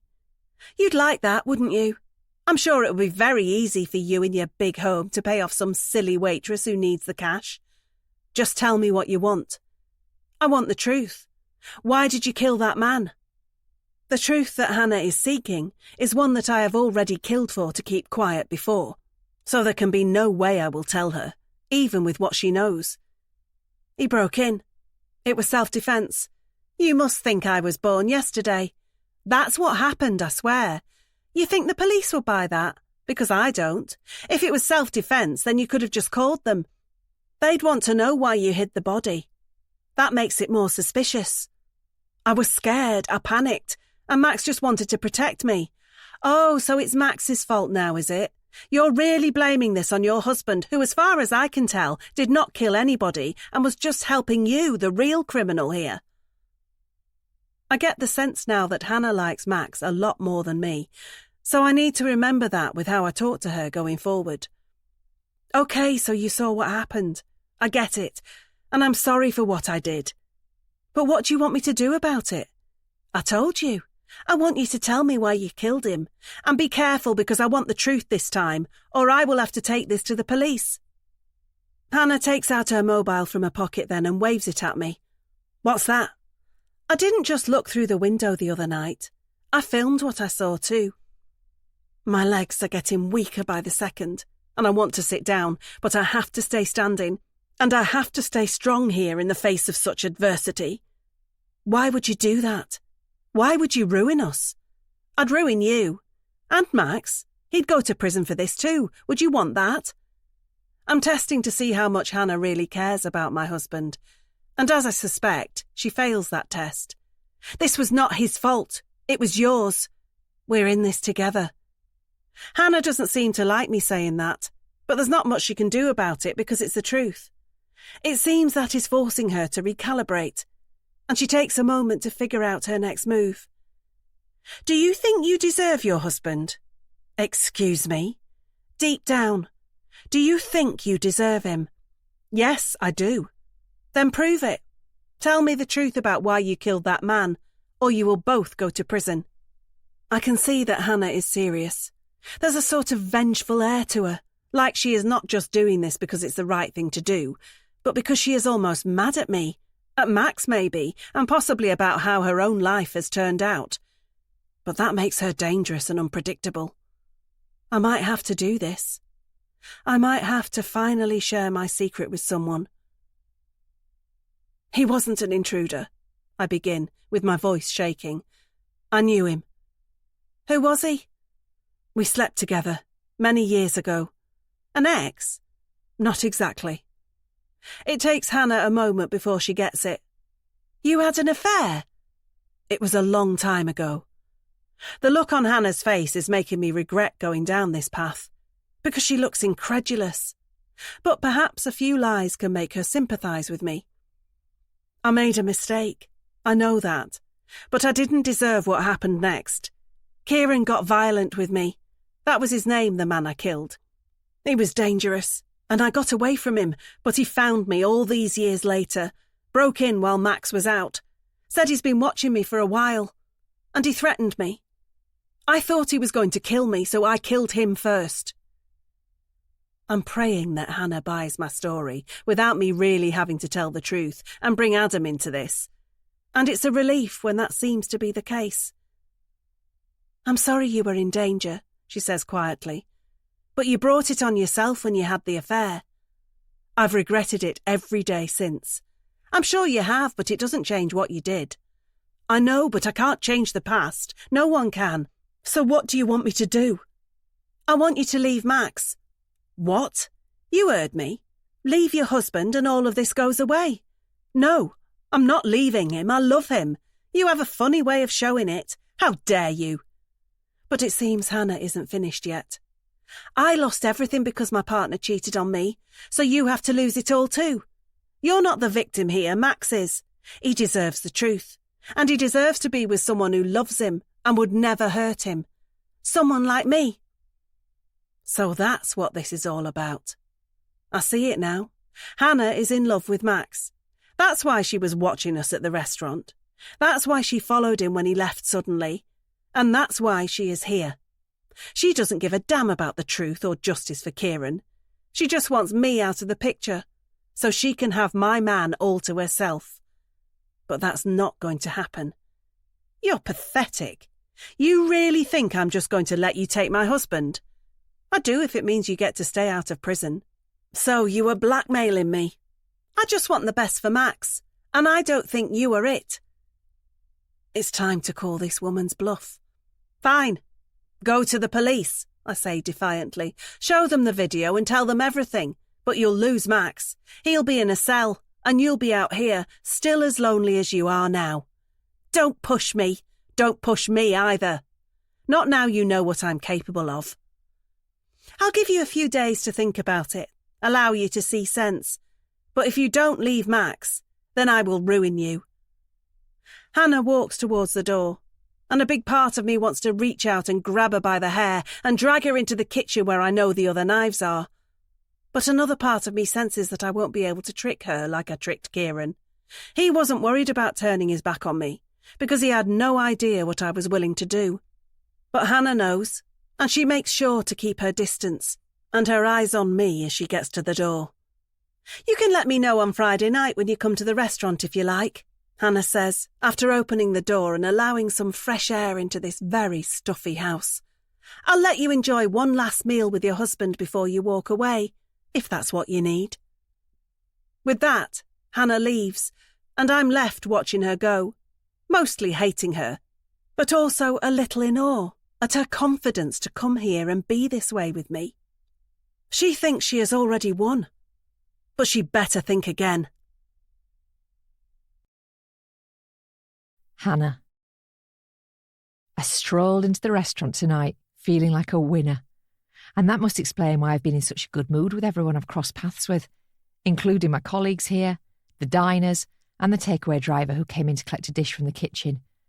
I've greeted them all with a warm and wide smile, and even if it wasn't reciprocated, I haven't let it knock me off my stride. The reason for my euphoric mood this evening is because I feel like my little chat with Nadine went well, and that with my threats made, there's no way she won't back down and let me get closer to what I want. I'm feeling so good that I'm even chatting with Becky, my much younger colleague who I usually can't stand the sight of. The feeling's always mutual, but tonight I'm chirping away at her like we're two long-lost besties. What have you got planned this weekend? Anything fun? Becky frowns when she hears my questions before looking round to see if I was directing it at somebody else. But then she realises I was talking to her and just looks confused. Why'd you ask? I was just wondering. I'd have thought that there'd be lots of exciting things going on at your age. Yeah, I guess. Like what? Nightclub on Saturday night or a house party, perhaps? Becky is not warming up to me at all, but it doesn't matter because nothing can take the wind out of my sails. And as I breeze back onto the restaurant floor, I'm not even perturbed by the sight of Tom sitting at one of the tables. It seems my admirer is back, and while that irritated me on other nights, I think now it's a good time to be nice to him and not let his over-eagerness bother me. Hi, how's your meal going? I ask him. Tom seems surprised to see me, or maybe it's just that I'm being nice instead of dismissive. Either way, he smiles and tells me his meal is going well so far. Great, glad to hear it. I know I'm not your waitress this evening, but if there's anything you need, don't hesitate to give me a shout. I expect Tom to thank me and perhaps ask for another drink, but he doesn't. Instead, he just looks suspicious. Why are you being so nice to me? Excuse me? Is it because you feel bad for turning down my offer of a drink before? What? No, of course not. So, you don't feel bad? I'm just being friendly. I see. Because you want a tip? No, because it's just nice to be nice. I'm starting to wish I hadn't bothered now, but I'm stuck here until Tom lets me go. Have you changed your mind about going on a date with me? Oh, God, I really wish I hadn't bothered talking to him now. No, I'm sorry. Tom looks crestfallen at that, and I wonder if I've been too harsh. So I end up saying something I'll probably regret later. How about I think about it, I say, giving him some encouragement that he might not need. Really? Oh, great. It seems I've just made his day, or maybe it's his month, but whatever. The customer is happy, and that's all that matters. I'm sure he'll forget all about this conversation eventually. I know I will. It feels like it's my job to spread happiness and joy around Sam Bella this evening. And after pleasing Tom, I compliment a young girl on her pretty dress, and I also have to take a photo of a couple who look like they're celebrating a birthday. Then it's back into the kitchen I go, and when I get there, I hear the news circulating amongst the staff that the new rota's complete and available for us to check. Joining the small crowd that's gathered around the A4 piece of paper that's been stuck to the wall, I scan the list of names for my own before checking to see which days I'm due to be on duty. I'm not expecting much to have changed because I always get given the same shifts and I never have to alter them, but it's sensible to check anyway to avoid any problems. But then I notice that I do have a problem. There's been a change in my regular shift pattern. I'm not due to be working this Friday night. Hey, why am I not working Friday? I ask out loud to no one in particular as I double-check the rota. Why are you complaining? Becky replies, and one of the chefs sniggers. But I'm not laughing, I'm complaining. That's because I want to work Friday. I want to be here when the Murphys come in, because that's when Nadine's supposed to tell me what she's going to do. I take my query to Francesco, demanding to know why my shifts have been changed unexpectedly, before asking to be reinstated to Friday night. But he tells me he won't alter the rota, and that he didn't think it would be a problem. Enjoy a Friday night off for a change. You've earned it. But that's not good enough for me. And after failing to get him to see things my way, I decided to try and get one of the other waitresses to swap their shifts with me. I'm counting on someone like Becky jumping at the chance to get out of work and enjoy a Friday night. But to my surprise, she doesn't take that chance. She just tells me that she needs the money and won't swap her shift, as does every other waitress here. One of them even calls me sad for trying to get reinstated to Fridays. But I just shoot her a death stare before leaving the kitchen, confused and annoyed. This is not convenient. I'm going to have to figure out another way of seeing the Murphys on Friday now. But how? Nadine. It's sometimes difficult to make contact with my husband when he is away on business. The number of meetings he goes into means his phone is often switched off. And because he's always on the move, it's not as if I can just contact his secretary at the office and get her to interrupt him. But if ever there was a time when I needed to speak to him, then it's now. After Hannah's visit and the bombshell that somebody saw what we did that night Kieran died, I have to let Max know, and then we both have to make a plan to get ourselves out of this mess. This could go a number of ways, but one way it will not end will be with Hannah getting my husband like she wants, over my dead body, or more preferably over hers. I've left voicemails and sent several texts to Max's phone, so I know he will be in touch as soon as he turns his mobile on and sees how desperate I am to speak with him. I've not been so stupid as to put anything incriminating in the messages, aware that even with the best planning and best of luck, we could be investigated by the police one day.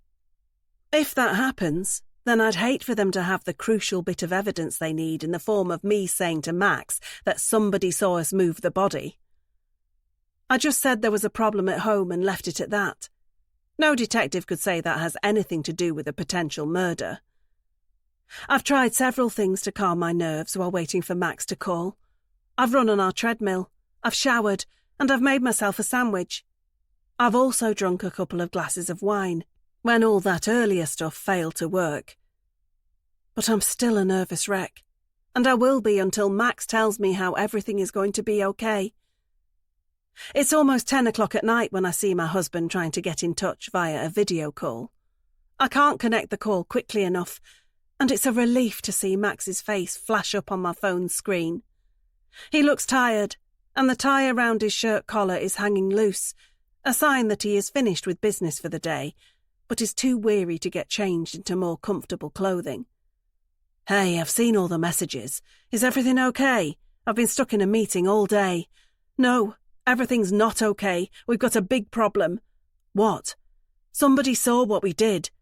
"What do you mean?" "The body, Max. Somebody saw the body." I see my husband's eyebrows rise as the seriousness of this dawns on him, but then he frowns, his overworked mind trying to now work out another problem before he gets to rest it during sleep. "Who?" "The damn waitress from San Bella. She followed you home after you ran out of the restaurant. She saw everything." "What waitress?" "Hannah. She's obsessed with us, or rather she's obsessed with you." "What the hell are you talking about?" I sigh before running Max through everything that I discussed with that crazy waitress, including how she wants him and will only keep our secret quiet if I give him to her. "This is insane," is his best offering when I've finished, and while that is true, it's not much help. "What are we going to do about it?" I want to know, staring at the confused face on my phone. "I'll have to talk to her. I don't want you going anywhere near her. She's in love with you. Who knows what she'll do? Don't be ridiculous. She isn't in love with me. You didn't hear her. She was serious. She is obsessed. She's been watching us every Friday night all this time. God, why didn't we just go to a different restaurant? Why did we keep going back there every week? Because you like it there. Don't blame this on me. I'm not blaming it on anybody. I'm just trying to figure it out." "What's there to figure out?" "She says we have to give her our answer on Friday night when we're next at San Bella. But we can't give her what she wants, can we? So what other choice do we have?" Max takes a moment to think about it, as I feel like I'm losing myself to the anger swelling up inside of me. All I want to do is march down to that damn Italian restaurant, drag Hannah out by her hair, and throw her in the same hole Kieran got put into. It might not be the wisest thing to do, but it would certainly satisfy my soul tonight. Thankfully, my husband has another idea. What if we offered her money? What? We could try and pay her off. Give her cash for keeping quiet. She's a waitress. She must need the money. I don't think that'll work. I already tried it. She didn't want money. Maybe she doesn't know how much we could give her. It'd be enough for her to never have to work in that restaurant again, that's for sure. I don't know, I say. But it's not just because I'm doubting if it could work. It's because I'm unsure how happy I feel about potentially making a very wealthy woman out of the person who came into my home and threatened me. In my view, Hannah doesn't deserve to be paid off for spying on us and telling me she wants my man. I'll make her an offer on Friday night, Max tells me. Try and make her see sense. She'd be mad not to go for it. Oh, she's mad all right. There's no doubt about that. Maybe she'll be calmer if it's coming from me. If she likes me as much as you say she does, then I must have a chance of talking her into not making this any worse. And besides, we'll be in a public place. There's not much she will be able to do at San Bella. You're talking like she is some level-headed person, but she isn't. She's lost her mind. All that time we thought she was just being a good hostess, and in reality she was watching our every move and dreaming up silly fantasies in her head about you and her being together. I get that, but we have to try and meet her halfway. We're not exactly innocent here, are we? So we can't act like we are. Yes, I know that. I didn't say we were. Let's not get into a fight. I'm so close to making the sale now, and then we'll have everything we ever wanted. We can still make this work. We just need to stay calm and stick together. I know Max is right. This might feel like the end of the world, but it might not have to be. If I can deal with Kieran, I can deal with Hannah. Hopefully she'll take the offer of money, and then it will be over. If not, I really hope Max has a good plan B. Hannah. I came up with a clever way of getting round my problem of not being on shift at San Bella on Friday night. I realised that if I couldn't be there as an employee, then I'd just have to be there as a paying customer instead. That's why I decided to book myself a table at 19:15, and I made sure to ask for table 7 because I know that's the closest one to table 6, where the Murphys will be sitting. There was some surprise on the part of my colleagues when they found out I was choosing to spend my Friday night off at my workplace, but I don't care about their opinions. They've always been small-minded to me, and they've never been able to see the bigger picture. To them, I'm just a lonely, boring woman who seems to lack the ambition or skill set to progress beyond my line of work. But that's not who I am. I'm actually a very smart and very driven person, and I'm hoping that after tonight I'll also get the exact thing I've wanted for most of my shifts at San Bella. Not a pay rise or a promotion. A person. It's Becky who has the privilege of being my waitress this evening, and she looks at me like I'm a lunatic as she leads me to my table. "Why are you here?" she wants to know. "I can't believe you'd want to pay to be at work." "I'll start with an espresso martini, thank you," I say, not letting her forget who's in charge here. They say the customer is always right, and tonight Becky will have to respect me whether she likes it or not. As I watch the young waitress go over to the bar to place my drink order, I glance across at the table beside me. The napkins are folded and sitting on the small plates beside the 2 place settings. The wine glasses are sparkling and just waiting to be filled with something from a vintage year in the vineyards of southern France. And the chairs are tucked in, currently unoccupied, but very soon to be warmed by the behinds of my very favourite couple. I made sure to book my reservation a little earlier than theirs because I wanted to be comfortable when they arrived. I also wanted to make sure I caught them off guard. The Murphys will be expecting to see me in uniform, so they'll be on the back foot when they spot me sipping a cocktail at the table next to them. "Thank you," I say to Becky, after she's reluctantly brought me my beverage. But I send her on her way again a moment later by telling her I need a little more time to peruse the food options. She frowned again when I said that, probably because she must know that I could recite every item on this menu by heart if I had to. But why should I rush? I'm paying for a Friday night out, and I'll take as long as I want to take. I'm halfway through my cocktail when the hands on my watch tell me it's 7:30. But the table beside me is still empty. Are the Murphys going to show? How can they not? The risk would be too great for them to defy me. Becky comes back to my table again to take my food order, but I tell her I'd like one more cocktail first. She rolls her eyes before walking away, and that little gesture has almost certainly confirmed in my mind that I won't be leaving a tip when I'm done. I was going to give her £10, even if I can't really afford it, but not anymore. That's what she gets for treating me with disdain.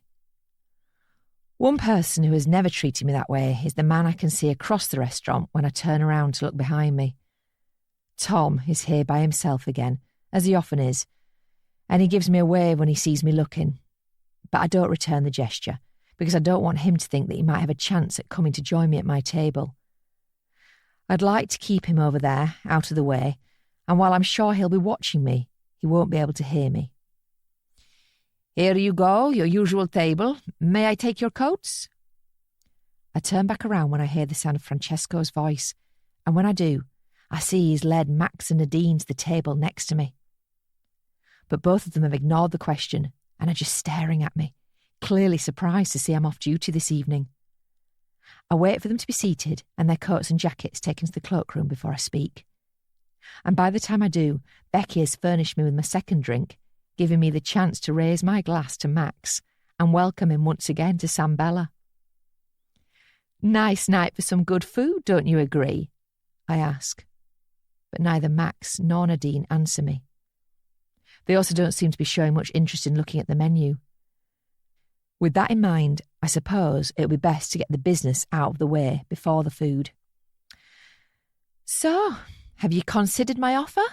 I ask as I run my finger around the rim of a martini glass. "We have a counter offer," Max replies, piquing my interest. "And what would that be?" "We'll give you £250,000 to leave us alone. Cash, if you want it that way. And you can have it tonight." Max studies me for my reaction, but it's Nadine who I'm interested in. But she isn't even looking at me, and that makes me think that the money was not her idea. "This isn't what your wife and I discussed," I say to Max. "Did she tell you what I really want?" I keep running my finger around the edge of my glass, a part of me hoping that it might look a little seductive to the man at the next table. His eyes do follow my finger a few times, but he mainly does a good job of keeping his gaze on my face. What does he think of the effort I've made? The dress, the heels, the hair? I look a hell of a lot better than I do in my uniform, and I wonder if seeing me this way might be making Max reconsider. "Yes, she told me," he confirms. "But I'm afraid that's out of the question." "And why is that?" "Because I love my wife and I won't leave her." "You love her, even though she killed a man?" "Keep your voice down. He was an intruder." "Was he?" That's when Nadine brings herself to look at me, no doubt afraid that I'm about to let Max know that she actually knew the man she murdered. But I won't divulge that information yet. It'll be good to keep it in reserve for if and when I really do need it.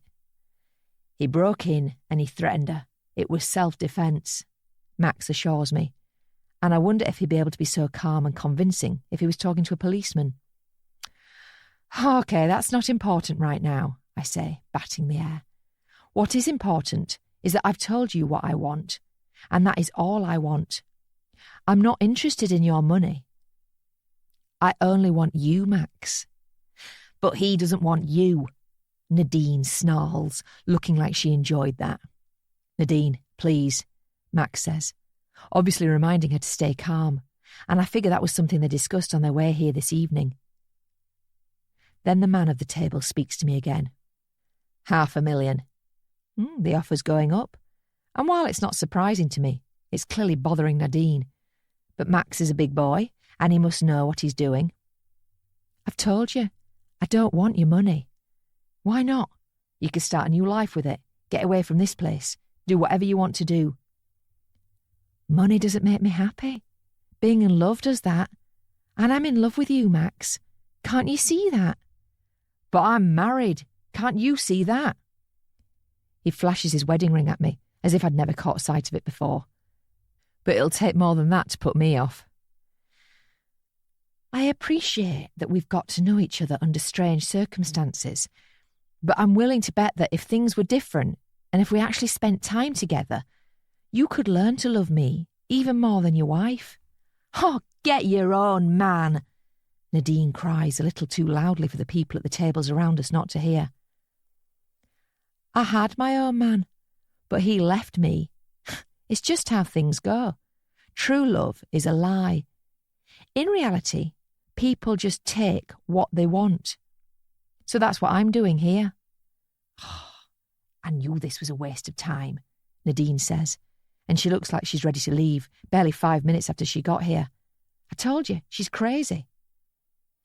Nadine's insult washes over me harmlessly, because it's only Max's opinion that I care about. Could he love me? Could he leave his wife for me? Could he give me what I want in order to avoid losing everything? $1 million. That's as high as I can go, he says, showing me he's still on a completely different page to the one I'm on. Max, what are you doing? Nadine cries. We're not giving her that much. She isn't happy about it either, and at least we agree on something. Do I have to remind you that I could ruin you both with one simple phone call to the police?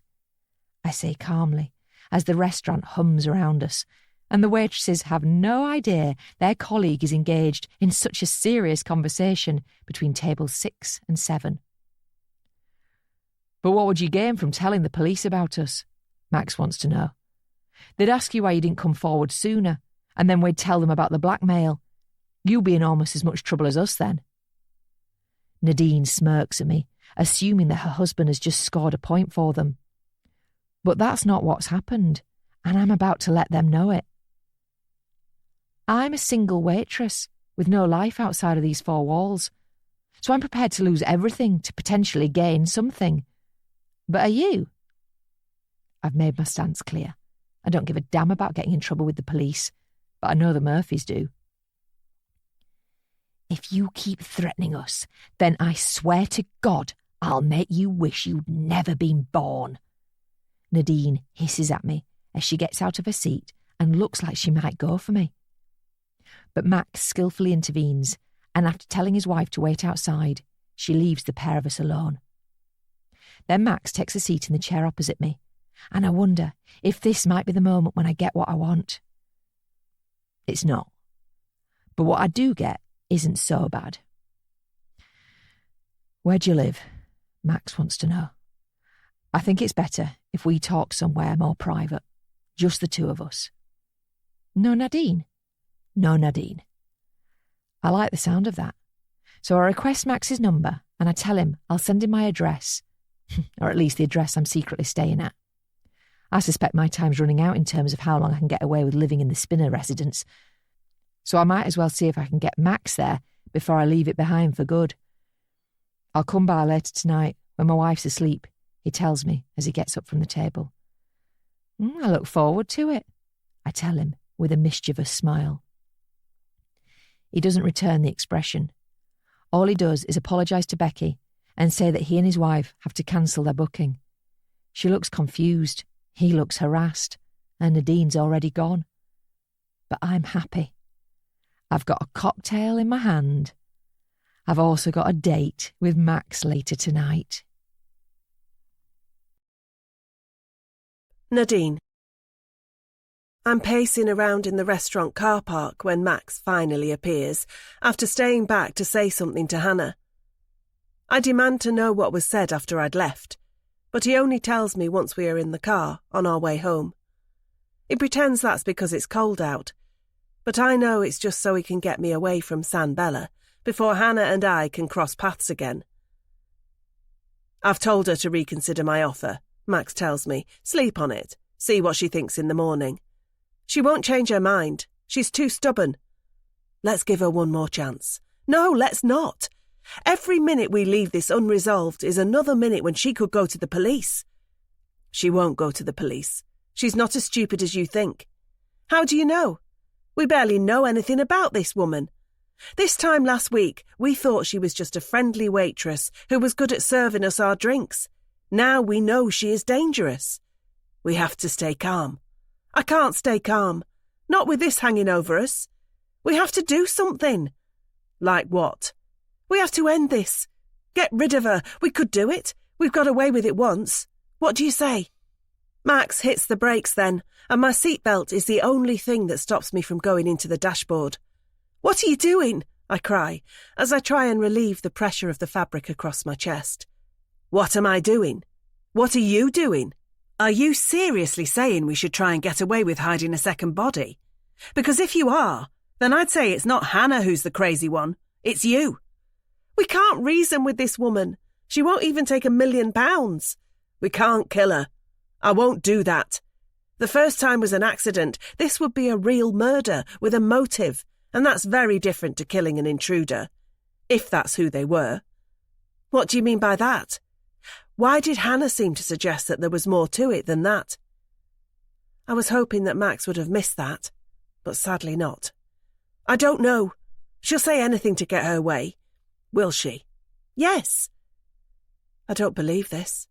Is Max actually starting to have some sympathy with this woman? And even worse, could he start believing her over me? This has to stop. Before it gets any worse for us, I say we ask her to come to our house and pretend like we're going to give her what she wants. But then we kill her. It's the only way to make sure our secret stays safe. I refuse to believe that murder is the only way. But what if it is? Max doesn't answer that for a while, and we sit in silence in our car that is just sitting in the middle of the road where my husband deemed it fit to slam on the brakes. We need to move, I remind him, checking in the rearview mirror to make sure there are no vehicles approaching us from behind, and that stirs him into action. We spend the rest of the journey saying very little. I've made my case, and it seems he has made his, but so far we haven't got anywhere. I make us some food when we get in. I'd already been anticipating I might have to cook, because I had a feeling our night at San Bella would not go well. But Max barely touches the cheap supermarket pizza I give him, and I don't get more than halfway through my own before I decide to call it a night. Max is clearly trying to distract himself from the bigger problems at hand, because he asks me if I have seen his gym card, and then spends 10 minutes looking around the house for it. I don't know why he's bothered, because he never actually goes to the gym, but I guess the search takes his mind off things. But it proves to be fruitless, and he gives up, muttering something about how his cards are always falling out of his wallet. What are we going to do about her? I ask Max, as we both get into bed and turn off the lights. I'll decide in the morning, he tells me. And then he rolls over without giving me a kiss, making me fear that I'm the one annoying him the most right now, and not Hannah, the psycho stalker. I go seeking some reassurance from him by snuggling up alongside him and putting my arm over his waist before giving his shoulder a small kiss. He doesn't tell me to leave him alone, which is good, but he doesn't exactly warm to my touch either, and closing the distance between us physically hasn't quite done the job emotionally.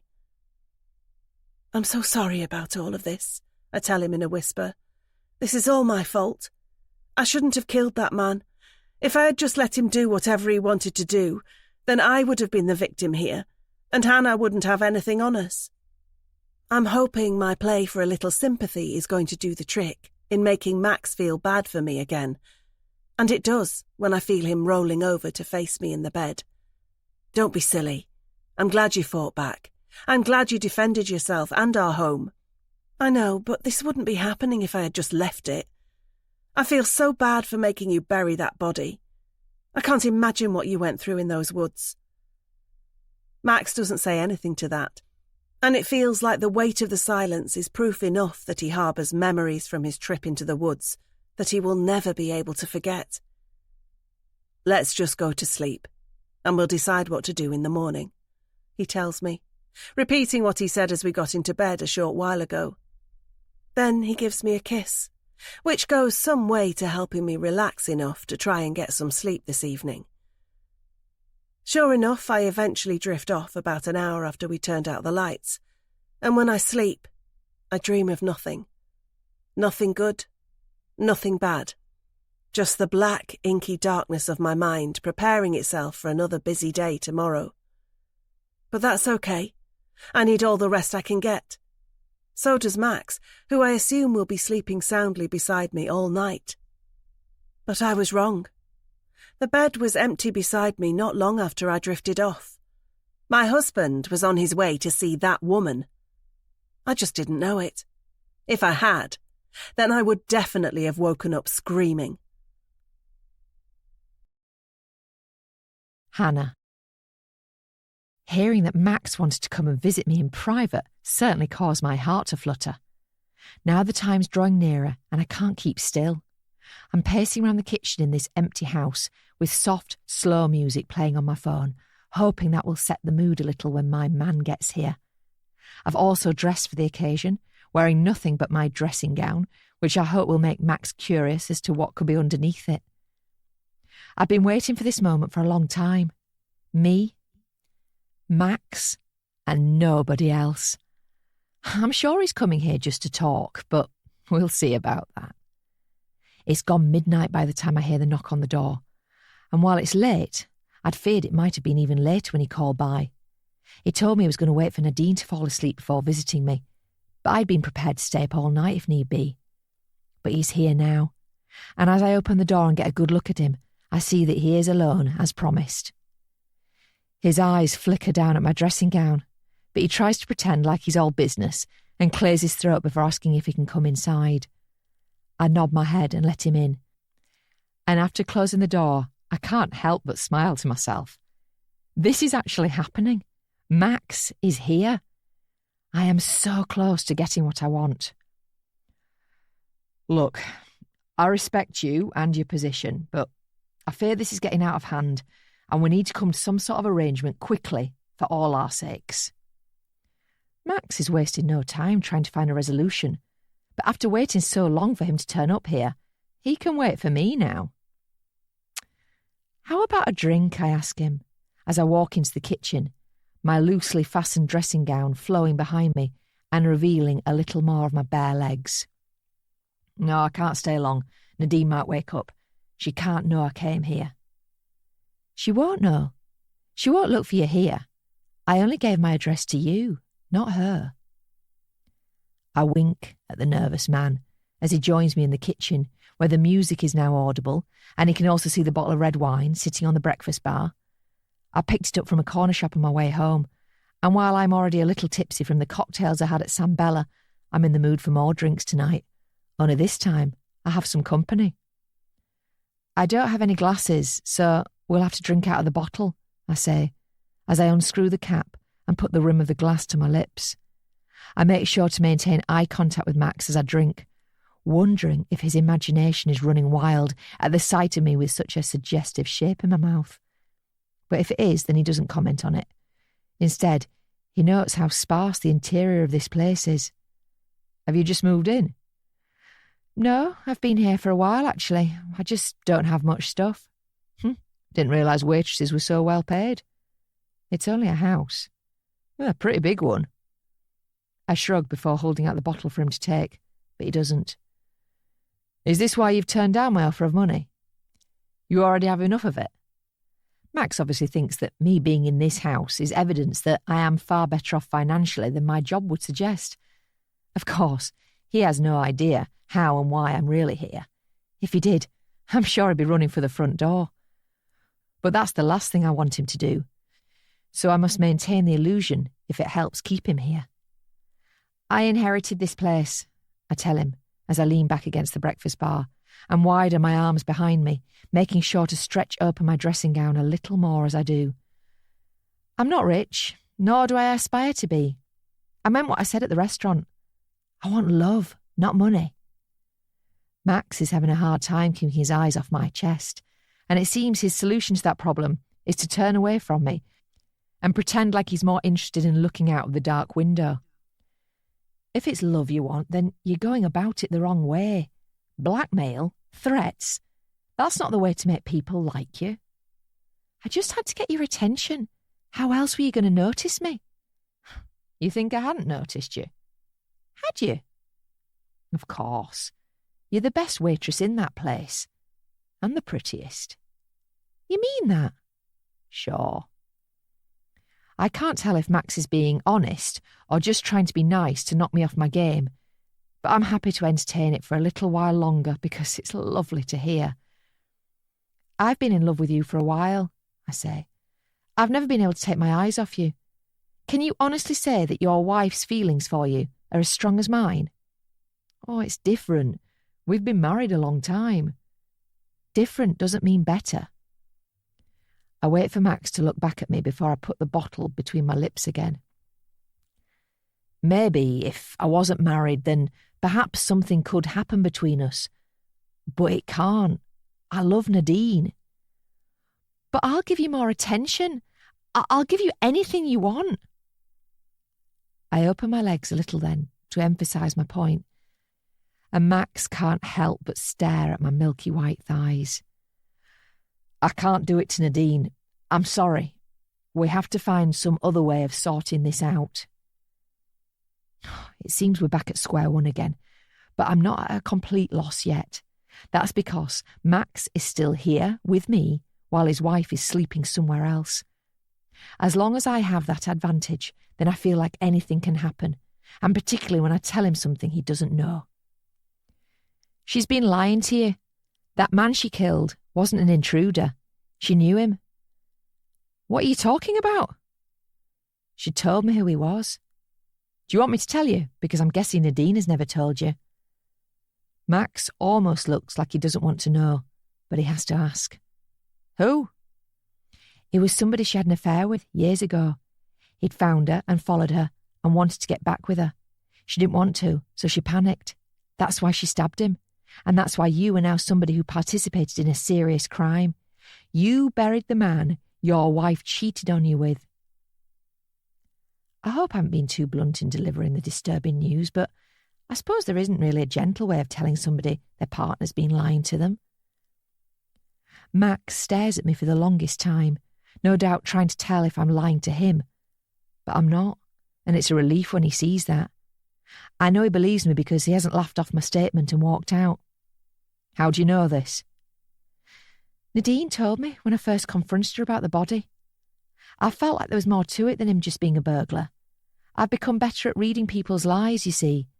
I had to become that way after my own partner cheated on me and completely blindsided me.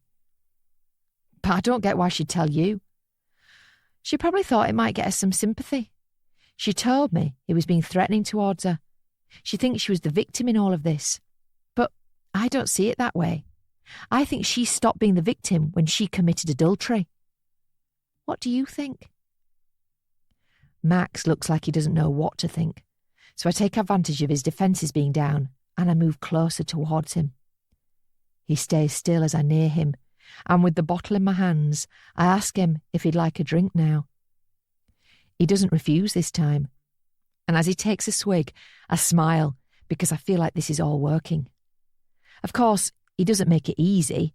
He says there must be some other explanation, and then when I tell him there isn't, he says he needs to go. But I don't let him. I just step even closer towards him and tell him that I would never hurt him like Nadine has. I tell him that if he was mine, then I would worship him and be the perfect wife. And then I prove it. I prove it by letting my dressing gown fall around my ankles before taking his hand and pulling him towards me.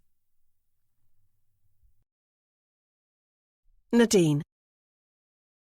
I didn't hear Max get up. That's why it was a surprise for me to roll over and find the bed empty beside me. A quick check on the time tells me it's just after 6 in the morning, and I can see the first light of the new day filtering through the curtains. Looking around the bedroom, I am trying to tell if any of Max's things are missing. That would give me some idea as to whether he has already left the house or not. But he shouldn't have. It's a Saturday, so there are no meetings today. He's not much of an early morning exerciser either, so I can rule out the idea of him going for a jog at this time of day. No items of clothing seem to be missing, so I have to assume he is still in the house. But where? And why isn't he in bed with me? Max? My call goes unanswered in the otherwise silent house, and I know I won't be able to get back to sleep until this mystery is solved. So I pull back the duvet and get up. I find my dressing gown quickly and tighten it around my waist as I leave the bedroom and step onto the upstairs landing. "Max, are you here?" I'm still not getting any kind of a response, so I go over to one of the windows and look out over the driveway to see if his car is still here. I'd be worried if it wasn't, but there it is, parked in the place it should be. Max must definitely be here somewhere. I go downstairs in a hurry, afraid that something might be terribly wrong if Max is home but is failing to answer me. Did he get up in the night and have a fall? Or a heart attack? Even with things as bad as they are at the moment with Kieran's murder and Hannah's threats, losing my husband would easily trump all of those things as being the worst to happen to me this week.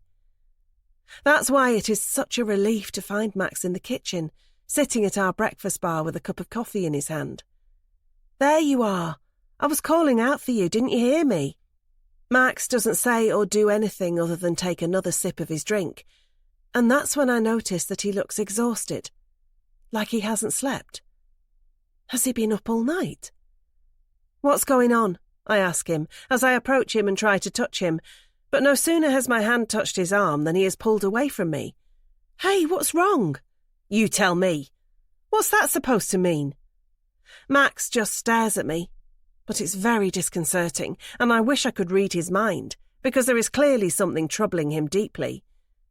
"What time did you get up?" I ask him, but he just shrugs. "Why didn't you wake me if you couldn't sleep?" He doesn't answer that one either. "Max, what is going on? Talk to me." That finally gets a response from him, but that doesn't necessarily mean things are better, as I'm about to find out. "Why did you lie to me? Why did you pretend that man was a burglar?" "What?" "The man you stabbed. You knew him, didn't you? And don't lie to me." "No, of course not." "Tell the truth. Tell me how you knew him." "I didn't know him, I swear." "Liar." Max gets to his feet, and for a moment it looks like he is about to throw his cup of coffee either at me or the wall behind me. But he doesn't do that, although he's clearly incensed by what he's hearing. How does he know about Kieran?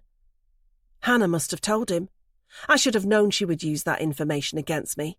I was a fool for thinking being half honest with her could ever work. "You had an affair, didn't you?" Max says with utter contempt in his voice. "No, wait, I can explain." "Then explain." Max's loud voice echoes around our cavernous kitchen and makes me jump. It's hard to believe this house was peaceful only a few minutes ago, because now it feels like a war zone. Yes, I knew him, and I shouldn't have lied to you about that. But there was nothing going on between us. He was here to threaten me, and I had to defend myself. "You mean you had to defend your secret? You didn't want me finding out about your affair, but I know now. Tell me when it started." "It was years ago." "And you think that makes it any better?" Max's mood is only getting worse, so I just need to bite the bullet and tell him as much of the truth as I can get away with. I confess to the affair then. I tell him when it started and why, before quickly moving on to when it ended, and the fact that I realised I had made a grave mistake and didn't want to lose what I had with him. I'm trying to phrase it all in a way that might make Max see that it was just a genuine and short-lived mistake, and that it should in no way detract from all the happy years we have had together. But that's not really up to me to decide. My husband is the one who has been betrayed, so he can choose how he deals with this. He can choose to forgive me and stay, or he can choose to hate me and leave. Of course, I've left out the part about Adam not being his son, because I know for sure that will be a deal-breaker. Max would never forgive me for that, so he can never know, and that's why I kept that secret from Hannah too.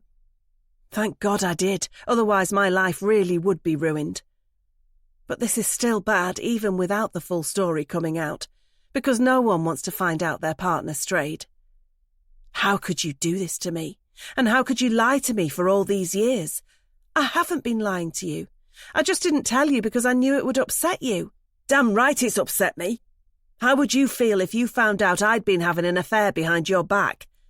It was a long time ago, and it was over quickly. It's not as if I've been doing it all throughout our marriage. How do I know that? I feel like I don't even know who you are anymore. You lie so easily. It was one lie. You told me that man was a stranger. I buried him for God's sake. I could go to prison for the rest of my life for that. And for what? To help you almost get away with killing the man you cheated on me with. I feel like I'm losing Max and there's nothing I can say to bring him back to me. Unless I forget about trying to defend myself and just remind him that as crazy as it seems, we have even bigger problems than this. I'm sorry. And I understand if you hate me. But we have to deal with this another time. We still have the problem of Hannah to sort out. She'll go to the police if we don't get rid of her. Max falls silent again then. And while it's a relief to not have him shouting at me anymore, it's not much help when he closes himself off from me. Max, what are we going to do? He still says nothing. So I try and bridge the gap again. Please, baby, we need to stick together. We have a family and we've worked so hard for this life. We can't lose it. Get away from me. Max finds his voice again in the worst possible way, and he storms out of the room after shouting at me before grabbing his car keys and heading for the front door. I try and catch him up and beg him to stay so we can talk this through, but he doesn't listen. He just tells me he needs some space and to leave him alone until he has had time to think, which I don't want to do because it worries me. But I see I have no other choice. It's either let him go or throw myself down on the front of his car and refuse to let him drive away. But I won't do that. He has a right to be mad at me, and I just have to pray that he comes back soon. The house is silent again as I close the front door and stand by the window to watch Max drive away. But as the sound of his car engine fades, I hear a text message alert behind me. Looking around the hallway, I see that Max has left his phone behind in his rush to leave. Picking it up, I check the new message, but it's from a number I don't recognise. But it's the content that is most disturbing. Last night was crazy. Thanks for coming to see me. Kiss, kiss. Who is this? Unlocking the phone with the passcode we use on all the other devices around our house, like the alarm and the TV, I open the message stream and scroll back. And that's where I find an address. Max was with someone else last night while I was asleep. He was at this address. There's one way to find out for sure. I'm going to go there right now. Hannah. What a night! It was wild. I got everything I ever wanted. I got my man. Max might have physically left me, but he's still with me emotionally. I can't stop thinking about him. The way he looked at me, the way he felt, the way he kissed me. It was incredible, as well as a little unexpected. Even in my wildest dreams, I could not have envisioned it going so well. Just getting him to this house by himself was a major achievement, but there had still been so much work to do from there to get him closer to me, to get him to put his hands on me. But it worked. Max's stance softened when I told him that Nadine had been unfaithful with the man she murdered, and I took full advantage of his defences being down by making my move and making him mine. We had sex in the kitchen, right there on the floor beside the open bottle of wine that I had been drinking so suggestively. It was rushed and not as romantic as I'd have liked, but that wasn't the point. The point was that I got him to be intimate with me and not his wife. Now I have. I'm another step closer to getting him permanently. Max didn't hang around for long after we'd done the deed, and I can't blame him. While it would have been lovely to snuggle and spoon, he had to go. He had to get back home. But unlike when he had arrived at my place, he hadn't been worried about his wife waking up and discovering him gone then. He'd been more concerned about the fact that his partner had been lying to him, and he was on his way to confront her about it. I wonder how it went. What did he say to Nadine? What did she say in her defence? And would he have told her what he just did with me? I doubt he's been that honest, but he's not the one in the wrong here. Nadine betrayed him first, so he's free to do whatever he wants in retaliation. He chose to sleep with me. It'll surely break Nadine's heart. Too bad she broke his heart first. I'd love to lie around all day and reminisce on the amazing night I just had with Max, but I can't do that. I've got a lunchtime shift at Sambella, and I need to run a few errands in town before that, so I better get moving.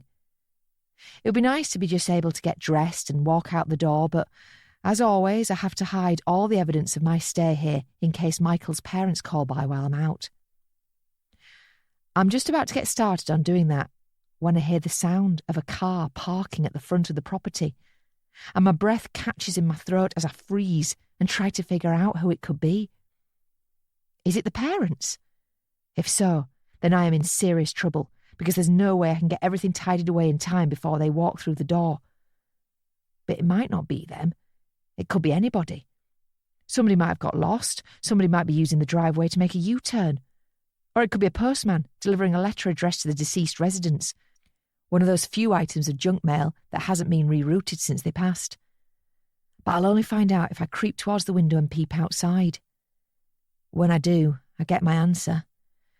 It's not Michael's parents, nor is it a random passerby or a postman. It's someone I know well, but equally did not expect to see here today. It's Nadine. I have no idea how she got my address, but she's here now, and she's on her way to my front door. What do? Hide? Pretend I'm not in? That might save me from some short-term pain, but in the long term it won't be good to have her out there knowing that I'm here. While she has secrets at her house, I have secrets in this one, and now she's on the premises, she's the chance to find out what it is that I am hiding in my private life. Nadine knocks loudly on the front door, but barely gives me time to answer before she knocks again. Then she calls out to me, and what she says removes all doubt as to whether or not she knows where her husband was last night while she was asleep. "Open this door now. I know you're in there, and I know Max was here. What did you do with my husband? Come out here and face me, you coward." She's angry, and she's every right to be. But I'm still not sure how she knows. I guess Max must have just told her what he did as a way of getting back at her for what she did to him. But that was a bold move on his part. And why did he have to tell his wife where I lived? Unless she found the address on his phone by accident. That could be it. Max might not know she's here now. Not that it makes much difference, because she's still pounding on my door and still calling me all sorts of nasty names. I'd love to leave her out there, but I'm terrified of somebody driving past and hearing her, because I don't want this house getting any extra attention. So I have no choice but to open the door and face Nadine. No sooner have I opened it than she dives into the house and grabs me by my hair, dragging me away from the door and into the kitchen. "Get off me!" I cry, but it doesn't make any difference, and Nadine's anger is matched by a surprising strength that actually has me worried for my safety for a few seconds.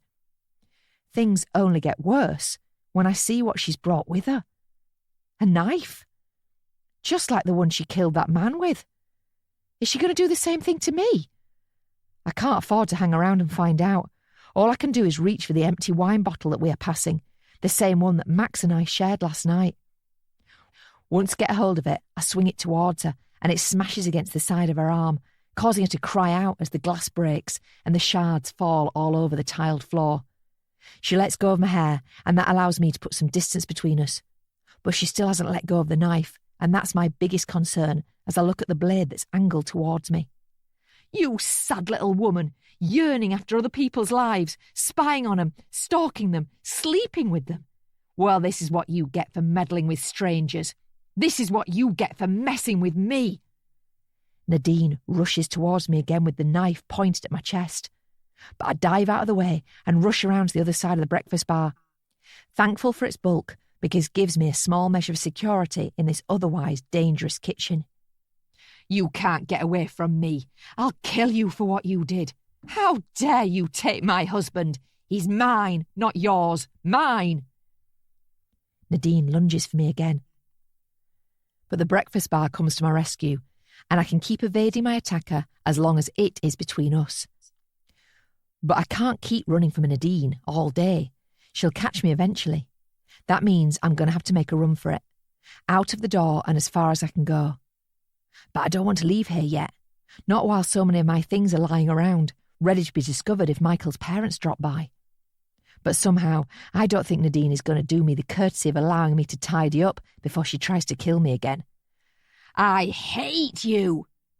the vengeful woman cries as she goes for me one more time, and I decide I have no choice but to make a run for it, heading into the hallway and towards the open front door. But just as I get there, I see another car arriving outside, and this time I know who it belongs to. It's Michael's father. He's here, and he's going to catch me inside. "Wait!" I cry, just before Nadine can get to me. And when she stops, I let her know that we are no longer alone. The sight of the vehicle parking beside hers is sobering enough to stop her from using the knife.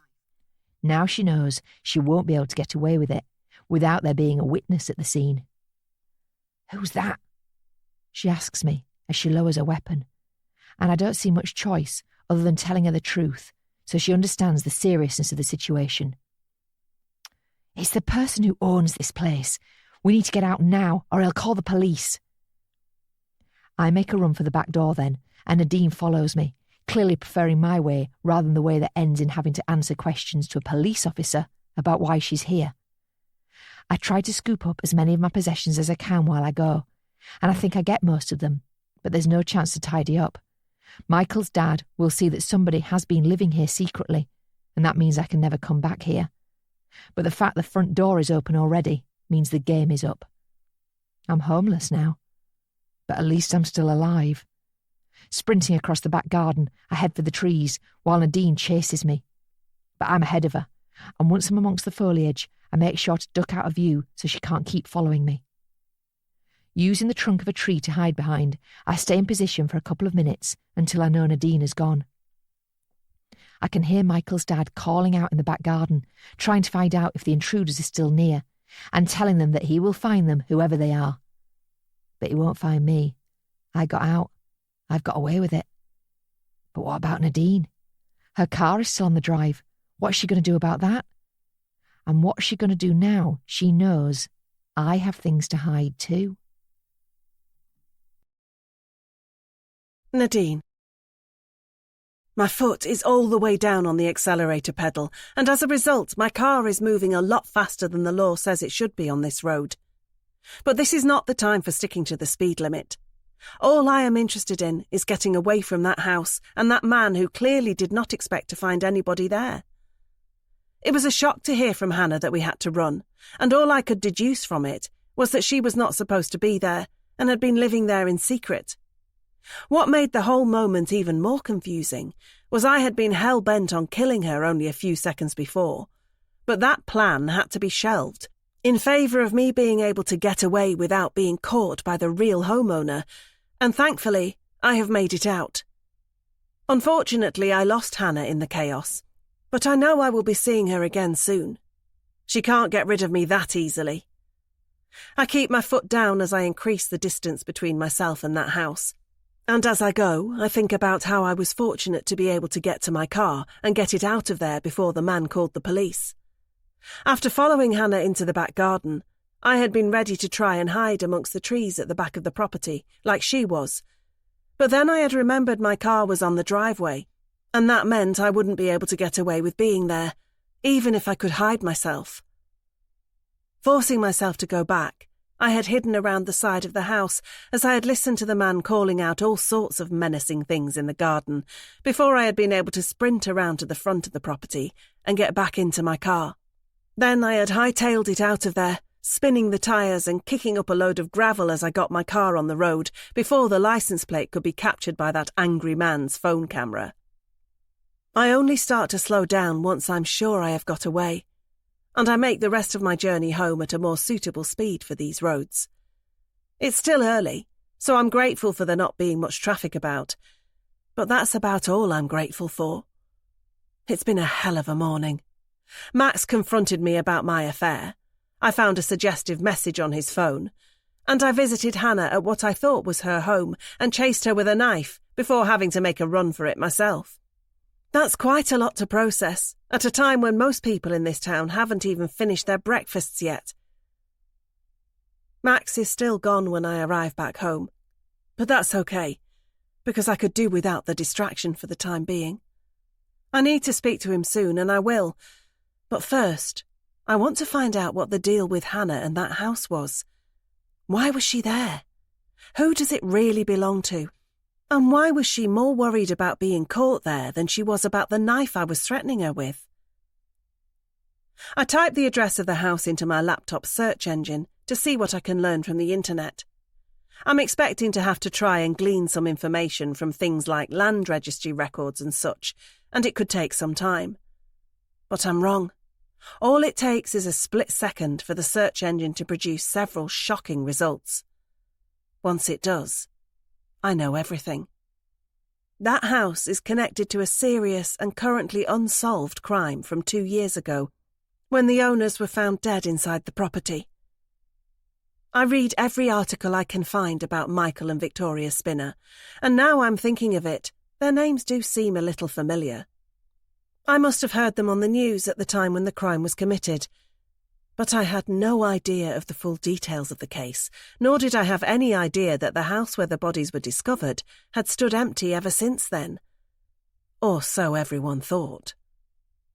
According to the most recent article I can find online, the property is now owned by Michael's parents, and after finding a photo of the grieving couple in one of the reports, I know now that it was the senior Mr. Spinner who turned up and tried to catch us.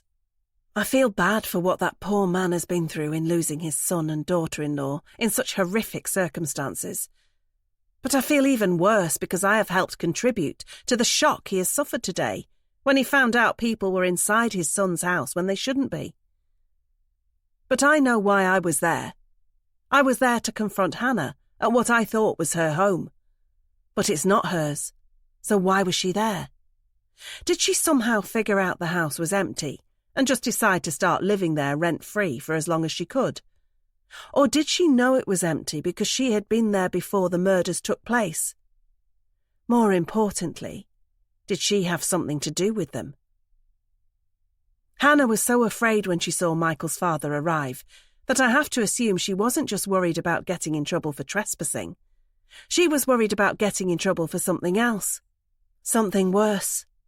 Something like murder. Could that be it? Could Hannah and I both be harbouring the same secret? We're two killers, and now we both know what the other one is capable of. If so, I need to be more careful than I thought. But this is a good thing. It means I'm not the only one with something to lose anymore. Hannah is as compromised as I am.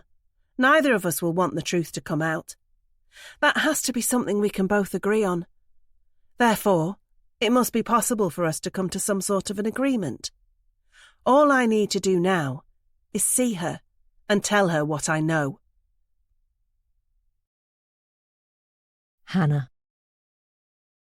I hid for half an hour amongst the trees at the back of Michael and Victoria's house, as Michael's father looked for the intruder he had chased away from his son's home. I only left once I saw the police cars arrive and figured the officers inside them would be conducting a more thorough search of the area around the house in due course. But while I made it away from the scene safely enough, I'm paranoid as to whether or not I removed every bit of evidence that could lead the police to me in the near future. I think I got it all. My work uniform, my phone, my ID. All I left behind was the pillow, duvet, and a broken bottle of wine. It's obvious someone was there, but they shouldn't be able to figure out it was me. After dealing with my first problem of getting away, I'm going to have to start considering my next problem, and that is where I'm going to live now that I've lost my base. I guess a hotel is the most obvious port of call for the time being, but it can't be too expensive because my waitress wage won't stretch that far. It's annoying that I have to find somewhere else, but I guess I was fortunate to be living there for so long for free. I knew it would end at some point. Just wish it hadn't been quite so suddenly and quite so dramatically. It's crazy to think that being chased around by a mad woman with a knife is not the wildest thing that has happened to me this morning. But being caught by Michael's dad and forced to explain my presence in that home would have been far worse. Depending on how good the police officers' questions were in that interrogation room, they might have been able to make me crack and admit that I knew Michael and Victoria. And once they'd done that, I'd be suspecting their deaths. I can't have that because I know I'm not strong enough to stand up to police questioning. I'll crumble because I'm guilty, and because the thought of going to prison for the rest of my life feels like a fate worse than death. That's why it's imperative that I stay out of their investigation. As long as they don't know my name and my face, then they won't start digging around into my background. I've spent most of the morning in a bit of a daze, and that's why I lose track of time and almost turn up late for my early shift at San Bella. While I do make it to the restaurant in time to start setting the tables for the midday opening, I'm hardly in the best of states when I do. My hair is a dishevelled mess, thanks to all the running around. My uniform has mud on it, thanks to dragging it through the bushes at the back of Michael's house. And I even have several scratches on my face from a particularly prickly bush that I fell into while I was making my hasty escape. I'm a mess, and it doesn't take long for my colleagues to notice it. "What happened to you?" one of the chefs wants to know. "You okay?" one of the waitresses asks. "For God's sake, go and clean yourself up before we open," comes the less caring comment from Francesco. It's only when I lock myself in the staff toilet and look at my reflection in the mirror that I can see the toll the morning has taken on me.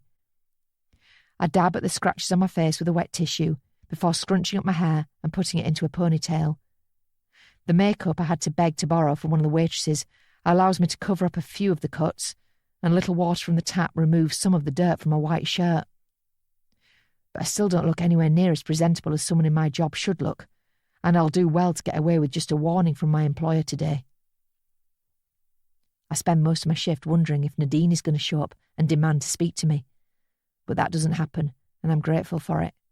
She knows exactly where to find me if she wants me. But the fact that she hasn't come looking for me yet hopefully means that she's calmed down. We need to talk, sensibly. All three of us. Me, her, and Max. A lot's happened between us, and this is far from over yet, but there can still be a way for all of us to get what we want. I'm sure of it. It's also a relief to get through my shift without seeing any police officers turn up and tell me they've a couple of questions to ask me. And by the time I'm clocking off and heading downstairs to the staff changing rooms, I'm feeling confident that I got away with being at that house. I undress quickly and change into the t-shirt and jeans I keep in my locker before bundling my uniform into a small bag and vowing to take it to the nearest dry cleaners before my next shift. With that done, I can focus on leaving here and finding a place to spend the night. But just before I can get out of the restaurant and into the fresh air, I see Francesco coming towards me, and he doesn't look happy. So I wonder if this might be the moment when he gives me that warning about my appearance. I decide to try and preempt it by apologising again and assuring him that I won't turn up in such a scruffy state for any of my future shifts. He accepts that apology and says he can forgive me this time because I've never caused him any problems before. But one thing he can't forgive is me not wearing my name badge during my shifts, because that's how the customers can identify each waitress, and it makes the staff here seem more personable. I frown because I'm not sure what he means by that, and I tell him that I did have my badge on because I'm almost positive that I did. But he tells me not to lie to him and warns me not to forget it again before walking away. Confused, I fish my work shirt out of my bag and check the front of it, expecting to see my gold name badge pinned in the place where it should be. But my manager is right. The badge is missing. Where is it? Then it slowly dawns on me what's happened. I must have left it at Michael's house when I ran. That one thread of evidence that connects me to that place. Not only does it have my name on it, but it has the San Bella logo on it too, meaning any police officer will easily be able to figure out where it belongs and call by here to investigate. This is bad. This is very bad. Nadine.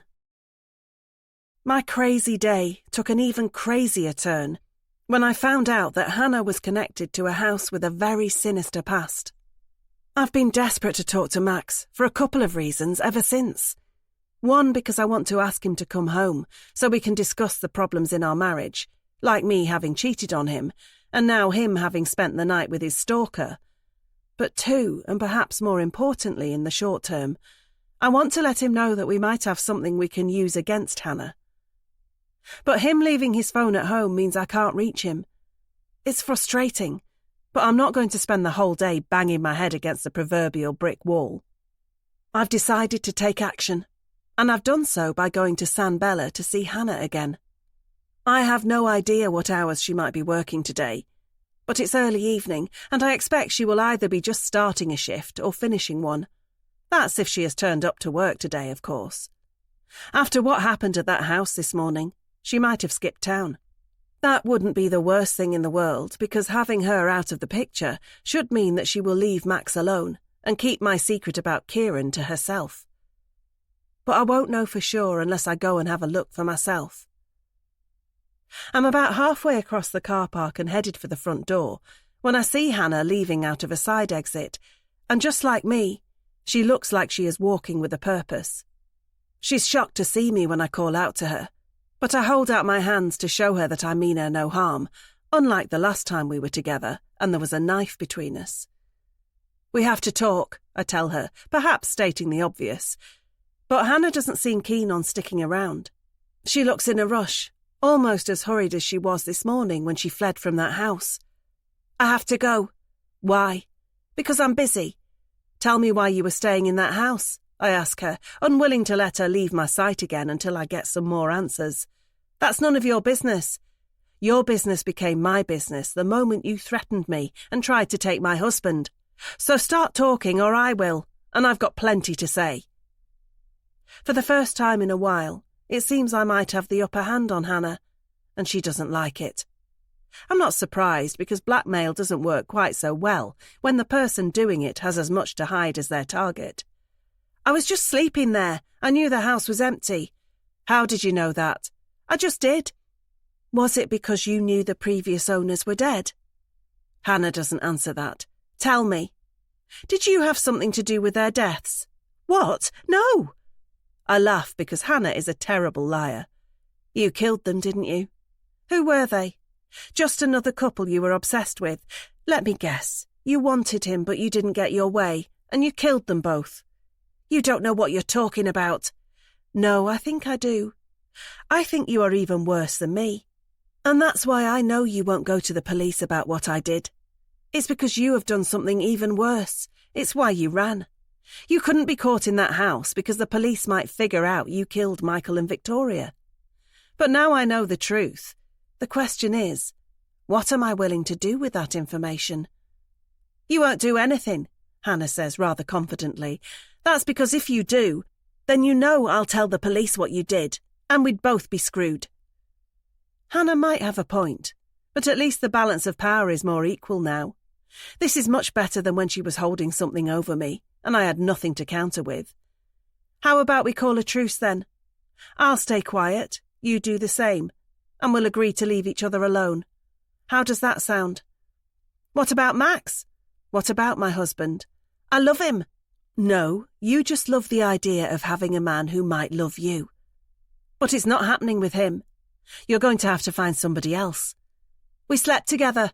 I gathered that. And you're willing to forgive him? Yes. And I hope he will forgive me. Then we can both move on. I want my marriage to work. That's what real love is, not whatever fairy tale you concoct in your head when you're busy watching people from a distance. Hannah still seems a little unsure, but I make it easier for her. Stay away from my husband, and we'll stay away from you. If you do that, then neither of us will ever have to speak to the police, and we'll get away with whatever mistakes we have made in the past. Okay? Hannah takes a few moments to agree, but what choice does she have? Eventually she nods her head, and I can then nod mine. Goodbye, Hannah, I say, stopping short of holding out my hand for her to shake, but making her know that this is the last time we should ever speak. She doesn't say anything to me, just turns and walks away across the car park. I keep my eyes on her until she is out of view, and then go back to my car, feeling like I have accomplished something. I've taken care of the Hannah situation. Now I just need to deal with Max.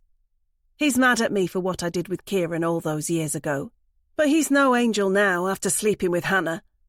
Therefore, we are equal too, and I'm hoping that simple fact will mean he will come home, apologise, and then allow us to move on.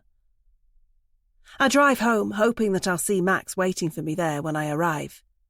If so, this crazy day might have a happy ending after all. At least for me, anyway. I'm not sure how good things are for Hannah, now that she has lost her place to live, and her only chance at getting with my man. But I'm not going to feel sorry for her. She got herself into this mess by fixating on me and my husband. She could have just done her job, been a good waitress, kept herself to herself. Instead, she had to try and get involved in our lives, and that has led to all of these problems for her now. I still hate her, but I hope she finds some happiness one day. I wouldn't say she deserves it, but her finding some other guy to lust after will at least stop her coming back for Max. I pity whatever poor couple she latches onto next, but there's not much I can do about that. They'll just have to deal with her in their own way, if and when the time comes. As for me, I feel like everything is going to work out for the best. I've got away with adultery. I've got away with murder. And I've got away with dealing with a very dangerous woman who was killed just like me. I'd say I should quit while I'm ahead. I hope Hannah has the sense to do the same. Hannah. I used the tip money I gained from my last shift at Sambella to pay for a night's stay in a hostel in the middle of town. The 2 hotels I tried to book had no vacancies, and this was my last option, so it'll have to do. But as I drop my bag down on the bed that's surrounded by 5 other beds in this tiny room, it's hard not to feel like I've lost everything. My place to live, my leverage over Nadine, and my one shot of being happy with Max. My body sinks into the hard, lumpy mattress as I try to lie back and have a minute's peace, but there's not much chance of that in here. Sharing a room with other people might be fun if those other people are your friends, but those I'm in such close living quarters with now are no friends of mine. They're strangers, some backpackers passing through on their way to a big city, others just people down on their luck, like I am. I get chatting to one such person, or rather they start chatting to me, and I don't have much choice but to engage with them. The woman in her 50s on the bed opposite mine tells me her name's Ruth, and that she's not going to be here for long because her son is going to come and get her, and she's going to go and live in his big house across town. I tell her that sounds nice, and I suppose it does, at least until it becomes clear the woman is delusional and is making things up as she goes along. It's barely 5 minutes after she's told me how wonderful her son is that she suddenly gets angry and calls him a terrible name before saying he should never have married that hussy, and she'll refuse to see him again until they divorce. Finding that Ruth isn't the most reliable of narrators, I get confirmation of that after she's left the room to go to the toilet, and another one of my roommates tells me that Ruth has been here for weeks and that her son definitely isn't coming for her. I feel sorry for the woman and whatever's going on in her mind, wondering what series of events set her off so that she'd end up in a place like this, paying £15 for a crap night's sleep in a flea-ridden dorm room. But I've got my own tale of woe, not that I can be so open about sharing it as Ruth is. And there's not too much room for sympathy for others when I'm already feeling so lousy about things myself. I know what I should have done.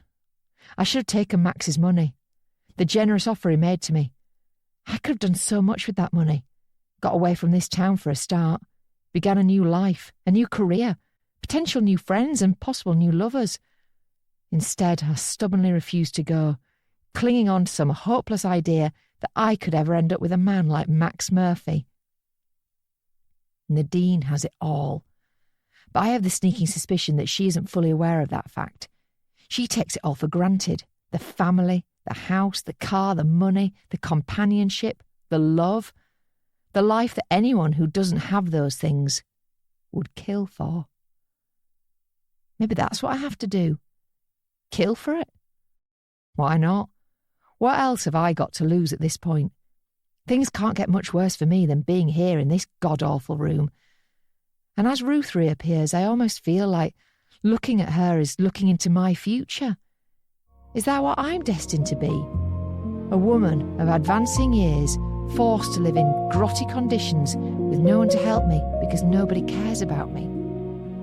The only thing I have going for myself is my job. But how many elderly waitresses do you see working in fancy restaurants? Managers want a touch of glamour for their paying customers, And there must come a point when I'd start getting fewer and fewer shifts until I got the hint that I wasn't wanted there anymore. At best, I'd end up in one of those small cafes serving bacon rolls and cups of tea to weary builders, but the wages will be terrible and nobody tips in those places. And then there's the manual aspect of the job. Being on my feet all day isn't a problem now, but it surely will be as I age. I'd need something that wasn't as physically demanding. But what? Who wants me? Nobody. What about Max? He still might. He did kiss me after all. It had to mean something. He broke his vows to his wife by being intimate with me, and that must mean he likes me. I doubt he's ever done anything like that before.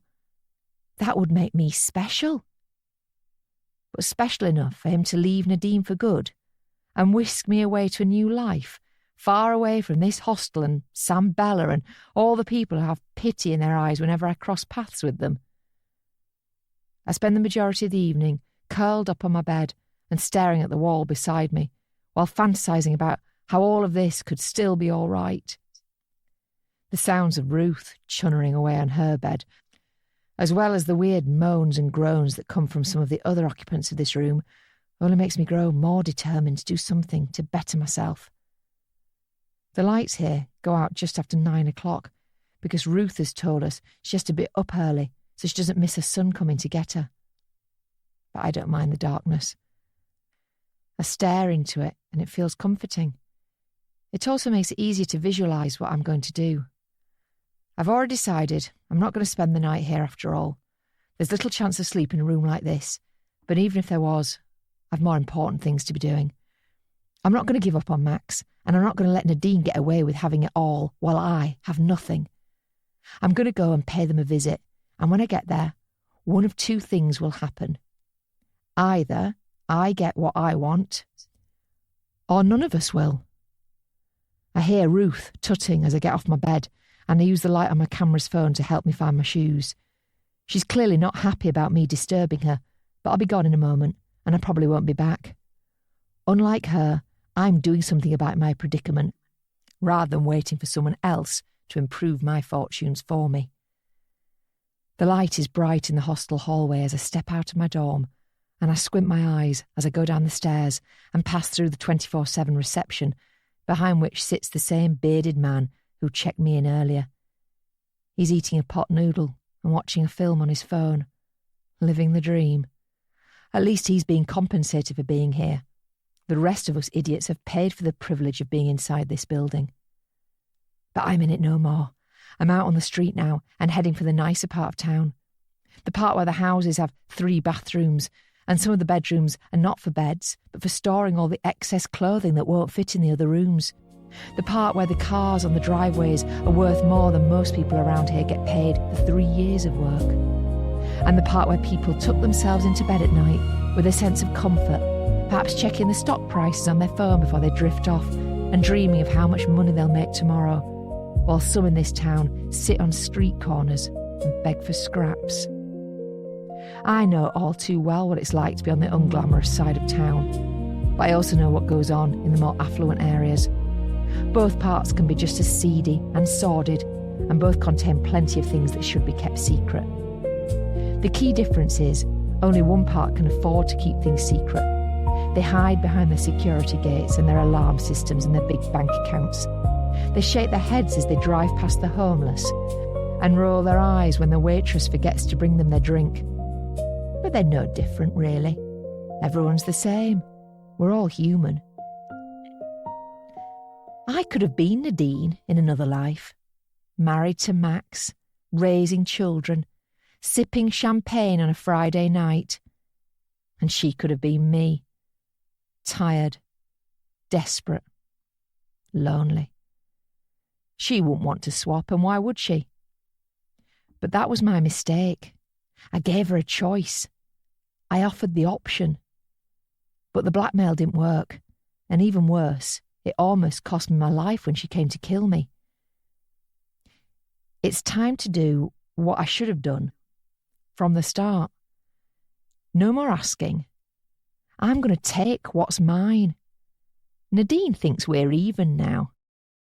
but we're not even close.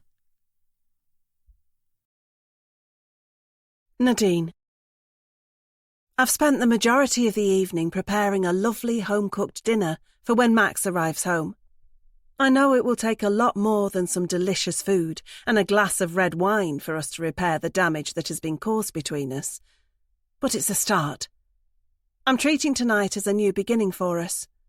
Hannah is in the past now, as is Kieran and all those dreadful mistakes, and my husband and I can look forward to a bright future. Sophie and Adam are off having fun, and it's time their parents did the same. The prospect of all the money from the sale of Max's business means we could do anything and go anywhere, buy a holiday home somewhere sunny, or even move abroad more permanently. We could rent this house out and make a fortune from letting, or we could sell it and cash in completely.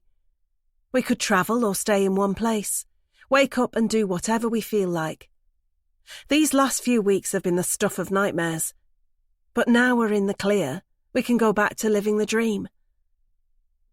Max arrives home at 9:30, and I greet him with a hug, which is an early test to see how receptive he will be with me. To my relief, he embraces me tightly before we both apologise for the things we have done and said, and agree that we both still love each other and can make it all work in the end. We're both hungry, so we waste no time in eating, and the wine helps the flow of conversation. I tell Max all about my last meeting with Hannah and how she has agreed to leave us alone. He goes over his moment of weakness with her and even thinks him leaving his phone behind for me to discover was some subconscious act in which he actually wanted me to find out what he had done. I'm not sure about that, but I can see he feels guilty, so I agree with him. Then there is just the topic of Kieran to touch on. But Max still has no idea about the full reason why I killed that man. And as long as that is the case, then we can get past it. So what's next? I ask my husband as I put my knife and fork down neatly on my empty plate. What do you want to do when you've sold the business? Max takes a moment to think about it, before telling me that he wants a break from this place. We'll get Christmas out of the way with the kids being home. And then I want some sun, he says with a sense of purpose. I don't care where, just somewhere new. That sounds good to me. We clink our glasses together and finish our wine, before retiring to the lounge, where we snuggle up together on the sofa and lose ourselves in a movie. I do my best to keep up with the plot, but I do find myself drifting a little as I watch it, mainly because I can't quite believe everything has worked out so well. It almost seems too perfect, like I'm missing something. But am I? Kieran was a threat, but he has been dealt with, and Hannah was a major problem, but she is gone too. So what else could there be? I guess it's a little residual paranoia left over from the stress of recent events. I'm sure it will pass as more time goes by. I make a concerted effort to focus on the rest of the film, and by the time the credits roll, I have done a good job of freeing up my mind. So much so that I'm able to chat about the movie with Max as we turn off the TV and make a move upstairs. I liked the twist at the ending, I tell him. Yeah, I wonder how they came up with that one. Do you think there'll be a sequel? Maybe. We'll have to go and watch it at the cinema if there is. Definitely. It's the kind of banal chit-chat that I presume most couples go through after watching something together. But it's exactly what I need, because it's a sign that things are returning to some semblance of normalcy around here.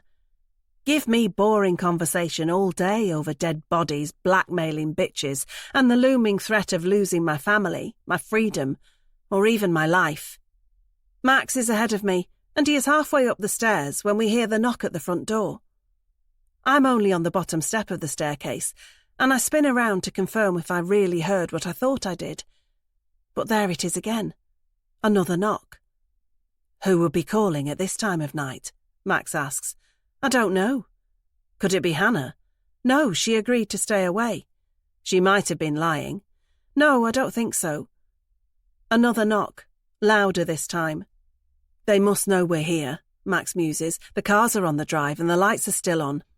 I know, but maybe we shouldn't answer it. What if it's the police? Why would it be the police?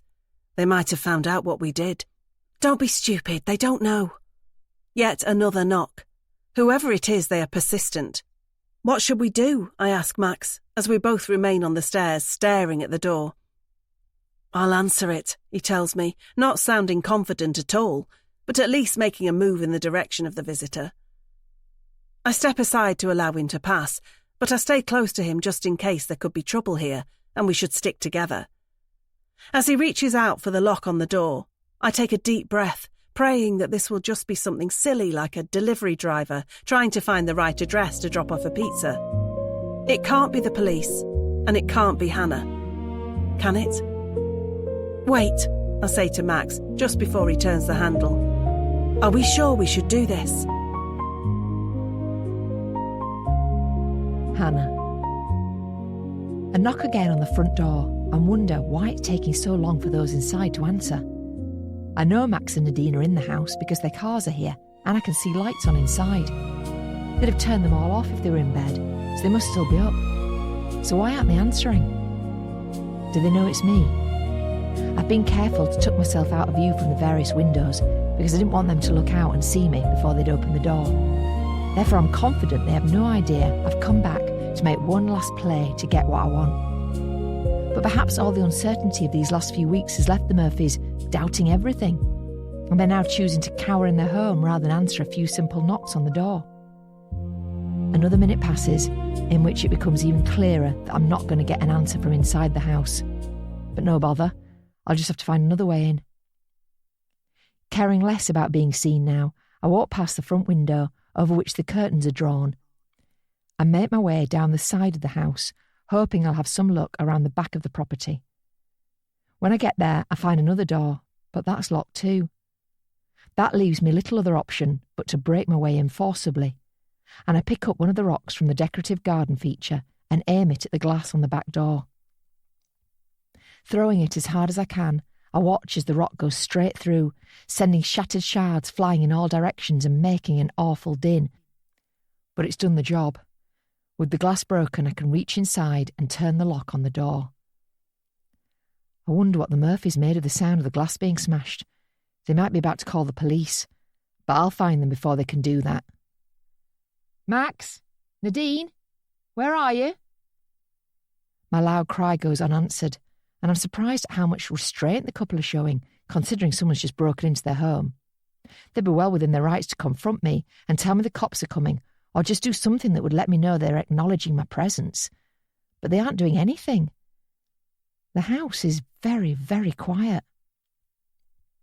It's only the sound of the crunching glass beneath my feet that I can hear as I move through the kitchen. But before I leave the room, I take out one of the knives from a drawer. Max? Nadine? I just want to talk.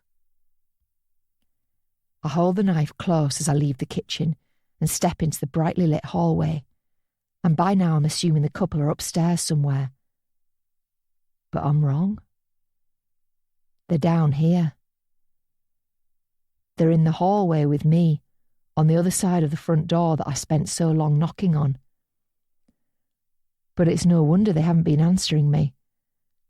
Max and Nadine were the perfect couple. But now, they're dead.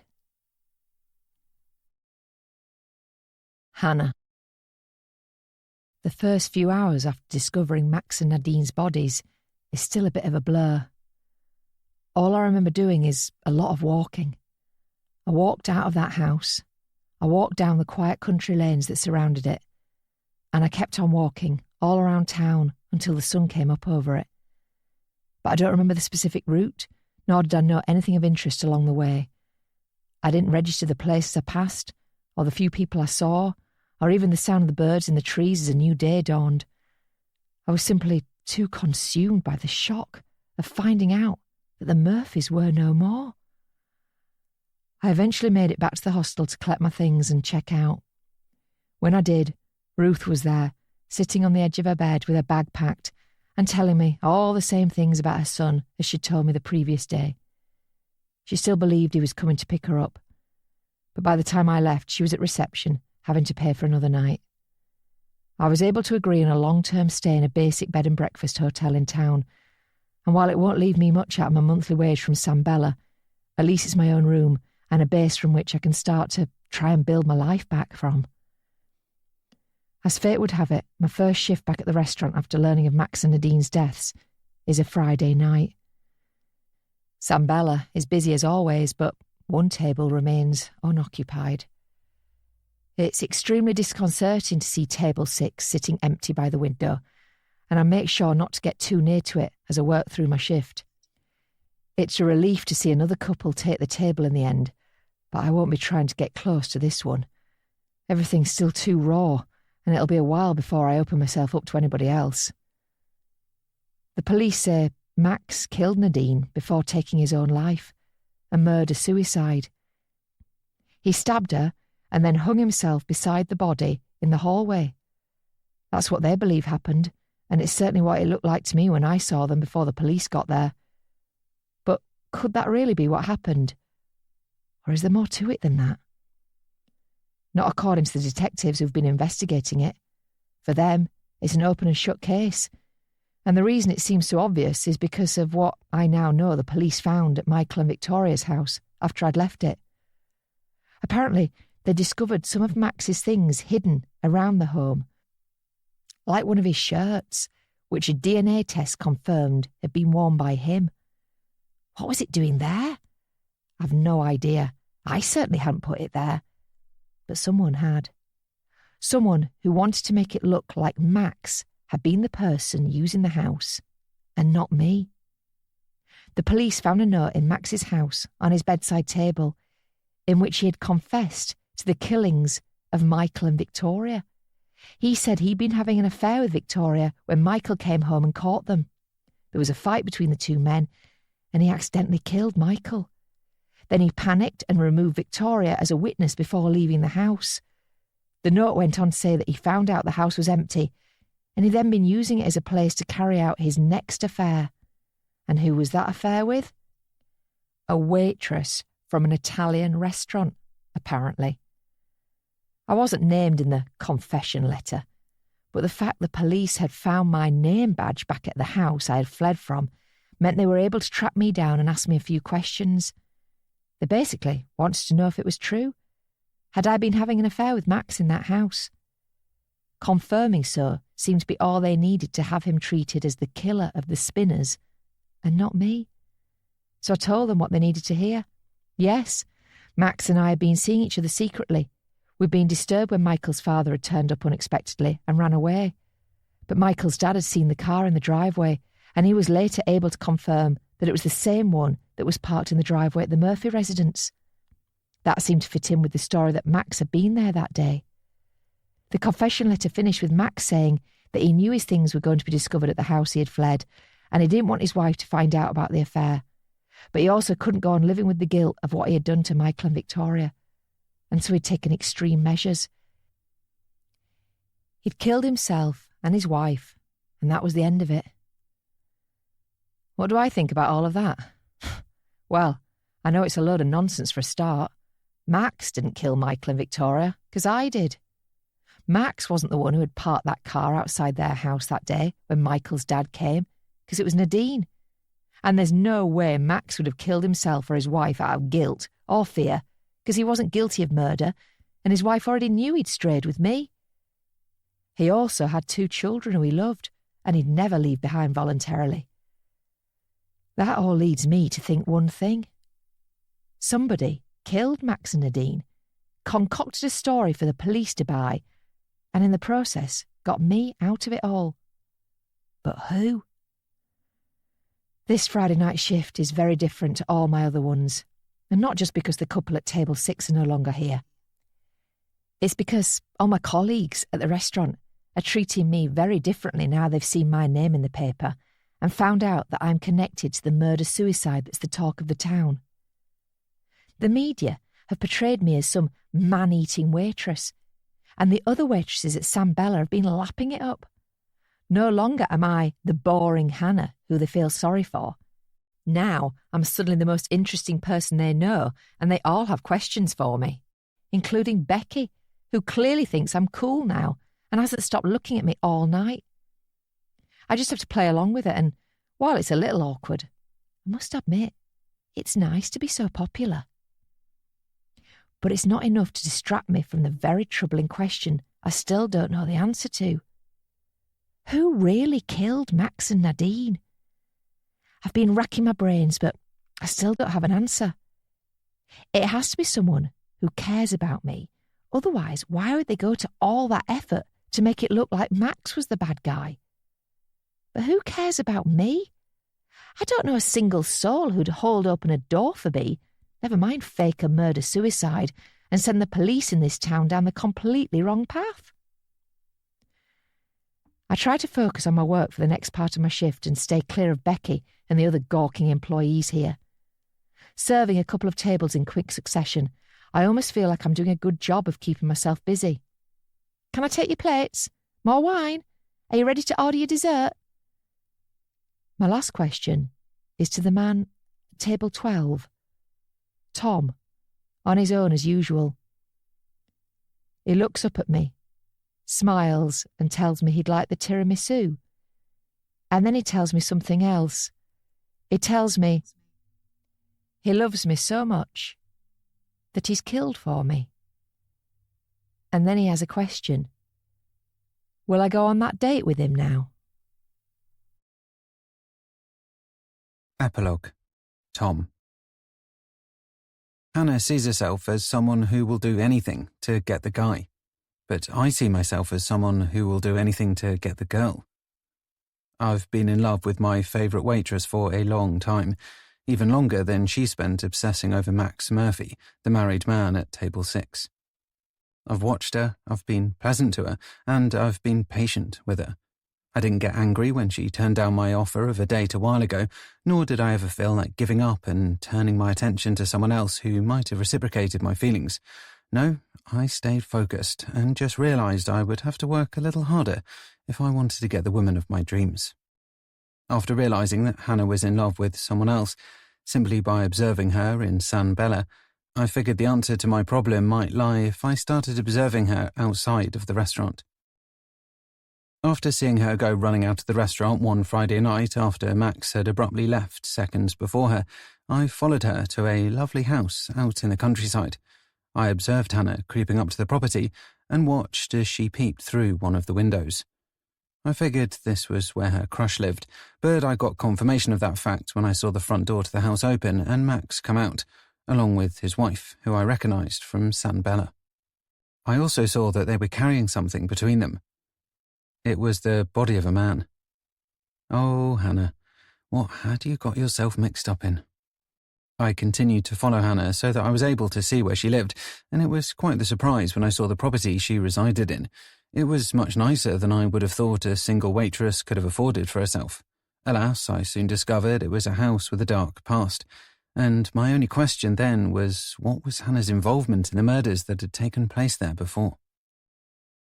It was through observation of her at her home that I saw Max visit her one evening, and I watched on in dismay through one of the windows as the pair had sex right there on the floor. It made me angry, but I knew Hannah was just desperate for some intimacy. She wasn't at fault. Max was.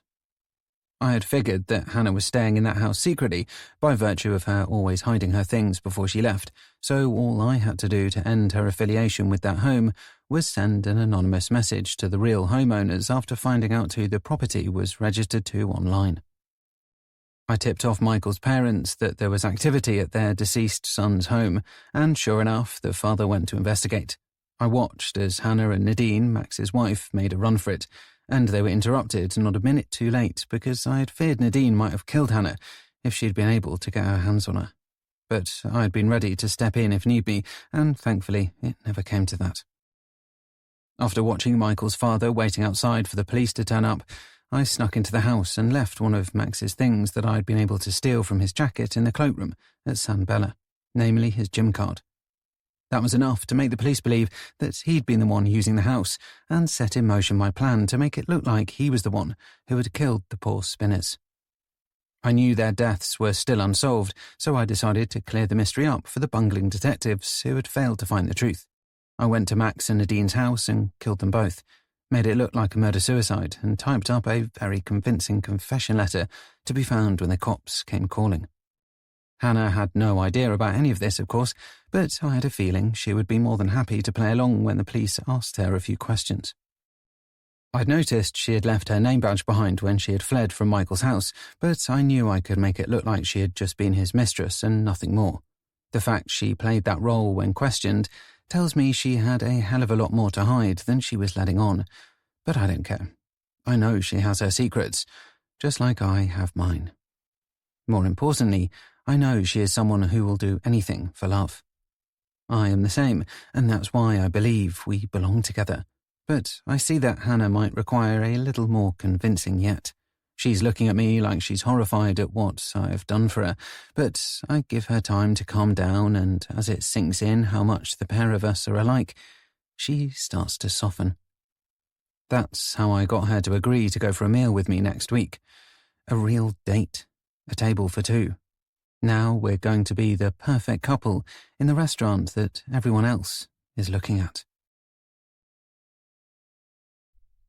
You've been listening to The Couple at Table 6 by Daniel Hurst, narrated by Deirdre Whelan and Harriet Dunlop. Published by Quest, an imprint of W.F. Howes Limited. This work is copyrighted 2022 Daniel Hurst.